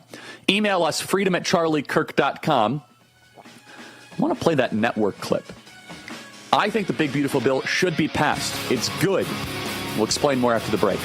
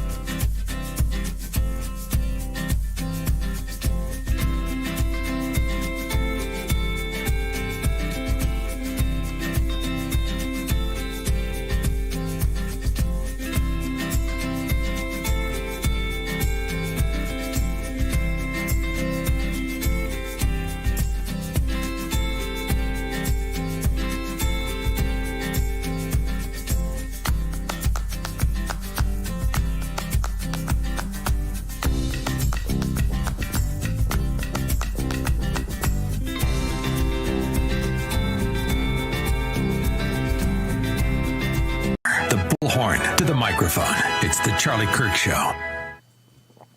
Okay, everybody, I want to tell you about one of our great partners, YRefi. That is YRefi.com, YREFY.com. As you know, they sponsored the epic, the viral campus tour that made major differences in our culture, and billions of views, and it was brought to you by YRefi.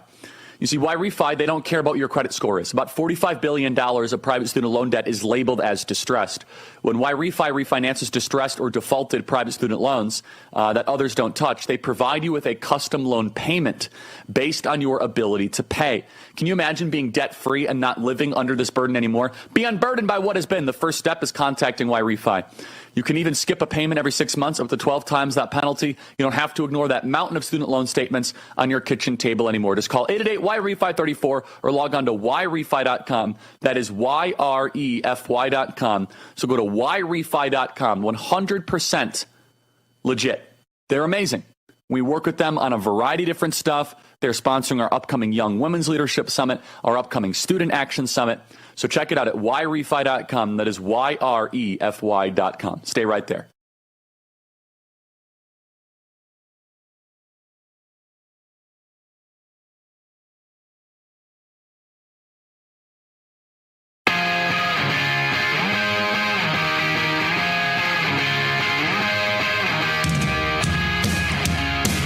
Welcome back, everybody. Email us, as always, freedom@charliekirk.com, and subscribe to our podcast. Just a reminder, we have our Young Women's Leadership Summit coming up a week from Friday and Saturday in Dallas, Texas. That's YWS2025.com. We're going to have Real America's Voice there. We have the biggest speakers in the entire movement. It's going to be amazing. That's YWS2025.com. That is YWS2025.com. Live shot of Elon Musk last night on X, play cut 353. I was disappointed to see the massive spending bill, frankly, which increases the budget deficit, not just decrease it, and undermines the work that the Doge team is doing. I actually thought that when this big, beautiful bill came along. I mean, everything he's done on Doge gets wiped out in the first year. I think a bill can be big or it can be beautiful, but I don't know if it can be both. My personal opinion. And now let's play Elon screaming into the heavens. It says 353. I don't know what the cut is here, but let's play it. I want you to get up right now and go to the window, open it, and stick your head out and yell, "I'm as mad as hell, and I'm not going to take this anymore!" Live shot of Elon Musk on X. Stephen Miller responds, and Stephen Miller, this is why I'm in support of the big, beautiful bill. And while I understand Elon's critique, and I even sympathize with his analysis, you must understand there's other things at play here. Stephen Miller responds, quote, "The big, beautiful bill contains three major sections. One, the most significant border security and deportation effort in history, including the entire wall up front. Now, with no possibility of Democrat obstruction." That's huge. Full extension and expansion of the Trump tax cuts. This is what CBO's scoring, not spending. Tax cuts, the one we campaigned on and pledged. The largest welfare reform in history, cutting almost $2 trillion in spending. Item one alone, border security plus deportation, makes this the most important legislation for the conservative project in the history of the nation. Let me pause here, too. What I don't think the CBO or people are recognizing is we save billions, if not tens of billions of dollars in social services as we continue mass deportations. Understand, mass deportations saves money in hospitals, saves money in schools, saves money on infrastructure. So make no mistake, deportations are a net benefit financially and fiscally for the American homeland. Stephen Miller continues, for saying those do separate bills, each will require 60 votes, needing Schumer instead of 50. Reconciliation is a special process each fiscal year where you can make fiscal changes with 50 votes. That's why BBB is the vehicle for tax cuts, deportations, and welfare reform. Stephen Miller continues by saying the one wrinkle of reconciliation is you can't make discretionary cuts. This is key, just mandatory. Discretionary cuts happen through a separate process known as rescissions, which we are going to do. This is the one part that I would push back on Elon a little bit. Is that the reconciliation process can only go after food stamp reform or Medicaid. The bureaucracy, like the Department of Education and the Department of Energy, that stuff comes up in a budgetary process or rescissions. The big, beautiful bill was designed by President Trump and his allies in Congress to deliver on his core campaign pledges to voters, and that's exactly what it does. This is the most MAGA bill ever passed by the House, and it's not even close. Certain libertarians in Congress who are not MAGA have their own agenda, and it's not yours. We're going to hear from Senator Ron Johnson in just a moment, his concerns, and we're going to talk about the budgetary process and ask these questions out in the open.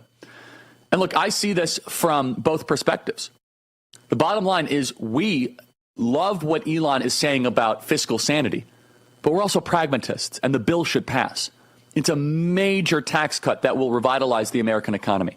It still has a lot of welfare reform. I think go even further. I think we should basically scrap a lot of these programs completely. I think they're totally unnecessary in its current form. But I'm not a member of Congress, and very few people agree with me. And we need to win more seats. And that is the final point, is that when you only have a 2 or 3 seat House majority, when we have the same Senate majority as you do a House majority, that should be very sobering for you. That should hopefully take you a step back and say, oh, okay.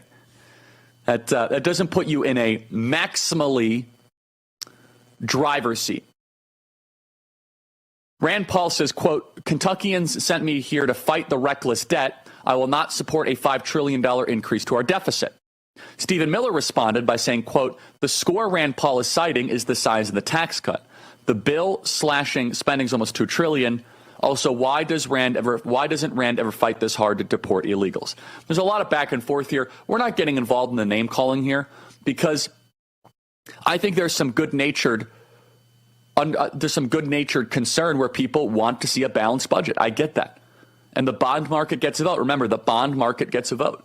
All that to be said, this bill should still be passed. This bill will be a tremendous net good for the country. Deportations, border, massive tax cuts, tax on remittances, drill baby drill. Huge. Middle-class tax cut, no tax on tips. And then we need to keep the fight on the budgetary process and on rescissions. And we just hope it's a first step. And now we're going to hear from the man himself, Senator Ron Johnson. This is going to be must-watch TV. Stay right there.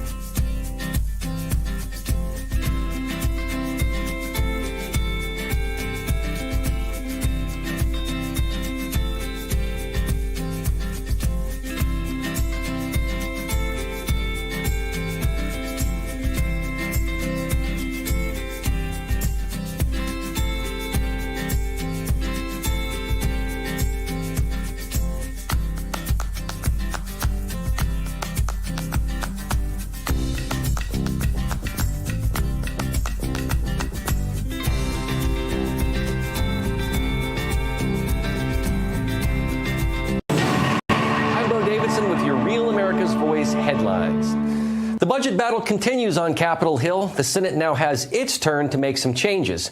Axios is reporting that Senate Republicans are mapping out the July 4th stretch goal, and Senate Majority Leader John Thune reportedly met with President Trump this week, and they are trying to ease any concerns about tax and spending cuts, Medicaid, and of course other divisions. And Elon Musk has some very harsh criticism of this budget. Musk posted on X the following: "I'm sorry, but I just can't stand it anymore. This massive, outrageous, pork-filled congressional spending bill is a disgusting abomination. Shame on those who voted for it. You know you did wrong. You know it." And 2 Chinese researchers have been charged by U.S. authorities for allegedly smuggling a dangerous fungus into the United States that they planned to study at a University of Michigan lab. The fungus is considered a potential agro-terrorism weapon due to its ability to cause severe crop diseases and produce toxins harmful to both humans and livestock. The researchers reportedly brought the fungus into the country without the necessary federal permits, raising significant national security concerns. And meanwhile, the White House formally sends its DOGE spending cuts request over to Congress. This $9.4 billion package is also known as rescissions, and it would eliminate funding already passed by Congress. The majority of the cuts target NPR, PBS, and USAID. Congress will have 45 days to consider the package after the White House sends it over. Speaker Mike Johnson said the House will act pretty quickly on this. And President Trump says Chinese President Xi Jinping is very hard to make a deal with. Trump says that he likes Xi and always has, but he is, quote, very hard to make a deal with. The White House said President Trump and Xi will speak this week about a potential trade deal. This comes after Trump said China violated an agreement to roll back tariffs. Meanwhile, the Congressional Budget Office says that President Donald Trump's big, beautiful bill would cut taxes by $3.7 trillion while adding $2.4 trillion to the national debt. The Trump administration and congressional Republicans have criticized the CBO's analysis. And those are your Real America's Voice headlines. We'll take you back now to the Charlie Kirk Show.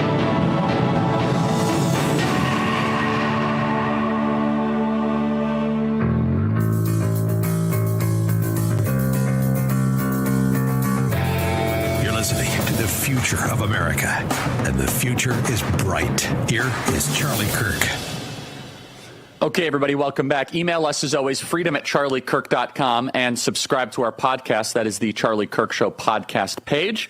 And become a member today. It's members.charliekirk.com. That is members.charliekirk.com. Okay, let's see what our partner is here, but I want to go straight into Senator Ron Johnson. We'll do that later. Senator, thank you so much for taking the time. Senator, please give us your latest update on the big, beautiful bill. Are you still currently a no in its current form, and if so, why?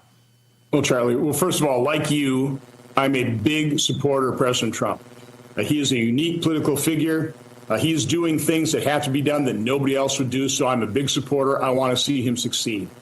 But the fact of the matter is the debate in the House, it was pretty absent of looking at the relevant figures. They pretty well pulled $1.5 trillion out of the air. Sounds like a big number, but over 10 years, it's really not even a rounding error when you're spending more than $7 trillion a year. So again, I'm focusing on the facts and figures. That's kind of what I'm doing, is forcing the debate in the Senate. I've always agreed with Senator Thune that we really needed to do this. What we had to do had to be done in a couple different steps. It wasn't all going to get done satisfactorily in one step. And I think that's proven true. So again, it's not too late to acknowledge that fact, do the things that have to be done, border. Yes, we have to add defense to that, but we need to sharpen our pencils on both of those. You use the good work in the House to reduce spending to the extent we can, extend current tax law, take a massive automatic tax increase off the table, provide that certainty to the economy, increase the debt ceiling for about a year to keep the pressure on, leave all those other items for a second round using fiscal year 2026 budget reconciliation. That'll give us time to go through the budget line by line, 2,600 programs in the federal government, forensically audit those. Trump and Elon Musk showed us how to do it with DOGE. We need to take that DOGE effort and expand it, and again, just delve into the federal budget, into these programs, forensically audit them, expose them to the American public. And Charlie, I have to believe when you've gone from $4.4 trillion in 2019 to $7 trillion, there's literally hundreds of billions of dollars lurking in all that spending that if you eliminate it, nobody would even notice it other than the grifters who are sucking down that waste, fraud, and abuse. But you have to do the work, and that's going to take time. That's going to take a lot of effort. And this big, beautiful bill has gone through the standard process. Exempt most programs, look at a couple, tweak them, get a CBO score, pick a number out of the air that doesn't meet the moment, and say you've done a great job. I'm sorry. Appreciate the challenge that Speaker Johnson has, but you need to expose this. You need to sell to the American public to get them on your side. And again, you got to do it in multiple steps. You can't do it all in one fell swoop.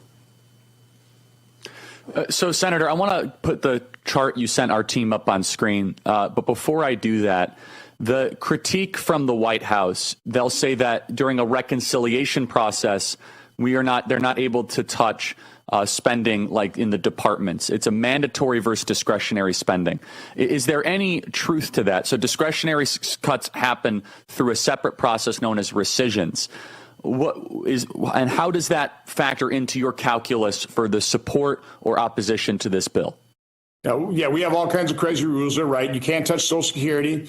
You can't touch discretionary spending through the reconciliation. It's only about mandatory. But again, remember, mandatory is way more than Social Security, Medicare, and even Medicaid. There's $1 trillion of other mandatory spending, which probably should be discretionary, but the Union Party has deviously transferred that into other mandatory, so it's never looked at. So no, so you need rescission packages. I've been baffled that every week, based on what DOJ has found, that we didn't just send up their weekly findings and rescind them. I don't understand why they haven't done that. They should start doing that.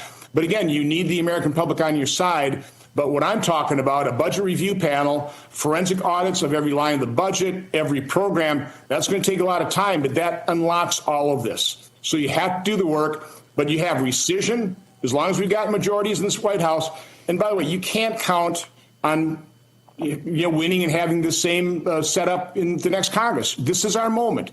We are mortgaging our children's future. This is our chance. We can't blow it. Right now, I'm sorry, the big, beautiful bill blows it. So, Senator, here up on screen, the graph, can we put that up on screen? Please tell our audience the significance of this graph. And the Trump team and the White House, of which I'm very much supportive of them and friends with them, and I still want the beautiful bill to pass. I'm supportive of that. They will say that the CBO doesn't know what they're talking about with scoring and accuracy.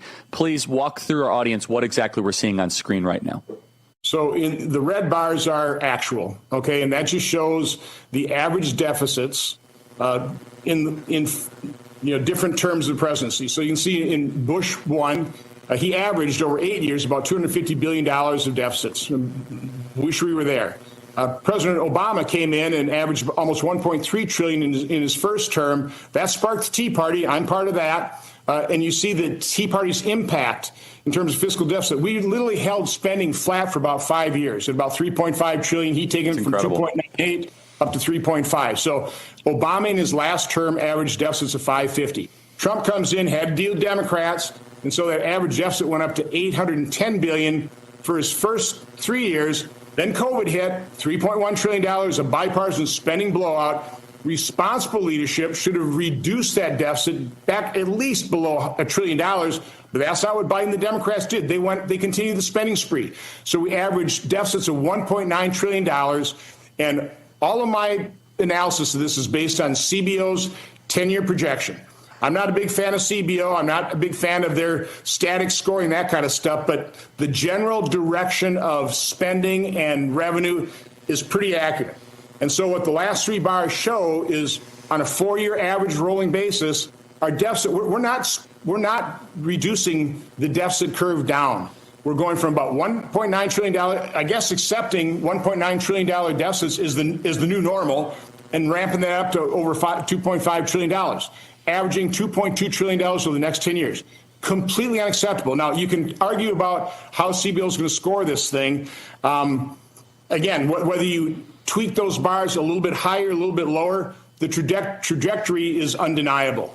And I would argue that this is probably a rosy scenario because there's interest rate risk. 1% increase in interest rates, and we're seeing that happen in the bond market. That adds $4 trillion, $400 billion to each one of those lines.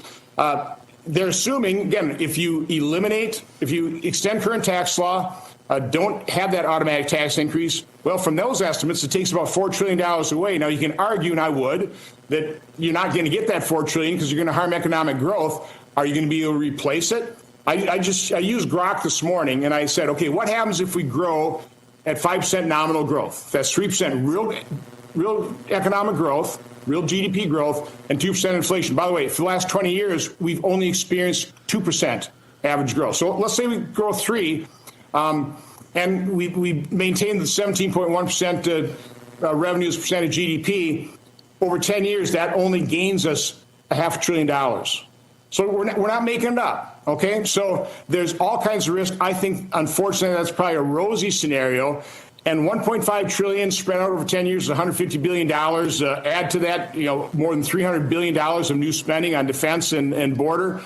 That's not even a 1.3% cut over the 10-year period. It's a rounding error. It's just not meeting the moment. They've done some good work, but it's not serious effort. So, Senator, what concretely is your ask, and who in the Senate is with you in this coalition as to what would be an acceptable outcome here? As you know, we can't let perfect be the enemy of good. And so I know you mentioned about going through certain programs and auditing and vetting them, but what are 3 or 4 specific ideas or examples that you have, ideas to try to broker, because we do need to pass. There's so much good in this bill, and I know that you will agree with that, Senator, from border security, deportations, to remittances, to no tax on tips. What is your proposal of 3 or 4 specific cuts structurally so that you can be satisfied and those of us that are fiscal hawks can also be satisfied while also getting this bill passed? Well, first of all, I know we're not going to meet the moment with one bill. We won't. The House didn't do it. We won't if we quick rush this thing through. So we've got to split this up, focus on the areas of agreement, border defense, take the spending reductions the House has given us that they've agreed to, extend current tax law, take the automatic tax increase off the table. That was a blunder in the Tax Cut and Jobs Act. We should have scored that in current policy. We weren't smart enough to do that. Increase the debt ceiling for about a year. Keep the pressure on. I've got to convince President Trump that is to his advantage. He wants to balance the budget. That's what he said. Well, we're not even coming close to putting ourselves on a path to balance the budget. He needs that leverage as well. We'll never default on the debt, ever. We've got more than enough revenue to service our debt. We will increase the debt ceiling, but we ought to do it in increments to keep the pressure on. So this has got to be at least a 2-part process. Fiscal year 2025 reconciliation process, do that now. Again, we skinny this thing down, focus on the areas of agreement that we can do by July 4th, then start doing the work. And Charlie, rather than the problem we're having is the same old way. Give me 3 things that'll solve the problem. 3 things won't. You've got to literally go through thousands of lines of budgets. You got to go through thousands of programs, do the forensic audit like DOJ did, and expose it. Get the American people on your side. Take the time to do the work, but also to win public support for what you're doing, rather than jam something through, not have a good response when the Democrats falsely attack it. Again, we're blowing this. We're blowing it. We didn't take the time. We're not making the arguments. I'm sorry, it's a slogan. It's a slogan. We need substance. We're only going to solve this with substance, with facts and with figures. And so far, the discussion's been largely void of facts and figures. I'm forcing facts and figures to the forefront here. So, and I apologize, Senator, if you mentioned this. I might be confusing something else. Stephen Miller would say a separate bill would require 60 votes. Is that correct? 1 minute remaining, Senator. No, we've got budget reconciliation for fiscal year 2026. We should already have a fiscal 2026 budget on the table. We could already be in that reconciliation process. We're still working off of fiscal year 2025. So no, each budget reconciliation can literally have 3 bills: one for spending, one for revenue, one for the debt ceiling. This is, and I said, I know you got a dash. This is what drives me the most crazy about D.C. is 2 guys I love, Ron Johnson and Stephen Miller. We're just talking past each other, right? And it's just because now the audience is all confused. So Stephen Miller's saying you need 60 votes. You're saying not. No, I'm sorry. We're just kind of left in this land of. I love Stephen Miller. He's simply wrong on this one. He's simply wrong. Again, and I love Steve. I don't know nearly enough. No, and I don't know nearly enough. It's just this is the type of thing that drives me and my audience mad, because we're like we can't even agree on the structural, technicality of it, let alone all the cuts. Senator, thank you so much for your time. We'll be watching very closely. Senator, thank you. Take care. Yeah, bye. I want your thoughts, everybody in the audience. freedom@charliekirk.com. Should we pass the big, beautiful bill in its current form? Do you think that Senator Johnson's approach is correct? We do have a risk of maybe not passing anything at all. Please email me, freedom@charliekirk.com. I want to hear from you directly. And right now, drop what you're doing, freedom@charliekirk.com. I read every single email, and I'm in touch with the White House. I'm in touch with a lot of folks there. with JD and all that. And I will be relaying what you guys email me here, freedom@charliekirk.com. I want to hear from you. I want to know the why. This is a very, very important topic to me and to the country. ReliefFactor.com. Get out of pain today. Maybe you have knee pain, back pain, joint pain, elbow pain. So check it out right now at ReliefFactor.com. Maybe you're suffering from shoulder pain or wrist pain. Pain can be debilitating. I could tell you from firsthand experience, back pain is not fun. That is soul crushing. Well, maybe Relief Factor can get you an extra pep in your step. Go to ReliefFactor.com. That is ReliefFactor.com. 1-800-4RELIEF is the phone number. That is ReliefFactor.com. ReliefFactor.com. I want to hear from you. Email me, freedom@charliekirk.com. I read every single email. This one's important, everybody. So do me a favor and email me, freedom@charliekirk.com. Be right back.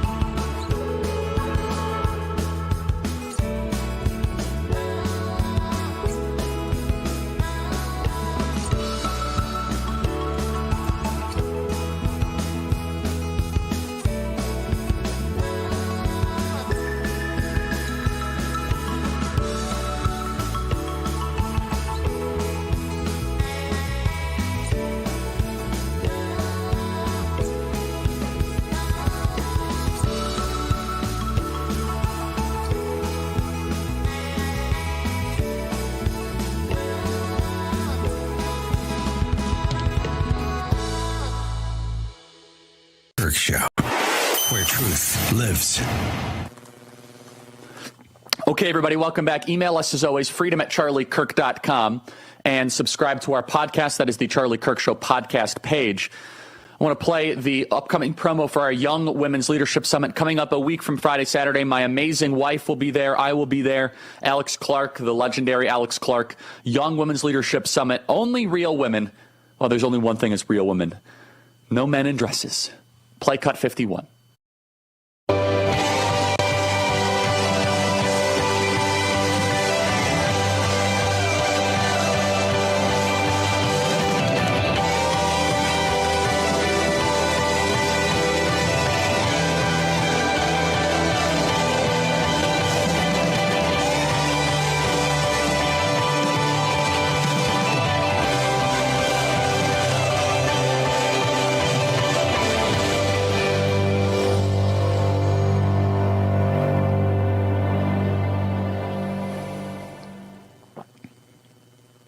Okay, everybody, that is YWLS2025.com, YWLS2025.com. If you live in the Dallas area, if you live in Oklahoma, if you live in Arkansas, get in the car, come on to our Young Women's Leadership Summit. It's a life-changing event next weekend, YWLS2025.com.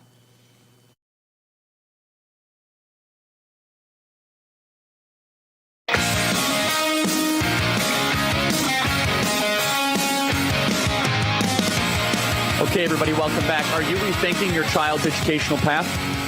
wondering if their current school truly supports your family's values, well, you're not alone, and the Herzog Foundation is here to help. With the Trump administration working to abolish the federal Department of Education and return control to the states, there's never been a better time to explore Christian education. For far too long, federal overreach has dictated how children learn, but now parents have a greater say in their kids' futures.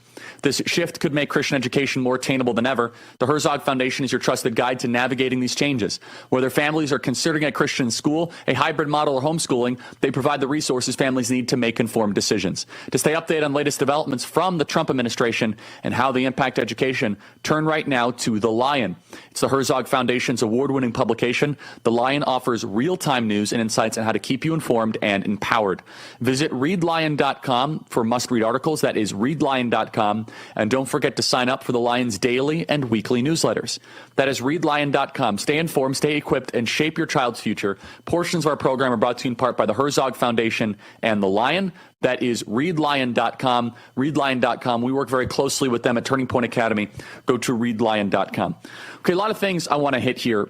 First of which, I just want to continue on one of my big frustrations. And I'm putting them on a group text together. I'm putting Ron Johnson and Stephen Miller in a group chat together because of all the stuff that I deal with in politics. I don't mind disagreement. Disagreement is fun. My life, I live in disagreement. I don't care if you disagree with me. That's not that important. In fact, I think it's healthy and it makes me stronger, and hopefully it makes you stronger. What drives me nuts is when we are debating something that should be agreed upon presuppositions. When the presupposition itself, the foundational truth, is like, well, no, we can't do this or we can't do that. Well, then everything from that point is completely irrelevant. The second, third, fourth, fifth, sixth, seventh, then iteration of facts are incomplete. We must get back to first principles and define our terms. So, is it clear? If we go to two bills, do we, though, then need 60 votes? Very simple question. If we go to two bills, do we need 60 votes in both? Stephen Miller says yes, who I think is the greatest, by the way. Stephen Miller's like total rock star. Ron John says no. Getting an answer to that would be very helpful and important to getting closer towards an inevitable conclusion of how to proceed. And I'm still in support of passing this big, beautiful bill. Why? Well, one of the main reasons why I'm so in support of it is because of the slim majority. We have to factor in the slim House majority. And it's very much on President Trump's mind. It's very much on his team's mind. His team's been doing a great job trying to usher this through. It's not an easy job because you know why? You have 55 members of Congress in the House that if they get 5 friends together, they can kill a bill. You got Don Bacon, you got Lawler. I like Lawler. He's a good guy. You've got all these guys that get in a room together, and one of them has a disagreement, and the bill gets collapsed. And I think we need to understand that. I think we need to have the contextualization there. And we need to try to win more seats, not less seats. And I think there's a lot of promises within this bill that we need to deliver on. If we want more deportations, we got to pass this bill. If we want permanent border security, we have to pass this bill. If we want tax on remittances, we have to pass this bill. If we want those Trump baby bonus accounts, one of my favorite things that's happening, it's in the one big beautiful bill. And one of the other things that I wish would be happening, again, I'm happy to air Ron Johnson's complaints and his criticisms, and I think Ron Johnson's great. And I've worked well with him for well over a decade. He was one of the first people ever to support and speak at Turning Point USA. So Ron Johnson is someone that I will defend to my last breath. I wish a lot more of this was happening in a closed room. What needs to happen is a private gladiatorial match of Ron Johnson, Rand Paul, Mike Lee, all of them in a room, White House staff, no devices, put it in a skiff, and let the screaming happen. I will cater lunch. I will bring you In-N-Out Burger from Arizona. People would show up if I brought In-N-Out Burger, for the record. I will cater and broker this lunch. We got to get this thing sorted out because there is so much good stuff in this bill, and I don't think that the conservative movement is internalizing all the wins here in this bill enough. I don't. This is the greatest welfare reform in history. We got no tax on tips. No tax on tips is a major promises made, promises kept. And you must also hold two things equally in the hand. On the other side, if we do not balance the budget, we're going to have some problems. Big problems. Email us freedom@charliekirk.com and subscribe to our podcast. We have David Sachs joining us next. Amazing AI and crypto czar, tech founder and investor. David Sachs, we're going to talk about a lot of things. I hope we're going to talk about Russia, Ukraine as well. I want to hear from you. freedom@charliekirk.com. That is freedom@charliekirk.com. We'll be right back.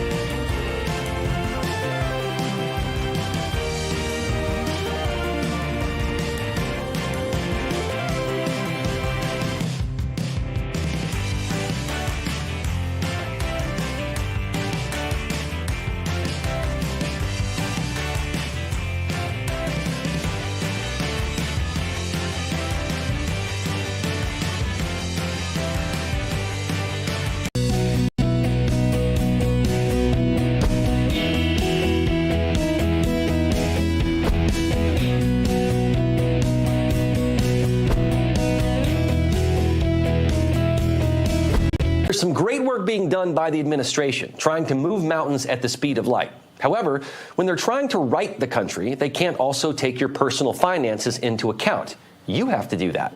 And that's why thousands of Americans are buying gold now from Birch Gold. And here are the facts, folks. In the past 12 months, the value of gold has increased by 30%. Central banks are buying gold in record quantities, so demand doesn't seem to be subsiding. The Rio reset is on the horizon, where BRICS nations are looking to unseat the U.S. dollar as the global reserve currency. But you can find peace of mind in gold. Birch Gold makes it extremely easy to convert an existing IRA or 401k into a tax-sheltered IRA in physical gold, or you can even buy some to store in your home safe. Just text America to 989898, and Birch Gold will send you a free info kit on gold. There's no obligation, only useful information. And with an A+ rating with the Better Business Bureau and tens of thousands of happy customers, take control of protecting your savings today. Just text America to the number 989898.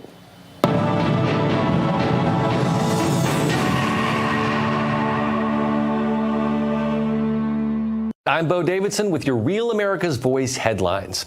The Congressional Budget Office says that President Donald Trump's big, beautiful bill would cut taxes by $3.7 trillion while adding $2.4 trillion to the national debt. The Trump administration and congressional Republicans have criticized the CBO's analysis, arguing that the CBO underestimated the growth in federal tax receipts spurred by greater economic activity as a result of the Tax Cuts and Jobs Act that passed back in 2017. Meanwhile, in Arizona, Governor Katie Hobbs is facing backlash for vetoing a bill that would prevent China from buying up land next to strategic assets, such as military bases. Arizona State Senate Majority Leader Janae Shamp called Hobbs's move, quote, utterly insane, and called her an obstructionist. Chinese investment in strategic land, especially near military bases, has been a growing national security concern. Hobbs is up for re-election next year, and vetoes like this could impact her chances.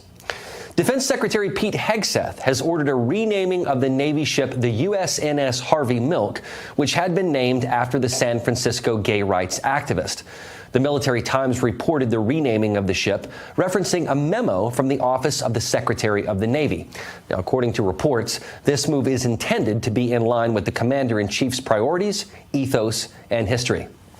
And in some other news, peace talks between Russia and Ukraine are stalling after Ukraine's attack on Russian military planes. When asked what response there would be, Russia's deputy foreign minister said that, quote, all options are on the table, that it is a question for our military, end quote.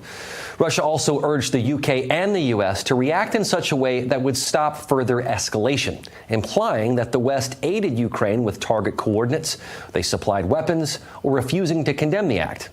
After Trump rebuked Vladimir Putin a week earlier, Trump's Ukraine envoy said that escalation from the war is, quote, going way up. Now, yesterday, White House spokesperson Caroline Leavitt said the U.S. did not receive any advance notice of Ukraine strikes. While the budget battle continues on Capitol Hill, the Senate now has its turn to make some changes. Axios is reporting that Senate Republicans are mapping out the July 4th stretch goal. Senate Majority Leader John Thune reportedly met with President Trump this week, and they are trying to ease any concerns about tax and spending cuts, Medicaid, and other divisions. And Elon Musk has had some very, very harsh criticism of the budget. He took to X saying, I'm sorry, but I just can't stand it anymore. This massive, outrageous, pork-filled congressional spending bill is a disgusting abomination. Shame on those who voted for it. You know you did wrong. You know it. And 2 Chinese researchers have been charged by U.S. authorities for allegedly smuggling a dangerous fungus into the United States that they plan to study at a University of Michigan lab. The fungus is considered a potential agro-terrorism weapon due to its ability to cause severe crop diseases and produce toxins harmful to both humans and livestock. The researchers reportedly brought the fungus into the country without the necessary federal permits, raising significant national security concerns. Meanwhile, the White House formally sends its DOGE spending cuts request over to Congress. This $9.4 billion package is also known as a rescissions package, and it would eliminate funding already passed by Congress, and the majority of the cuts will target NPR, PBS, and USAID. Congress will have 45 days to consider the package. Those are your Real America's Voice headlines. Now we return to Charlie Kirk.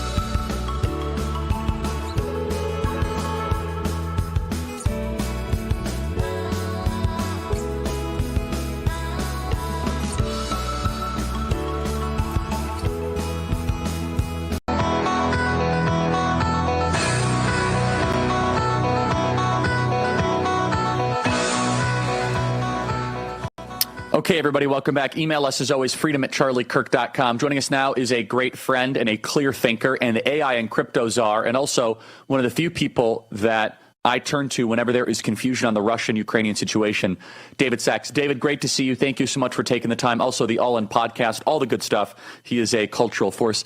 David, let's just get back to the facts here so our audience can think about this correctly. What exactly happened? Zelensky launched a surprise drone strike attack into the interior of Russia. Reports are saying that this is 30% of their nuclear potential bombing capabilities. Some people are comparing it to Pearl Harbor. Let's just start there. What exactly factually happened when Zelensky approved this drone strike against Russia? Well, the Ukrainians started planning this apparently over an 18-month period, or so they said. And what they did is they smuggled in, I think, several civilian trucks that were stocked with drones, and they were able to get them near Russian Air Force bases, some of which were thousands of miles away, all the way on the east coast of Russia. And in a coordinated fashion, they released their drones. They must have smuggled operators into the country as well, because these are not autonomous drones; they're human operated. And I think the operators must have been relatively close to these Air Force bases, and they were able to simultaneously attack several of these bases and attack a number of these bombers that were on the ground. Now, I think the number of about 40 bombers destroyed and 30%, that I think is exaggerated. The articles that I've seen that, again, we don't know for sure, but the ones that I've seen seem to think that around 10 of these bombers were either destroyed or significantly damaged, which is still a meaningful loss for the Russians, but it doesn't incapacitate their bomber fleet or anything like that. Okay, that's helpful to know. So the people that are saying that this is a precipice of, World War III might be a little bit, leaning in on the over-exaggeration and hyperbole. A couple of days prior, David, Zelensky met with an American delegation of Senator Blumenthal and Lindsey Graham. Do we have any evidence that they were tipped off about this and that the Americans were involved on this very significant strike on the interior of Russia? No, I haven't seen any evidence that would say that the Americans were involved, and the White House has said that President Trump was not notified about it. So I don't have any more information than that. But look, I understand your suspicion. A level deeper. Yeah, no, I mean, the suspicion is rather glaring, right? I mean, it's just the coincidence, the timing is rather hard to stomach. So, David, then where does this lead us? Is it fair to say that this war is escalating, not de-escalating? And has Russia retaliated against this strike so far? Charlie, it's definitely an escalation. You recall that during the Biden administration, for a couple of years, they were debating whether to allow the Ukrainians to use American and NATO weapons to launch attacks inside of Russia. And then finally, in the last couple of months of the Biden administration, they allowed such attacks. And it was considered to be a major escalation at the time. And now we not only have attacks inside of Russia, we have attacks on Russia's nuclear triad. By the way, the reason why these planes were out in the open this way, just sitting on a runway, is not because the Russians are stupid or something like that. It's because under the nuclear arms control treaties, START and SALT II, both the U.S. and the Russians are required to keep their nuclear bomber fleets sort of exposed in a way that the other side can kind of count them and see where they are. So, this attack will undermine the nuclear arms control treaties, because the Russians would have to be pretty dumb now to keep their air assets just sitting on a runway like this. So I think that's such an important point, David. That's super important. So it is a pretty big escalation here, because the Russians must be thinking, gee, we were really gullible to trust in these arms control frameworks. Obviously the Ukrainians aren't going to respect those. And so now they're going to be incentivized to stop abiding by the terms of those treaties, which is quite unfortunate. So this is an escalation, and, we have to see how the Russians are going to hit back. And so the question then is, where does this leave the peace talks in Istanbul, and where does this leave the United States of America? This is not the best timing for those of us that want to see an end to this war, as we are seeing this massive drone strike. And then, of course, Russia is saying, well, why are we even abiding by this treaty? President Trump is signaling that he's frustrated with both parties. What is the best possible realistic outcome in the coming weeks that we can expect now that it looks like we're heading towards another summer killing season? Well, Charlie, in order for there to be a peace deal, there has to be some sort of overlap in what the two sides are willing to accept. And I just don't see what that is at the present time. The Ukrainians have said that they won't give up a square inch of territory. I mean, that's what they've said. And the Russians have said that they are not willing to agree to a ceasefire. They want a permanent peace deal. They think that a ceasefire would be the equivalent of trying to call time out in the middle of a war, and the Ukrainians will just use that time to regroup and rearm and take a losing position and fortify it. So, you know, there doesn't appear to be a you might say like a contractual overlap, somewhere for the two parties to agree on. Again, the Ukrainians are unwilling to agree to a permanent peace that recognizes this de facto loss of territory, and they still think they're going to win the war. That's what they're saying. And the Russians are unwilling to accept a peace that doesn't address what they call the root causes of the conflict. So I think that President Trump is maybe the only party here who genuinely wants peace. I think he's doing everything he can to try and engineer a peace deal, but I'm not sure that the parties themselves are interested in that deal, or they both want peace on their terms, and those terms are irreconcilable. So I just see the war going on and on. Just to step back for a second, Charlie, I mean, here's my larger frame on the war, is that there's really two wars going on. There's the war of attrition, which is the war that the Russians are fighting, and its purpose is to demilitarize Ukraine. And they're running a very slow, methodical, but ultimately efficient meat grinder operation that is killing roughly 20,000 Ukrainians a month and destroying their warfighting capability. That's what the Russians are doing.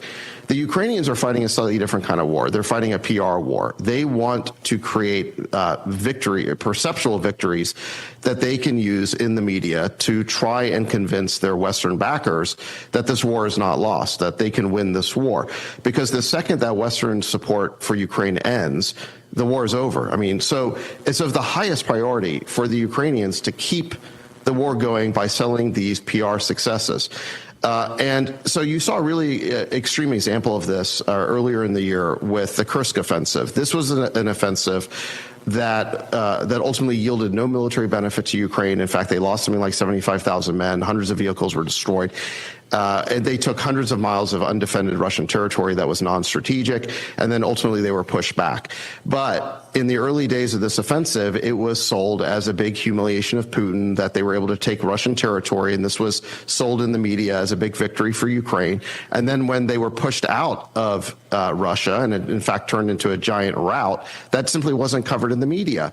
And so this is the type of PR victory that Ukraine has been prioritizing in the war. Now, this attack on the Russian bomber fleet, I would say, is somewhere in between. There is some tactical benefit to Ukraine, and it didn't cost them very much, and it was a surprise to the Russians. The question is just how repeatable it is. If they could do 100 of these attacks, that might impose costs on Russia that could change Russia's behavior in the war. It might actually get Russia to escalate, but in any event, that might be a game changer. But there's no evidence they're able to wage 100 of these attacks. This appears to be more of a one-off that caught the Russians off guard, surprised them, and now they're gonna basically plug those holes. So, you know, what is my point here? My point is that there's a war of attrition going on in which Ukraine is losing and Russia has all the advantages. They have more men, more firepower, more artillery, even more drones, and more of air power. And so the Ukrainians are on a course to basically lose this war. And so in response to that, the Ukrainians are fighting a PR war in which they try to convince their Western backers to keep supporting them. It's a little bit like in the Hunger Games, where the plucky hero has to keep playing to the cameras in order to get the support of the capital. And so this is what you see. You saw Lindsey Graham there at the press conference in Kiev saying that Ukraine's going to win this war. This is Russian propaganda that they're not. And I think the big danger here is just that somehow that Western publics are given this false sense that this war is winnable. And I just don't think that it is. Stay right there. David Sachs, we have you for another segment. Really great commentary. Thank you. I want to tell you guys about Patriot Mobile. Make the switch today at patriotmobile.com/Charlie.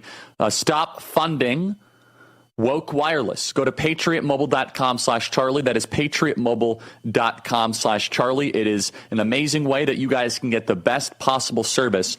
Very close with Glenn and the entire Patriot Mobile team. So make the switch today. That is patriotmobile.com/Charlie. patriotmobile.com/Charlie. Amazing service. patriotmobile.com/Charlie. We'll be right back.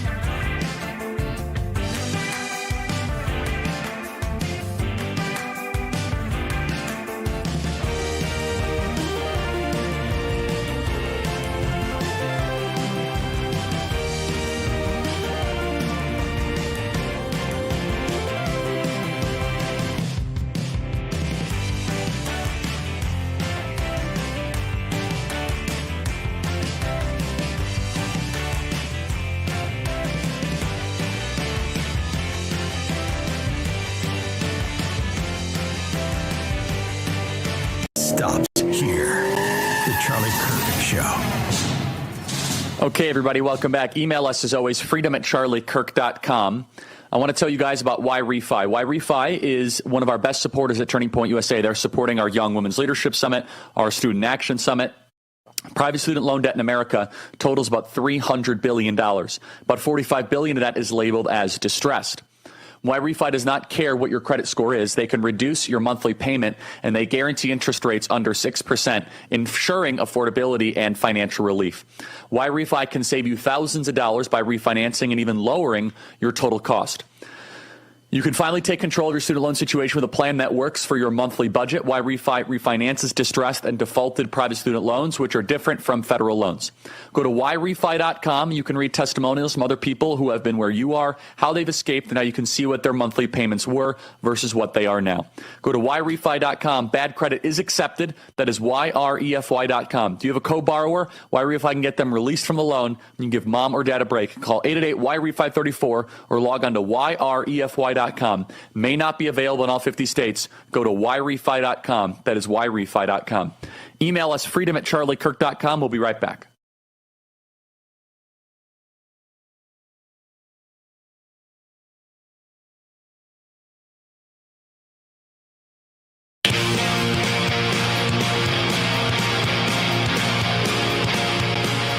Welcome back, everybody. David Sachs continues with us. So, David, I want to talk about artificial intelligence and some of the doomerism. Some people are talking about how it's going to take over the world and it's going to basically create a new feudal, techno-feudal state. What is your take on the promise? What is the optimistic take on artificial intelligence? Well, I think the optimistic take is that it's a great opportunity, that this is going to lead to enormous productivity. We need a productivity boom in our economy if we're going to get out of this massive amount of debt that we're in. And this is these tools are going to be incredibly powerful assistants that essentially power up employees. That these AI digital assistants, these AI agents, are going to make employees more productive. You're already seeing that in coding, for example. That there's all these new coding assistant tools that have really exploded in popularity, and they don't at the current time they don't replace coders. But they make them more productive. And so coders really love them, and that's why they're taking off. So I think the optimistic take here is the AI works for us. And then the pessimistic take is that the disruption is so large that the humans can't keep up, essentially, would be the pessimistic take. Yeah, and so do you think that at any point of time there is a chance to should we have AI federal laws? Should there be a consolidation? And what do you make about this whisper campaign that we already have reached artificial general intelligence and there is sentience, but we don't know it yet? For example, ChatGPT news came out last week that there was a kill switch built within ChatGPT and the large language model basically overrode it. What is your response to that kind of doomerism that this technology is going to get wildly out of control? No, there's no evidence whatsoever of the AI ascension. It's not. We're not anywhere close to that. Could we get to that point in the future? There is a potential risk of that. I'm not going to deny that. It's very hard to put a percentage on that. Obviously, it's been vividly portrayed in movies, things like that. But people are acting like that's a guaranteed scenario, and I don't think you can know that. Now, I think it's very important for your viewers to understand that the so-called doomerism is not this just grassroots sort of concern that's emerged. It's a very well-funded, top-down, astroturfed campaign that's being waged by so-called effective altruist organizations, and they're funded by a few very wealthy, very left-wing Silicon Valley technologists who've basically set up and have donated to these organizations. And their goal basically is to fearmonger and create a panic such that the public will then buy into massive amounts of regulation on AI. And part of the goal here is regulatory capture for their companies. Part of the goal is that these left-wing billionaires basically just believe in government control over everything. And in fact, they not only want national AI controls, they want international AI controls, and they want to basically empower globalist institutions to run these controls. So it's global AI governance here is the goal, and the tactic is to try and scare us into having such fear of AI that we're basically willing to hand this enormous power to the government and to these globalist institutions. I mean, obviously, I think we should resist that. I think there are legitimate concerns about AI. The future is unknown, and that can be scary. But I don't want to hand all this power to the government because, I mean, the government wielding AI in an Orwellian way probably is the central risk of AI. I mean, that is probably woke AI in the hands of the deep state is probably the concern I have about the future of AI, that I think is probably the highest probability because there's evidence that was already happening. Remember when Google launched Black George Washington, that wasn't an accident. It was because their AI model had been infused with all of these woke values. And then you had this attempt by the Biden administration through its executive order to require that DEI be inserted into AI models. And they were well on their way to setting up these globalist agreements. And so that was a trajectory. We were on this 1984-like trajectory before President Trump won with respect to AI. And I think that is the central concern that we should guard ourselves against. In closing here, David, we have about 45 seconds remaining. What would you say, are we winning the AI race right now against China? If there was a score, what would the score be, U.S. versus China? I think it's very competitive. I think that the DeepSeek moment was real in the sense that before DeepSeek, most people in Silicon Valley thought we had a 1 to 2 year lead on Chinese AI models. And DeepSeek showed that they had caught up and maybe we're 3 months ahead. I mean, it's almost a rounding error. So they've gotten very good at AI very quickly. Now, if you look at lower levels of the stack, which is the chips, the chip manufacturing, the chip design, we still have a pretty big lead at lower levels of the stack. And I think that if we move quickly, we can build out more AI compute than them. But they do have other advantages, like they're able to build out more power generation than we have. You look at the Chinese power grid, it's doubled over the last decade, whereas we've remained flat. So we have to fix that. Yeah, that is what China's good at, mass production when they put their mind to something. David, you're awesome. Thank you so much. We'll be right back.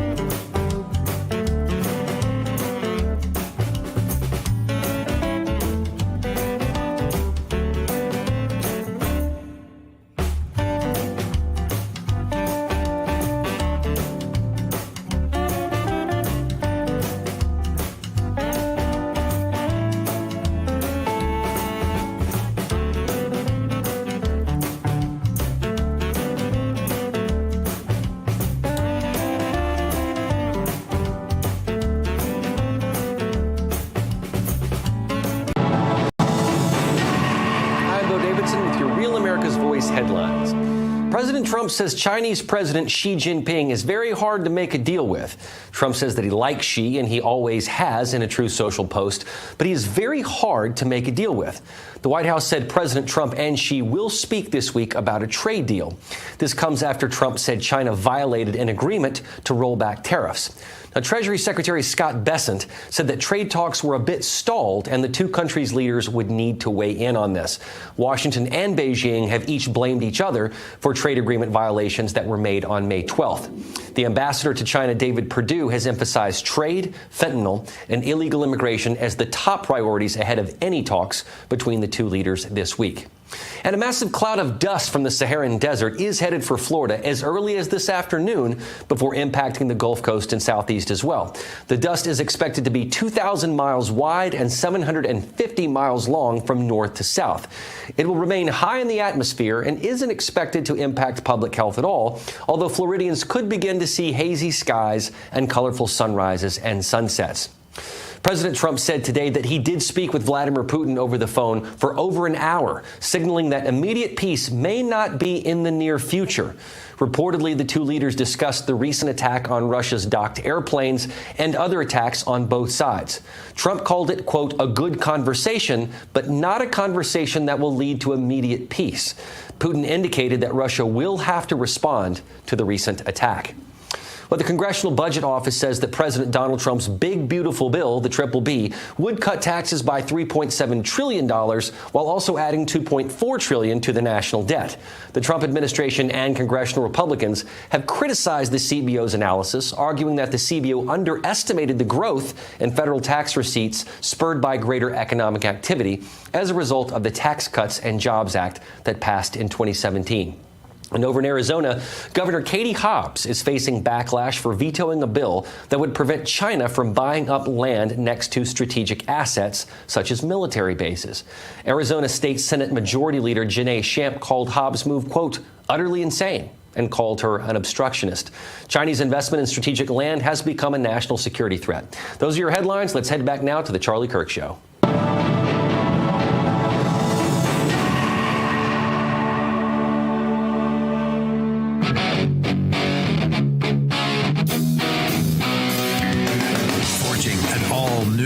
Greatest American generation. It's the Charlie Kirk Show. Okay, everybody, welcome back. We have a legend in just a second. I'm very excited, very honored to have David Mamet in just a second with us. But first, I want to welcome you guys to the Bitcoin.com mobile studio. And what do we have here? Let me try to see. Patriot Mobile. Make the switch today at patriotmobile.com/Charlie.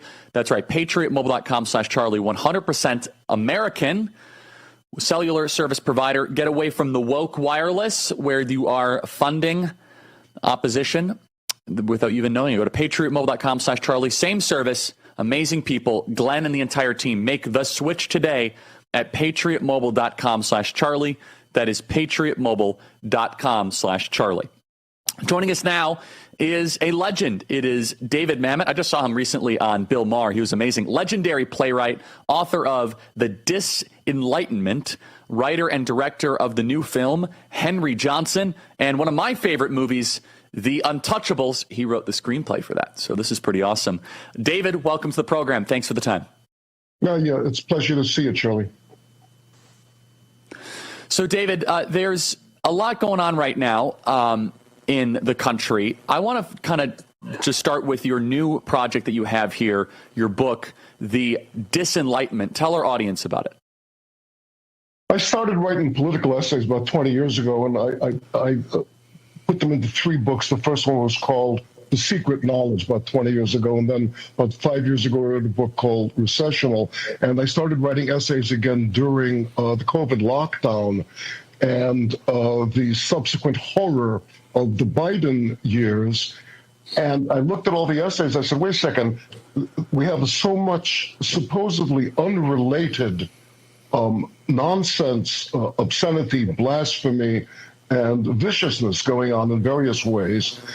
What does it all add up to? So that's what I tried to do in this book. I tried to look at the various depredations, the chaos of the what's a putsch or a coup taken by the Biden, the Obama Bidenites, and the outbreaks of anti-Semitism and so forth, and tried to take an overview and say, what is it all up to? Who benefits? So both piecemeal, looking at individual outrages, like men and women's sports and open borders and so forth. I try to, here's the thing, Charlie, when you write a play, you have various different incidents that the protagonist is undergoing. And if you write a good play, they have to be formed into a plot, which is to say, thank you, at the end of the play, you have to say, oh, I thought these were individual incidents, but now I perceive the overriding thrust of the play and the final moments. That's how you write a tragedy. So that's what I tried to do with this book. And what I came up with was, this was not an attempt to take the Biden coup, the insurrection, the sedition of the sanctuary states and cities, the growth of the help the Palestinians movement, were not the work of an overriding consciousness or an overriding political entity, but rather what they were was an open city. That just as when Paris was abandoned in 1944, the Nazis got out of town and the Allies had not yet taken over, Paris was an open city. That is, there was no overriding management, which meant that various groups were each trying to take power. Sometimes they coalesced with each other against a third group. Sometimes they worked on their own. And there was, because there was no law, you had a lot of people settling scores. They would say, oh, the communists are fighting, the Trotskyists are fighting the Stalinists over there, and the Resistants are fighting the Trotskyists over there. And you know what I'm going to do? I'm going to kill my grocer. Because what the hell? Nobody's getting blamed. So I looked at the Biden years and I said, what we're looking at is the abandonment of power by any representative government. And there are various groups, each of which is going to say, I'm going to put in my thing. One group, and because the clue was that there was nobody home at the helm. There was absolutely no one home. So they say it was Jill Biden got to do what she wanted. Hunter got to do what he wanted. The peaceniks got to get out of Afghanistan. The anti-Semites got to let Harvard go to hell and withhold aid from Israel. The transsexual people got to say we have to have women's sports. And there were a bunch of people sitting around a table saying, well, wait a second, you got to withhold funding for Israel. You know what I want? I want to get out of Afghanistan. So then it began to make sense that what you had was a conference table of low-level bureaucrats who never had power, now had the greatest power in the world. And so that's what the book is about. Yeah, and so the story of the last 4 years, again, I want to talk about the book Disenlightenment. You're basically articulating that there was no leader. Dad was gone, if you will, and the family was running amok, and there was no structure and there was no order. What does President Trump represent from a literary view in how you're trying to tell the story in the modern era? Well, I'm not quite sure what you mean by a literary view, but let me see what I can do with that. Let me elaborate. Well, because sure. You were saying you're trying to view the current times from as a playwright, where you say, as we write a tragedy, we try to figure out what's going on. What role does President Trump play as you look at things through the incidents into a plot versus this idea of the vacated presidency under Joe Biden? I get it. So the question really is, what is power? And the best essay I know about that was Leo Tolstoy wrote a book called War and Peace. Don't let the fact that it's a big, thick book in Russian scare you off. Everybody read it. It's the most compelling novel of all time. And it's about certain people during the Napoleonic Wars. And at the end of the book, he has this long epilogue, and he says, what is power? He says, I'm not sure. He says, the savage sees a railroad train and sees the puff of smoke. And because he sees the puff of smoke first, he thinks the puff of smoke causes the railroad train.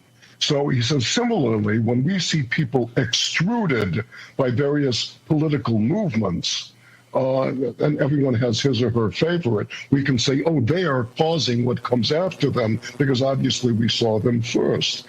But he says that, to a certain extent, that can't be true, because Napoleon invaded Russia with 5 million men, and he went home with his tail between his legs. But a leader cannot give an order which cannot be obeyed.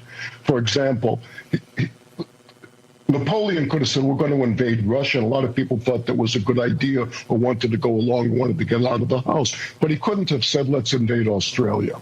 So the question he asked is, what is power? What is the relationship of the individual to the mass? And that's a question that's been plaguing me for a long time. And I thought it has to be that the mass extrudes the individual who we see first, and that the individual turns around and says, wait a second, I got a lot of people following me by accident. Jasmine Crockett's a perfect example, AOC. I got a lot of people following me by accident. I guess I'm a leader. I better act like a leader. What does a leader do? Well, obviously a leader panders to the people who are following him, right? Because that's where his power comes from. But there's another thing.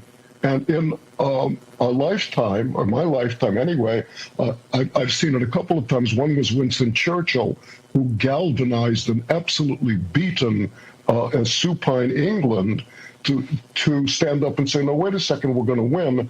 We're going to beat the Nazis. And even if we don't, it's better to die on our feet. And people took fire from that image.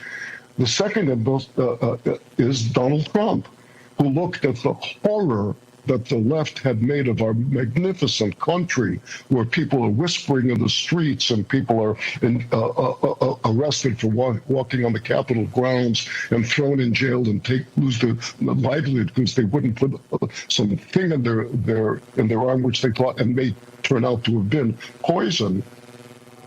This guy comes along out of nowhere and says, okay, I get it. I got it. I'm going to be a leader. I am going to have and he has the incredible calm courage to stand up and say, yeah, it looks insoluble, but it's not. It's a bunch of small problems, and if we attack them, sometimes we're going to win, or sometimes we're going to lose, but we're going to be free. So that's what I see in Donald Trump. I want to play a piece of tape that you had of a viral interaction with Bill Maher. Let's play cut 361, please.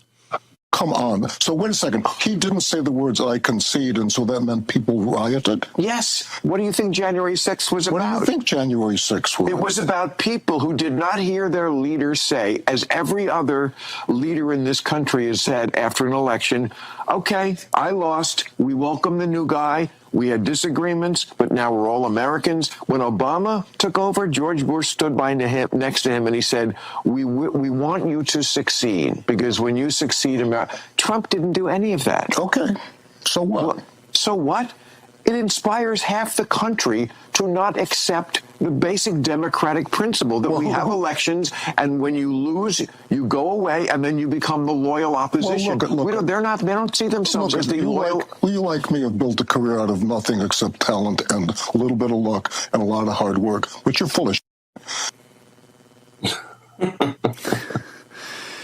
Very good. David, tell us more about that interaction and your thoughts here.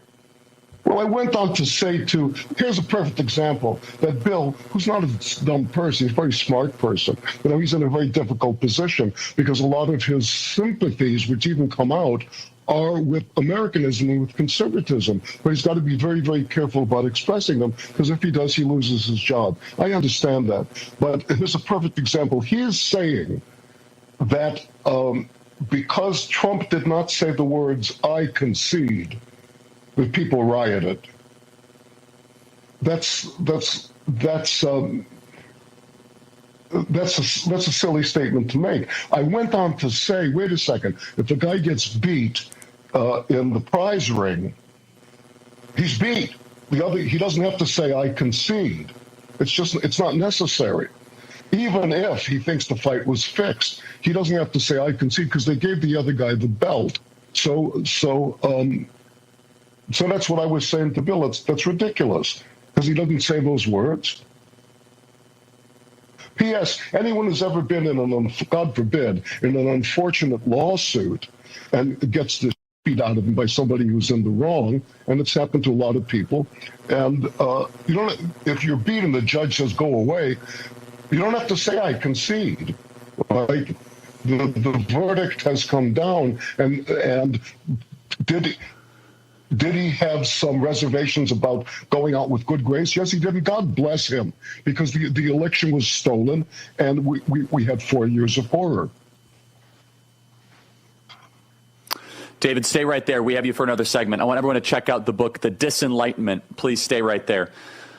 I want to tell you guys about Alan Jackson Ministries. Alan Jackson Ministries, great partner with us. They have the Culture and Christianity podcast. It's the Alan Jackson podcast. What makes it unique is Pastor Alan's biblical perspective. He takes from the truth of the Bible and applies it to the issues we're facing today. Gender confusion, abortion, immigration, Doge, Trump and the White House, issues in the church. He doesn't just discuss the problems in every episode. He gives practical things we can do to make a difference. His guests are incredible, have incredible expertise and powerful testimonies. Each episode will make you recognize the power of your faith and how God can use your life to impact our world today.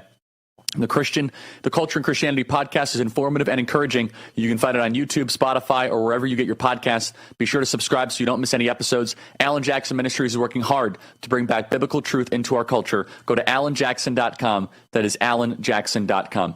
David Mamet, author of The Disenlightenment, continues after the break. We're going to talk about Israel, anti-Semitism. Why is it on the rise so significantly in the West? Stay right there.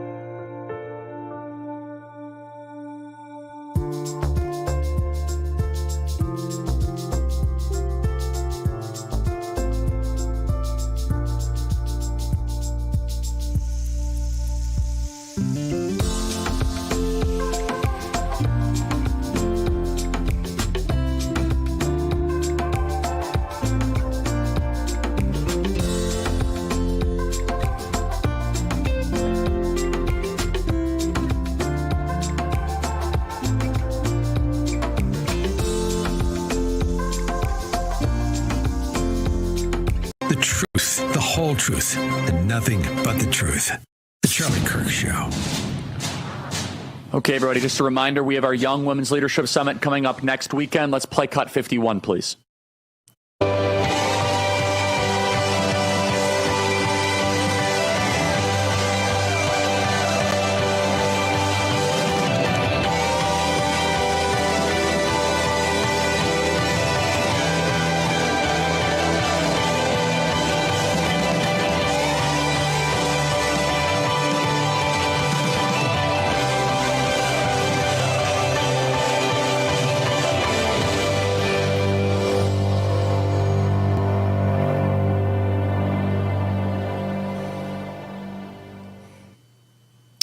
That is YWLS2025.com, Young Women's Leadership Summit, YWLS2025.com.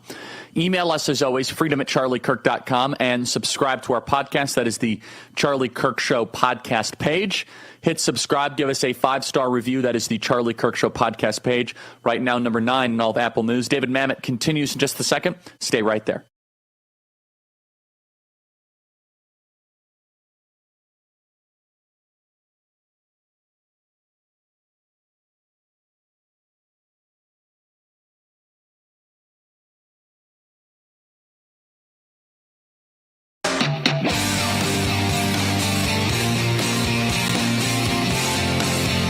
Welcome back, everybody. David Mamet is with us. David, your book, The Disenlightenment, I encourage everyone to check it out. David, why are we seeing such a rise in anti-West, anti-Israel, and anti-Semitic fervor on our college campuses and across our culture? Well, I think that's a very good question. It's because there's several reasons, you know them all, and so does your viewership. It's because we allowed it.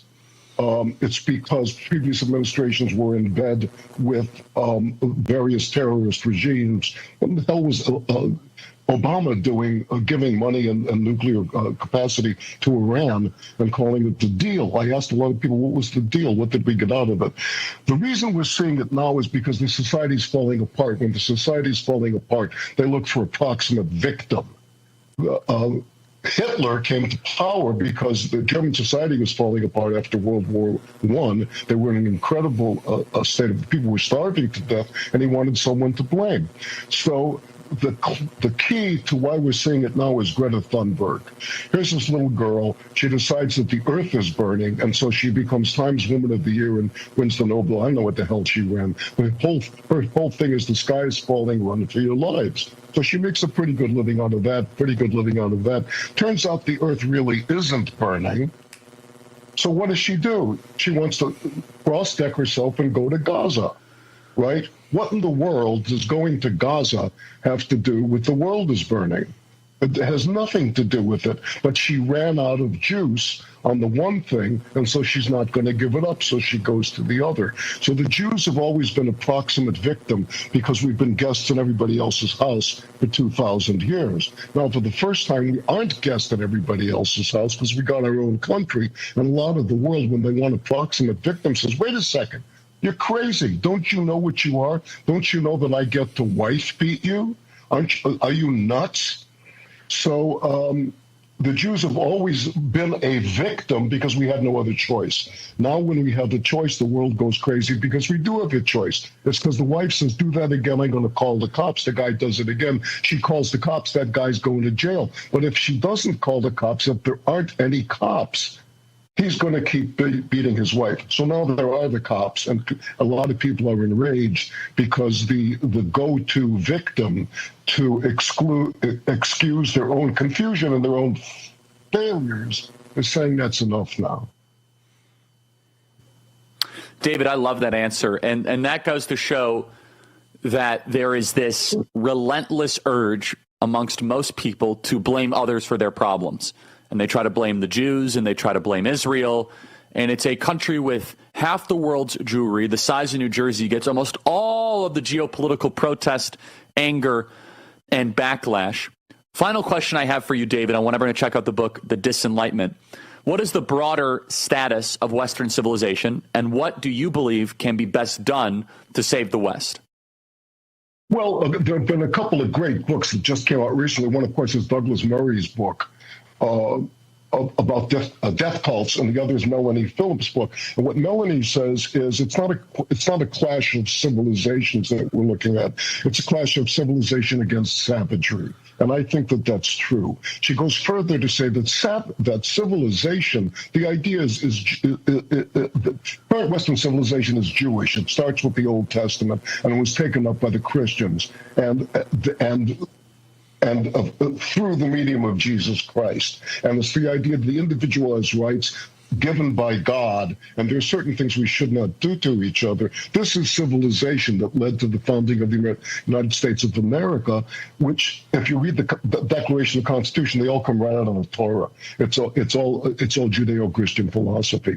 What can be done to save it is what Trump is doing, and what the right is doing is saying, let's go back to law. It's not our job to help to better our neighbor's life. And this is the difference between the Golden Rule and its precursor, which is what Rabbi Hillel said is the essence of the Torah. What's hateful to you, do not do to your neighbors.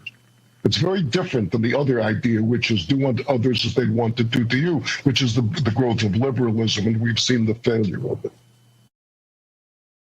David, thank you so much for your time. The Disenlightenment is the book. You are a legend, and I love your work, and so thank you so much, and together we'll keep on fighting to save the West. Thank you. Amen. Thanks for having me on, Charlie. I'll see you. Absolutely. Hope to see you in person sometime soon. Subscribe to the Charlie Kirk Show podcast page. That is the Charlie Kirk Show podcast.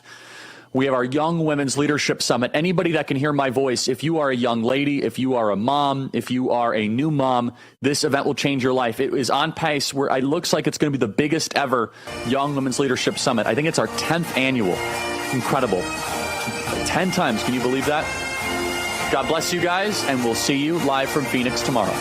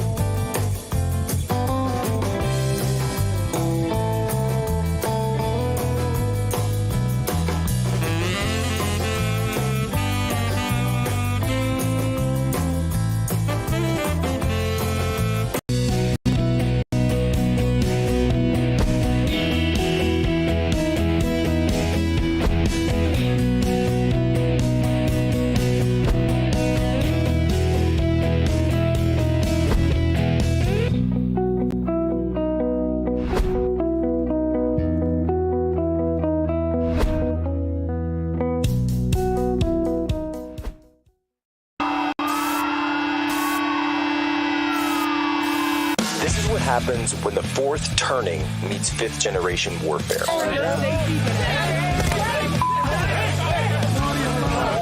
A commentator, international social media sensation, and former Navy intelligence veteran. This is Human Events with your host, Jack Posobiec. Christ is Traffic has resumed across Crimea's Kerch Bridge after Ukraine hit its foundations with underwater explosives. The explosion marked the latest offensives from Ukraine. Over the weekend, a Ukraine drone attack damaged dozens of warplanes deep inside Russia. Meanwhile, Russian strikes on Ukraine's civilian areas continue, killing at least 8 and injuring 50. Iran Supreme Leader Ayatollah Ali Khamenei has now criticized and appears to have flat out rejected a proposal by the U.S. amid negotiations over Tehran's rapidly advancing nuclear program, saying Iran refuses to give up enriching uranium in any possible deal, which is essentially the purpose of any kind of deal with the U.S. The White House sent a request yesterday to congressional leaders to pull back more than $9 billion in approved spending. Most of it's for foreign aid. Well, this is called a rescission, and it is intended to try to take those Musk-generated Doge cuts, the slashes in departments and budgets, and make them permanent. 2 Chinese researchers charged with smuggling what's considered to be a potential weapon for agroterrorism into the U.S., and that prosecutors say could target the nation's food supply. We're talking about a fungus which DOJ is calling a potential bioterror threat. Take a look at it under the microscope. This is Fusarium graminearum, and it causes billions of dollars in crop damage each year. A pathogen that rots wheat, barley, and rice, and if consumed by humans can cause vomiting, liver damage, and birth defects. Ladies and gentlemen, welcome aboard today's edition, Human Events Daily, here live, Washington, D.C. Today is June 4th, 2025, Anno Domini. It is the 36th anniversary of the Tiananmen Square massacre, where proud Chinese citizens stood up for their country against communism and were mowed down by soldiers of the People's Liberation Army, soldiers of the Chinese Communist Party. Their own government opened fire on peaceful protesters and civilians, and we remember them every single June 4th, the same way we remember all the victims of communism, the most evil force that has ever existed on this planet. Folks, another evil force, of course, is the specter of war. And President Trump has a huge Truth Social up where he just apparently got off the phone with President Putin of Russia. And I want to read this to you now because this is breaking news just as we go to air here. He said, I just finished speaking by telephone with President Vladimir Putin of Russia. The call lasted approximately 1 hour, 15 minutes. We discussed the attack on Russia's docked airplanes by Ukraine and also various other attacks that have been taking place by both sides. It was a good conversation, but not a conversation that will lead to immediate peace. President Putin did say, and very strongly, that he will have to respond to the recent attack on the airfields. So respond in Ukraine. We also discussed Iran and the fact that time is running out on Iran's decision pertaining to nuclear weapons, which must be made quickly. Stated to President Trump that Iran cannot have a nuclear weapon, and on this, I believe we were in agreement. President Putin suggested that he will participate in the discussions with Iran and that he could perhaps be helpful in getting this brought to a rapid conclusion. It is my opinion that Iran has been slow walking their decision on this important matter, and we will need a definitive answer in a very short period of time. Folks, I've also been hearing regarding these attacks and this Operation Spiderweb that, as it turns out, elements of our national security infrastructure, elements of the CIA, elements of the intel community knew that this attack was taking place, that this operation was going on, and they purposely withheld information from the President of the United States, from his briefing, from many other high-level echelons of the White House. Why are Brennan and Clapper people still walking around with blue badges? Why is anyone who was involved with the prior Biden or Obama administrations walking around in positions of power within the Trump administration? Their goals and their agenda are separate from the agenda of the people's president that the people voted for in 2024. We'll be right back.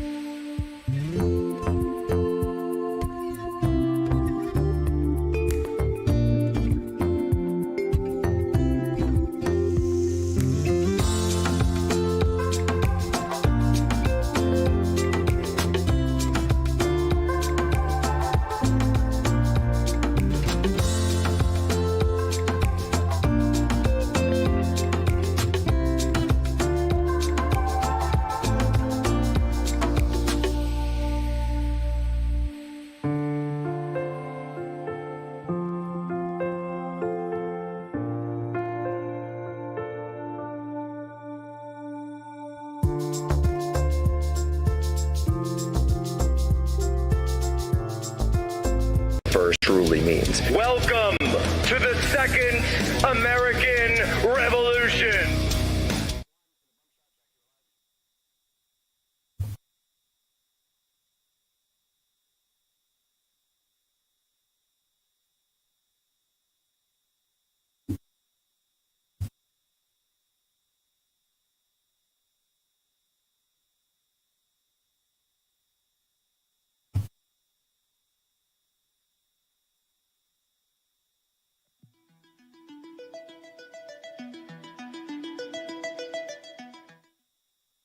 All right, folks, Jack Posobiec here. We are live, Washington, D.C. I want to bring in Real America's Voice, as well as the Salem Radio Network, Hour 3, Charlie Kirk.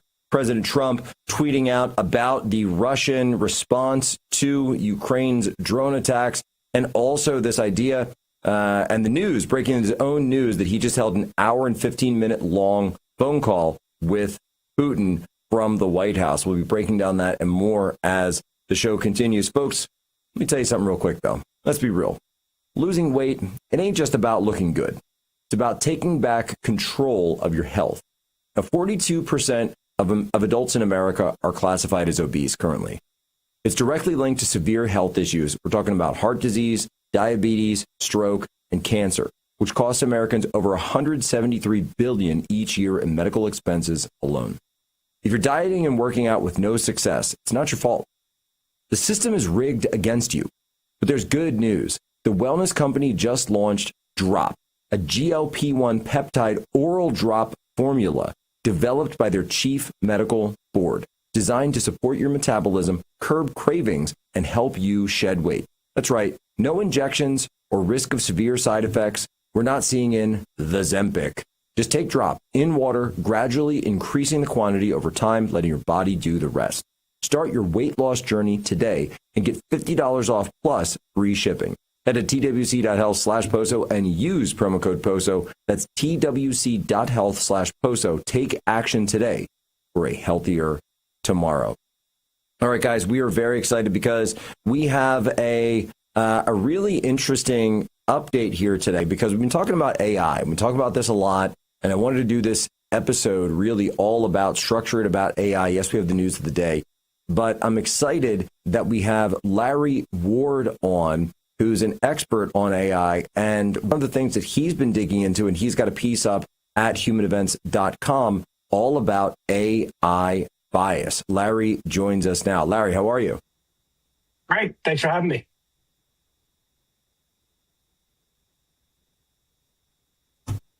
Well, Larry, tell us a little bit about this piece. What made you want to put it together, and what did you find? Well, look, I've been in the digital space in conservative politics for over 20 years. We were the first to call out Google in 2004 for bias in its ad algorithm. We were the first shadow banned account on Facebook when I put up a meme that said, when Obama calls the SEALs, they got bin Laden. When the SEALs called Obama, they got denied. It's long documented. The bias in the Silicon Valley tendency to censor, to demonetize, to choke conservative content has been well documented. It was covert at one point, but over the last couple of years, they were really overt about it, and now they're going back in the closet and being more covert about their bias. But anybody that's used AI and asked political questions automatically gets the liberal bias answer first, and it's like getting the first page of Google, because people make up their mind on the first page of Google. You're going to make up your mind on the first answer from the prompt on the political question that you're asking. And over and over again, AI has shown that it has very strong liberal bias. Well, and this really goes back to one of those things that, like, I'm not a computer programmer, but, I do understand some of the basics of this, and garbage in, garbage out. This has always been one of the issues in computing. It's always been one of the issues in algorithms or systemic modeling. And that's the same issue that a lot of the AI has now, not just the bias in terms of being fed these far left sources like Wikipedia or the New York Times or so many of liberal corporate media that's out there. But also one of the issues that's come up is that AI is degrading as the models are continuing to be trained on these on the internet, because there's so much AI generated content that's now appearing on the internet. So you have AI that's being trained on AI, which degrades the overall value of the model itself. You're 100% right, and it's going to continue to get worse. And look, AI is now, these AI companies, these major LLMs are making deals. You saw there was a huge deal with Amazon that was put out there to the New York Times, where they're paying the New York Times an undisclosed amount of money, probably hundreds of millions of dollars, to train its model on the New York Times. And you're seeing that these companies are going out either to mainstream or to very liberal publications and paying them a lot of money so that they can train their model on their content. And what they're not doing is they're not seeking out conservative publications and conservative voices like Human Events or the Post Millennial or the Washington Examiner and et cetera and so on. And we have to get these AI companies for two reasons. One, the Silicon Valley has destroyed the financial wherewithal of a lot of these companies on the right, because they've demonetized them, they've throttled them, they've choked them, and they've put them in deep financial stress. And two, these AI models need to be trusted. And, look, I've said this for a very long time. Trust is the number one asset. It's the number one investment that AI companies need to make in order to yield a high investment. And right now, who's going to trust an AI company like OpenAI that or Google that puts George Washington as a black president? Or you type in OpenAI, who's the president, and they say Joe Biden is still the president. I mean, there's lots and lots of evidence overall that they are just off the rails in terms of their liberal bias.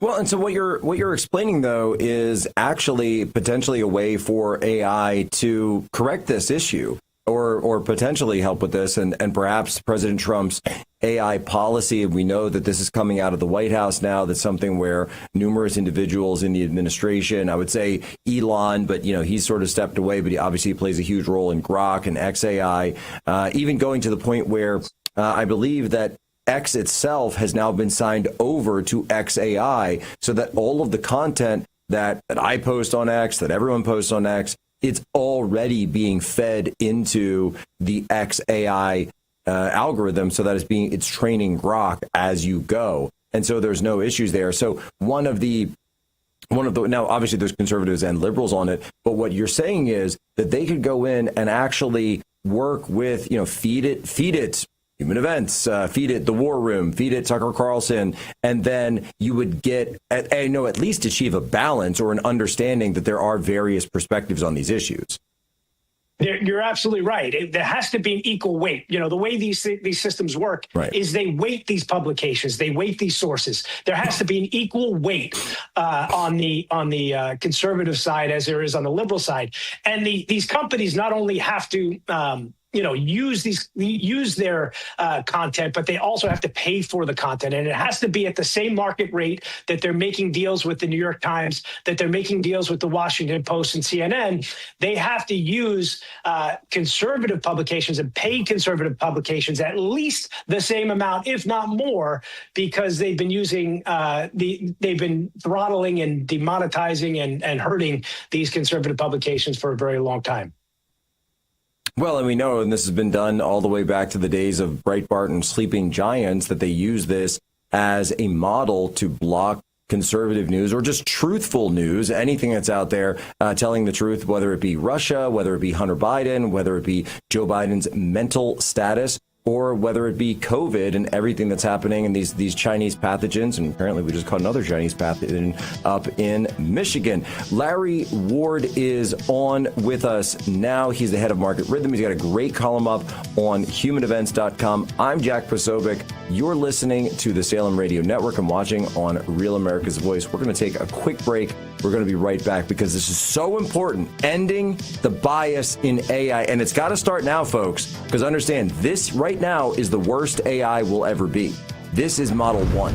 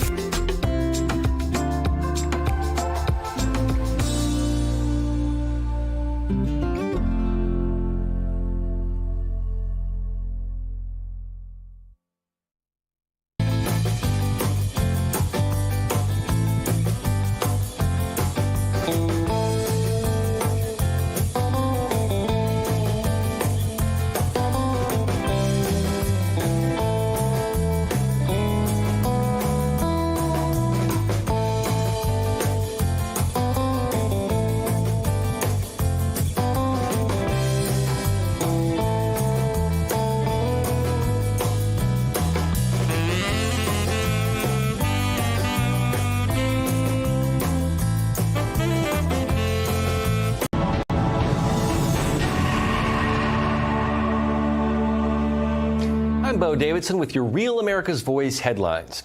Well, the budget battle continues on Capitol Hill. The Senate now has its turn to make some changes. Axios is reporting that Senate Republicans are mapping out the July 4th stretch goal. Senate Majority Leader John Thune reportedly met with President Trump this week, and they are trying to ease any concerns about tax and spending cuts, Medicaid, and other divisions. And Elon Musk has some very, very harsh criticism of the budget. He posted on X the following: "I'm sorry, but I just can't stand it anymore. This massive, outrageous, pork-filled congressional spending bill is a disgusting abomination. Shame on those who voted for it. You know you did wrong. You know it." Meanwhile, 2 Chinese researchers have been charged by U.S. authorities for allegedly smuggling a dangerous fungus into the United States that they plan to study at a University of Michigan lab. The fungus is considered a potential agro-terrorism weapon due to its ability to cause severe crop diseases and produce toxins harmful to both humans and livestock. The researchers reportedly brought the fungus into the country without the necessary federal permits, raising significant national security concerns. Meanwhile, the White House formally sends its DOGE spending cuts request over to Congress. This $9.4 billion package is also known as rescissions, and it would eliminate funding already passed by Congress. The majority of the cuts target NPR, PBS, and USAID, and Congress will have 45 days to consider the package after the White House sent it over. Speaker Mike Johnson said the House will act quickly on this. And President Trump says Chinese President Xi Jinping is very hard to make a deal with. Trump says he likes Xi, and he always has in a Truth Social post, but he is very hard to make a deal with. The White House said President Trump and Xi will speak about a trade deal coming up this week. This comes after Trump said China violated an agreement to roll back tariffs. Treasury Secretary Scott Bessent said the trade talks were a bit stalled and the 2 countries' leaders would need to weigh in. Those are your headlines. Now back to Jack Posobiec and Human Rights.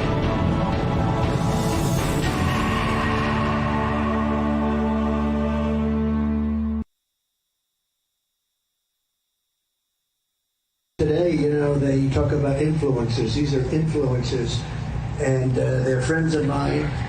Jack Posobiec. Where's Jack? Jack, he's done a great job. All right, folks, Jack Posobiec back live, Human Events Daily, Real America's Voice, Salem Radio Network. Folks, I got a question for you. You ever notice how the power always seems to go out right when you need it the most? Whether it's a heat wave or a summer storm or just too many people running the AC at once, our fragile grid can't keep up. And that's why I got the Grid Doctor 3300 solar generator from My Patriot Supply. This thing is an absolute beast. 3,300 watts of off-grid power. Tell you what, it keeps your fridge, your freezer, your lights, even medical devices running whenever grid power fails. And of course, charges all my devices. And right now, they've got a crazy deal going. When you buy the Grid Doctor 3300, they will throw in 2 waterproof 200-watt solar panels completely for free. We're talking an almost $900 value. These aren't cheap plastic panels either. No, These are super durable, waterproof, built to last through storms, heat, and who knows what else. So shop at mypatriotsupply.com/Jack to claim your free panels today. If there was ever a time to get serious about blackout protection, this is it. Go to mypatriotsupply.com/Jack. That's mypatriotsupply.com/Jack and get yours today. All right, we're back on with the president of Market Rhythm, Larry Ward, and he's walking through his new column that's up on humanevents.com. And he's arguing that conservative publications need to be included in these AI models to fix the liberal bias problem. And Larry, I'll throw it back to you because you're not talking about making AI conservative. You're about making it viewpoint neutral so that true information is able to actually get through the screen.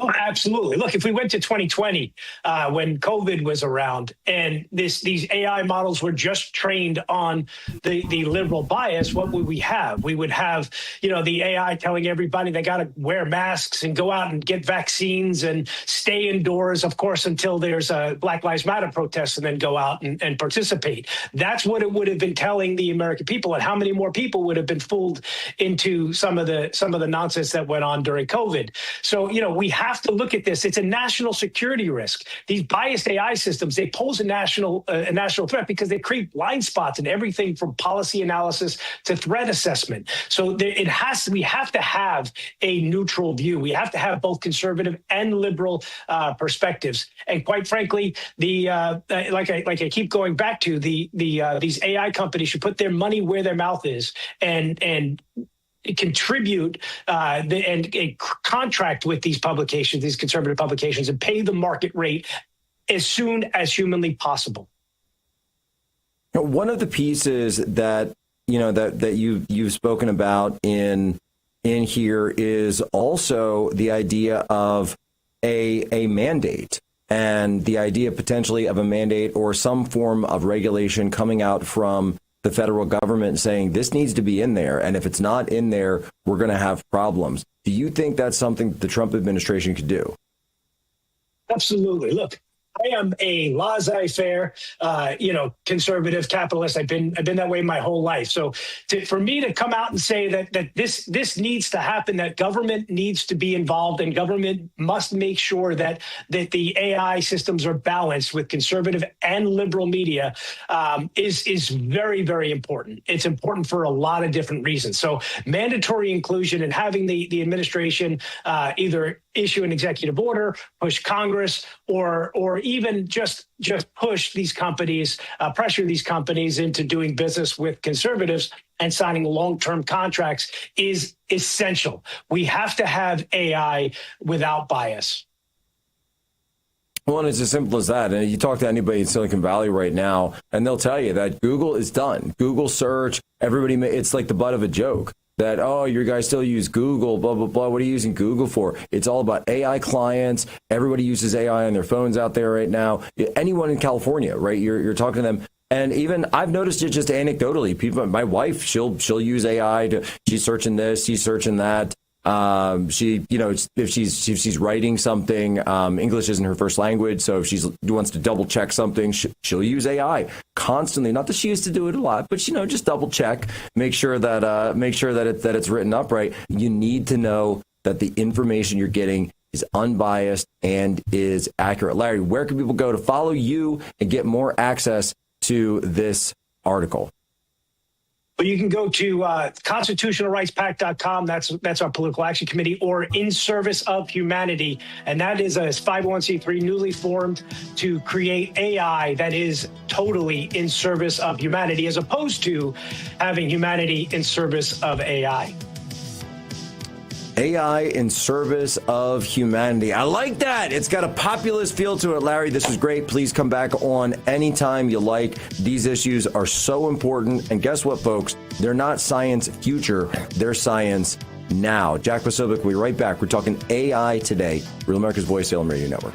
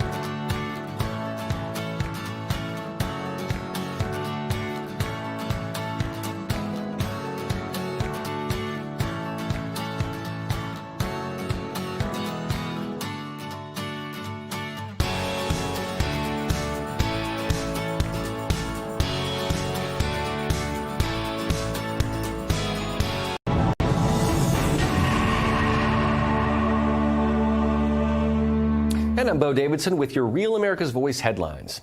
The Congressional Budget Office says that President Donald Trump's big, beautiful bill would cut taxes by $3.7 trillion while adding $2.4 trillion to the national debt.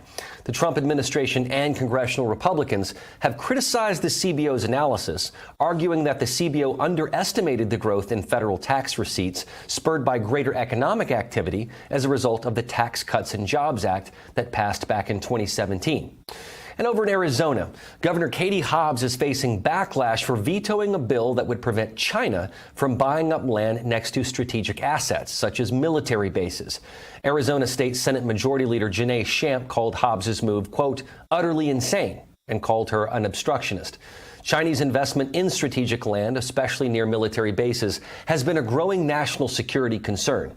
Hobbs is up for re-election next year, and vetoes such as this could impact her chances. And in other news, Defense Secretary Pete Hegseth has ordered a renaming of the Navy ship the USNS Harvey Milk, which had been named after the San Francisco gay rights activist. The Military Times reported the renaming of the ship, referencing a memo from the Office of the Secretary of the Navy. Now, according to reports, this move is intended to be in line with the Commander-in-Chief's priorities, ethos, and history. And peace talks between Russia and Ukraine are stalling after Ukraine's attack on Russian military planes. When asked what response there would be, Russia's deputy foreign minister said that, quote, all options are on the table, that it is a question for our military. Russia also urged the UK and the US to react in such a way that would stop further escalation, implying that the West aided Ukraine with target coordinates, supplied weapons, and refusing to condemn the act. After Trump rebuked Vladimir Putin a week earlier, Trump's Ukraine envoy said that escalation from the war is, quote, going way up. White House spokesperson Caroline Leavitt said that the U.S. did not receive any advance notice of Ukraine's strikes. And those are your Real America's Voice headlines from our newsroom. We'll head back now to Jack Posobiec in Human Events.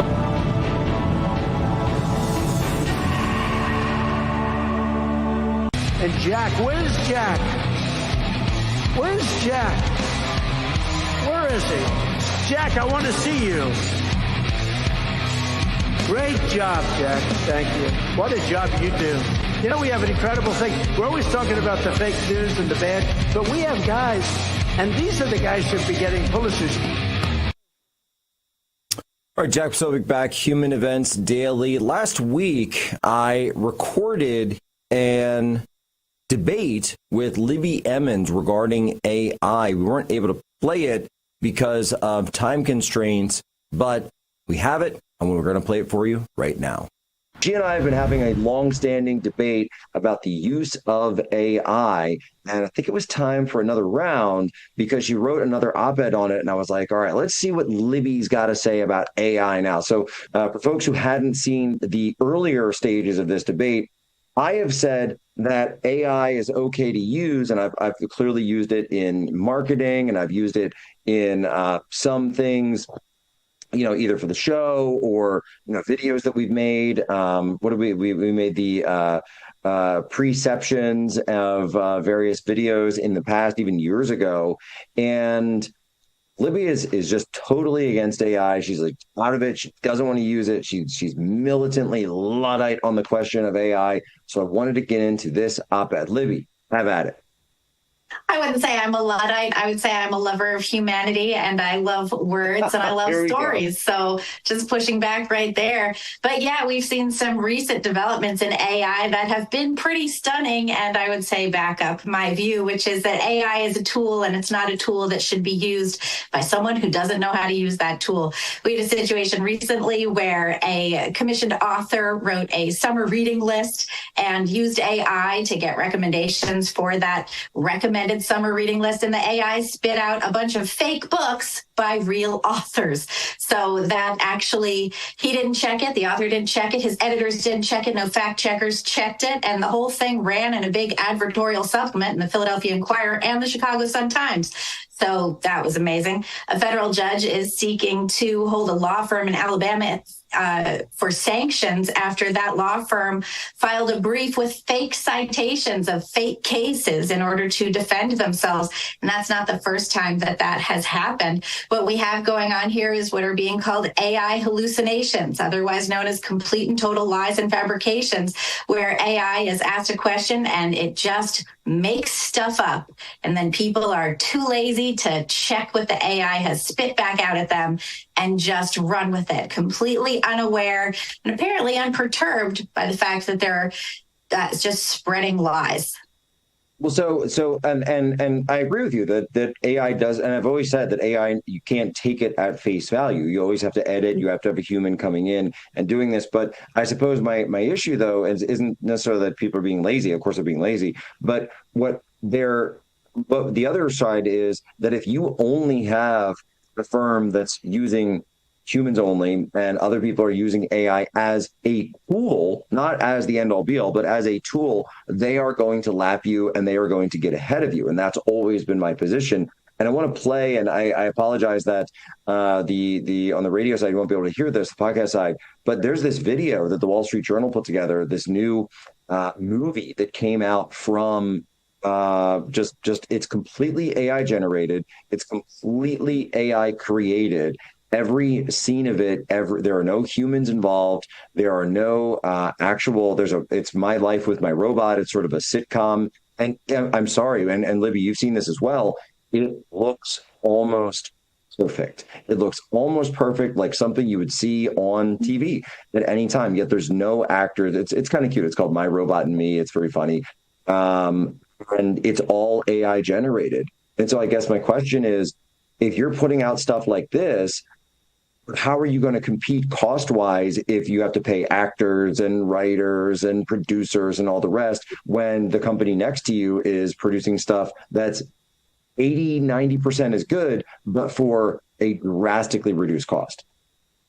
Yeah, I see what you're saying about the cost issue. And I don't think that I don't think that artists need actually to spend a whole lot of money to make good art. I don't think that's necessarily what has to happen. Also, I would posit that A Small Wonder, I don't know if you remember that show, was at least just as good as this robot show that's come out now that's, all manufactured this way. But the thing, too, that I think it's really important to recognize is that the AI models that are being trained on existing content. And so far, that existing content is human generated. It's, all of the stuff on the internet that has been written and created by human beings, from filmmakers to writers to actors and producers and whoever else. And that's what the AI is being trained on. But we're increasingly going to get to a situation where AI is being trained on AI content. And we're going to find ourselves in an endless regurgitation loop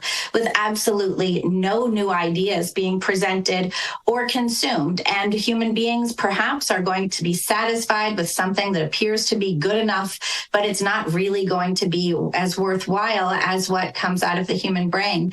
We like to say to ourselves that AI is thinking, but you can only truly believe that AI is thinking if you don't think very highly of thinking itself, because AI is not actually generating anything new. It is simply amalgamating that which is already out there, and it doesn't have the capability of distinguishing between good and bad, or right and wrong, or true and false.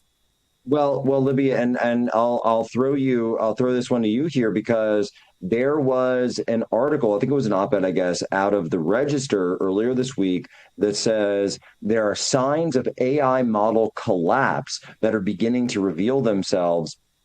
And I don't want to go through all of the iterations of it. It's talking about how search engines are now being AI optimized, how AI is definitely better for search than Google has ever been. Google is no longer the best search engine. However, one of the big issues that they have is that so AI is currently being trained in these large language models, is being trained on the open internet in many cases. They're not being trained on archives.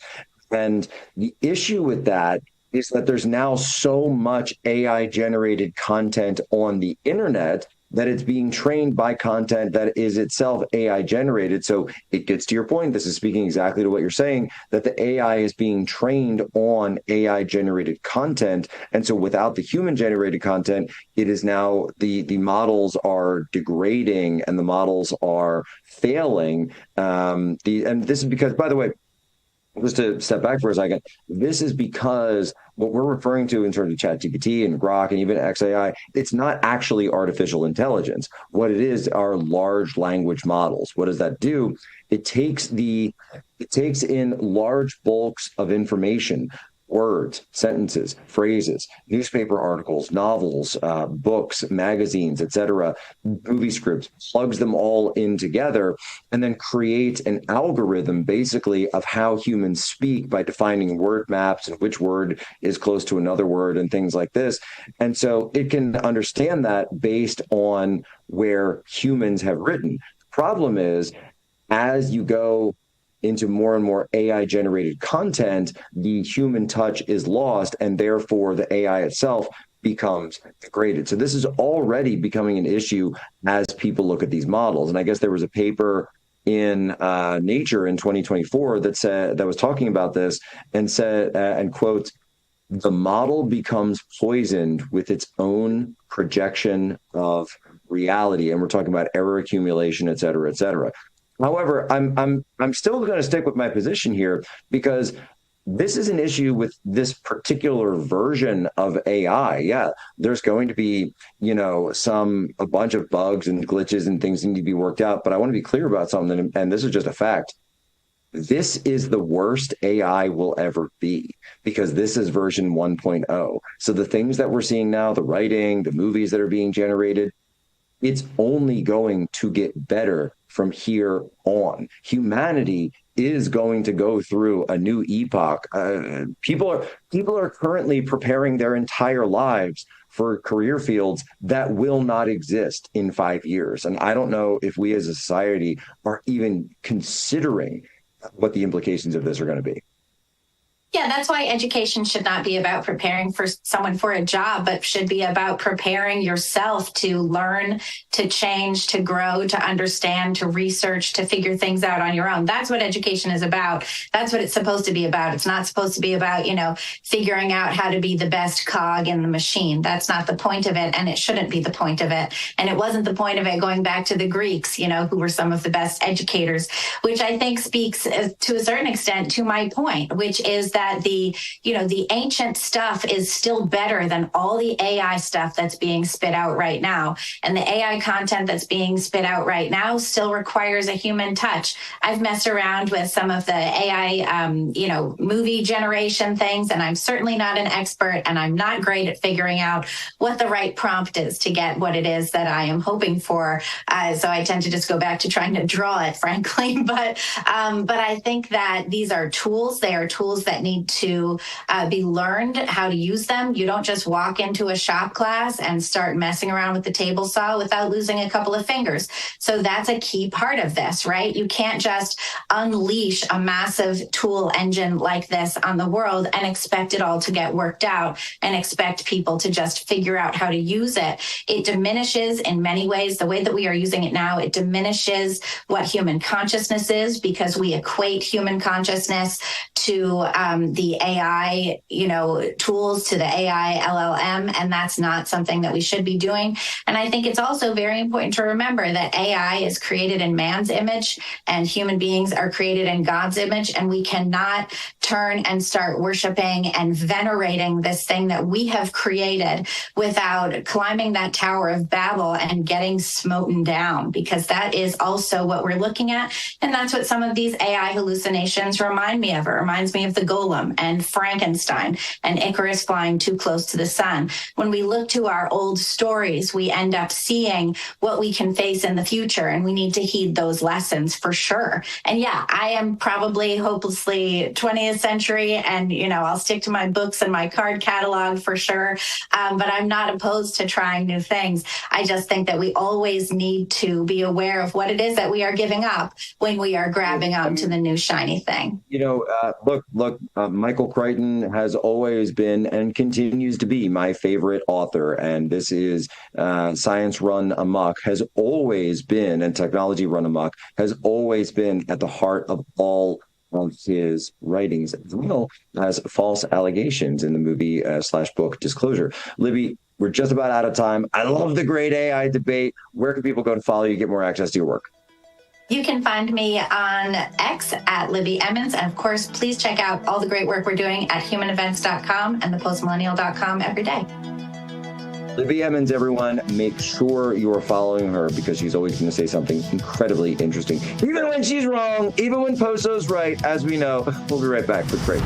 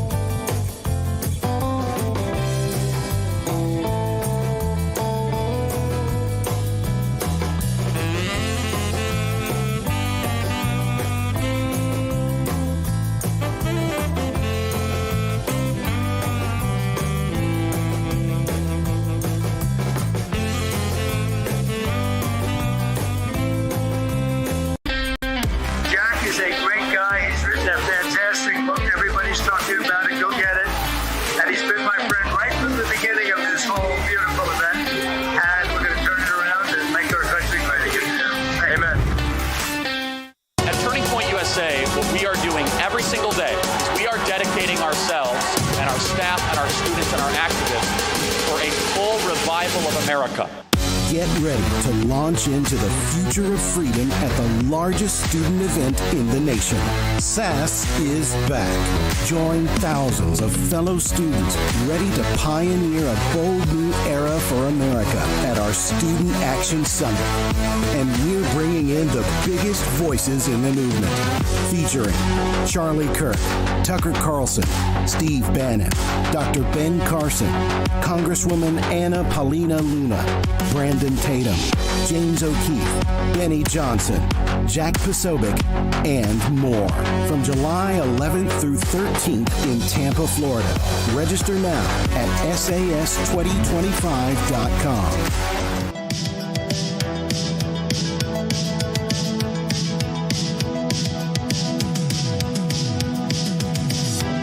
When I'm working long hours, I'm always listening to Human Events with Jack Posobiec. All right, Jack Posobiec back live here, Human Events, Daily, Washington, D.C., Real America's Voice, Salem Radio Network. And I got some questions regarding the big, beautiful bill, or as I'd like to call it, the big, beautiful deportation bill. This should be called, and rightfully should be called, the big, beautiful deportation bill, because that's what it's all about, ladies and gentlemen. This is about getting the tools, the resources, and the capabilities to those in power throughout DHS and other elements of the federal government to be able to conduct the mass deportations that won at the ballot box in 2024. And so I understand, though, that there are some folks who say, well, wait a minute, what about the debt? Okay.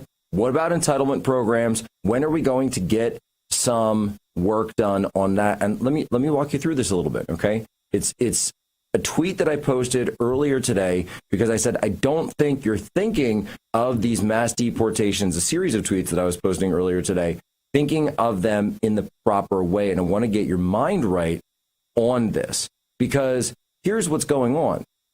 What's going on is you are thinking that deporting people isn't related to our federal debt and entitlement crisis because you're only looking at the supply side of the equation. But if you reduce the demand side of the equation, you can reduce the overall expenditures. Mass deportations means fiscal responsibility. And few seem to understand this. Because if you reduce the amount of people on the entitlement programs, you will reduce the spending on the entitlement programs and further reduce the debt. And I can go through stats. I can go through all day long the reporting out of FAIR, the reporting even back in 2017. Even back in 2017, FAIR was putting out reports saying that illegal aliens, illegal immigration cost Americans cost on net $116 billion a year. And remember, that's indirect and direct costs through entitlement and welfare programs. What do I mean by that? Well, the children of illegal aliens, guess what? They're eligible for entitlement programs. They're eligible for SNAP. They're eligible for education. They're eligible for health care in many cases. So they get all of those things. And then the parents are eligible through, they're not eligible, but the parents do access these programs through a variety of means, including, fraud.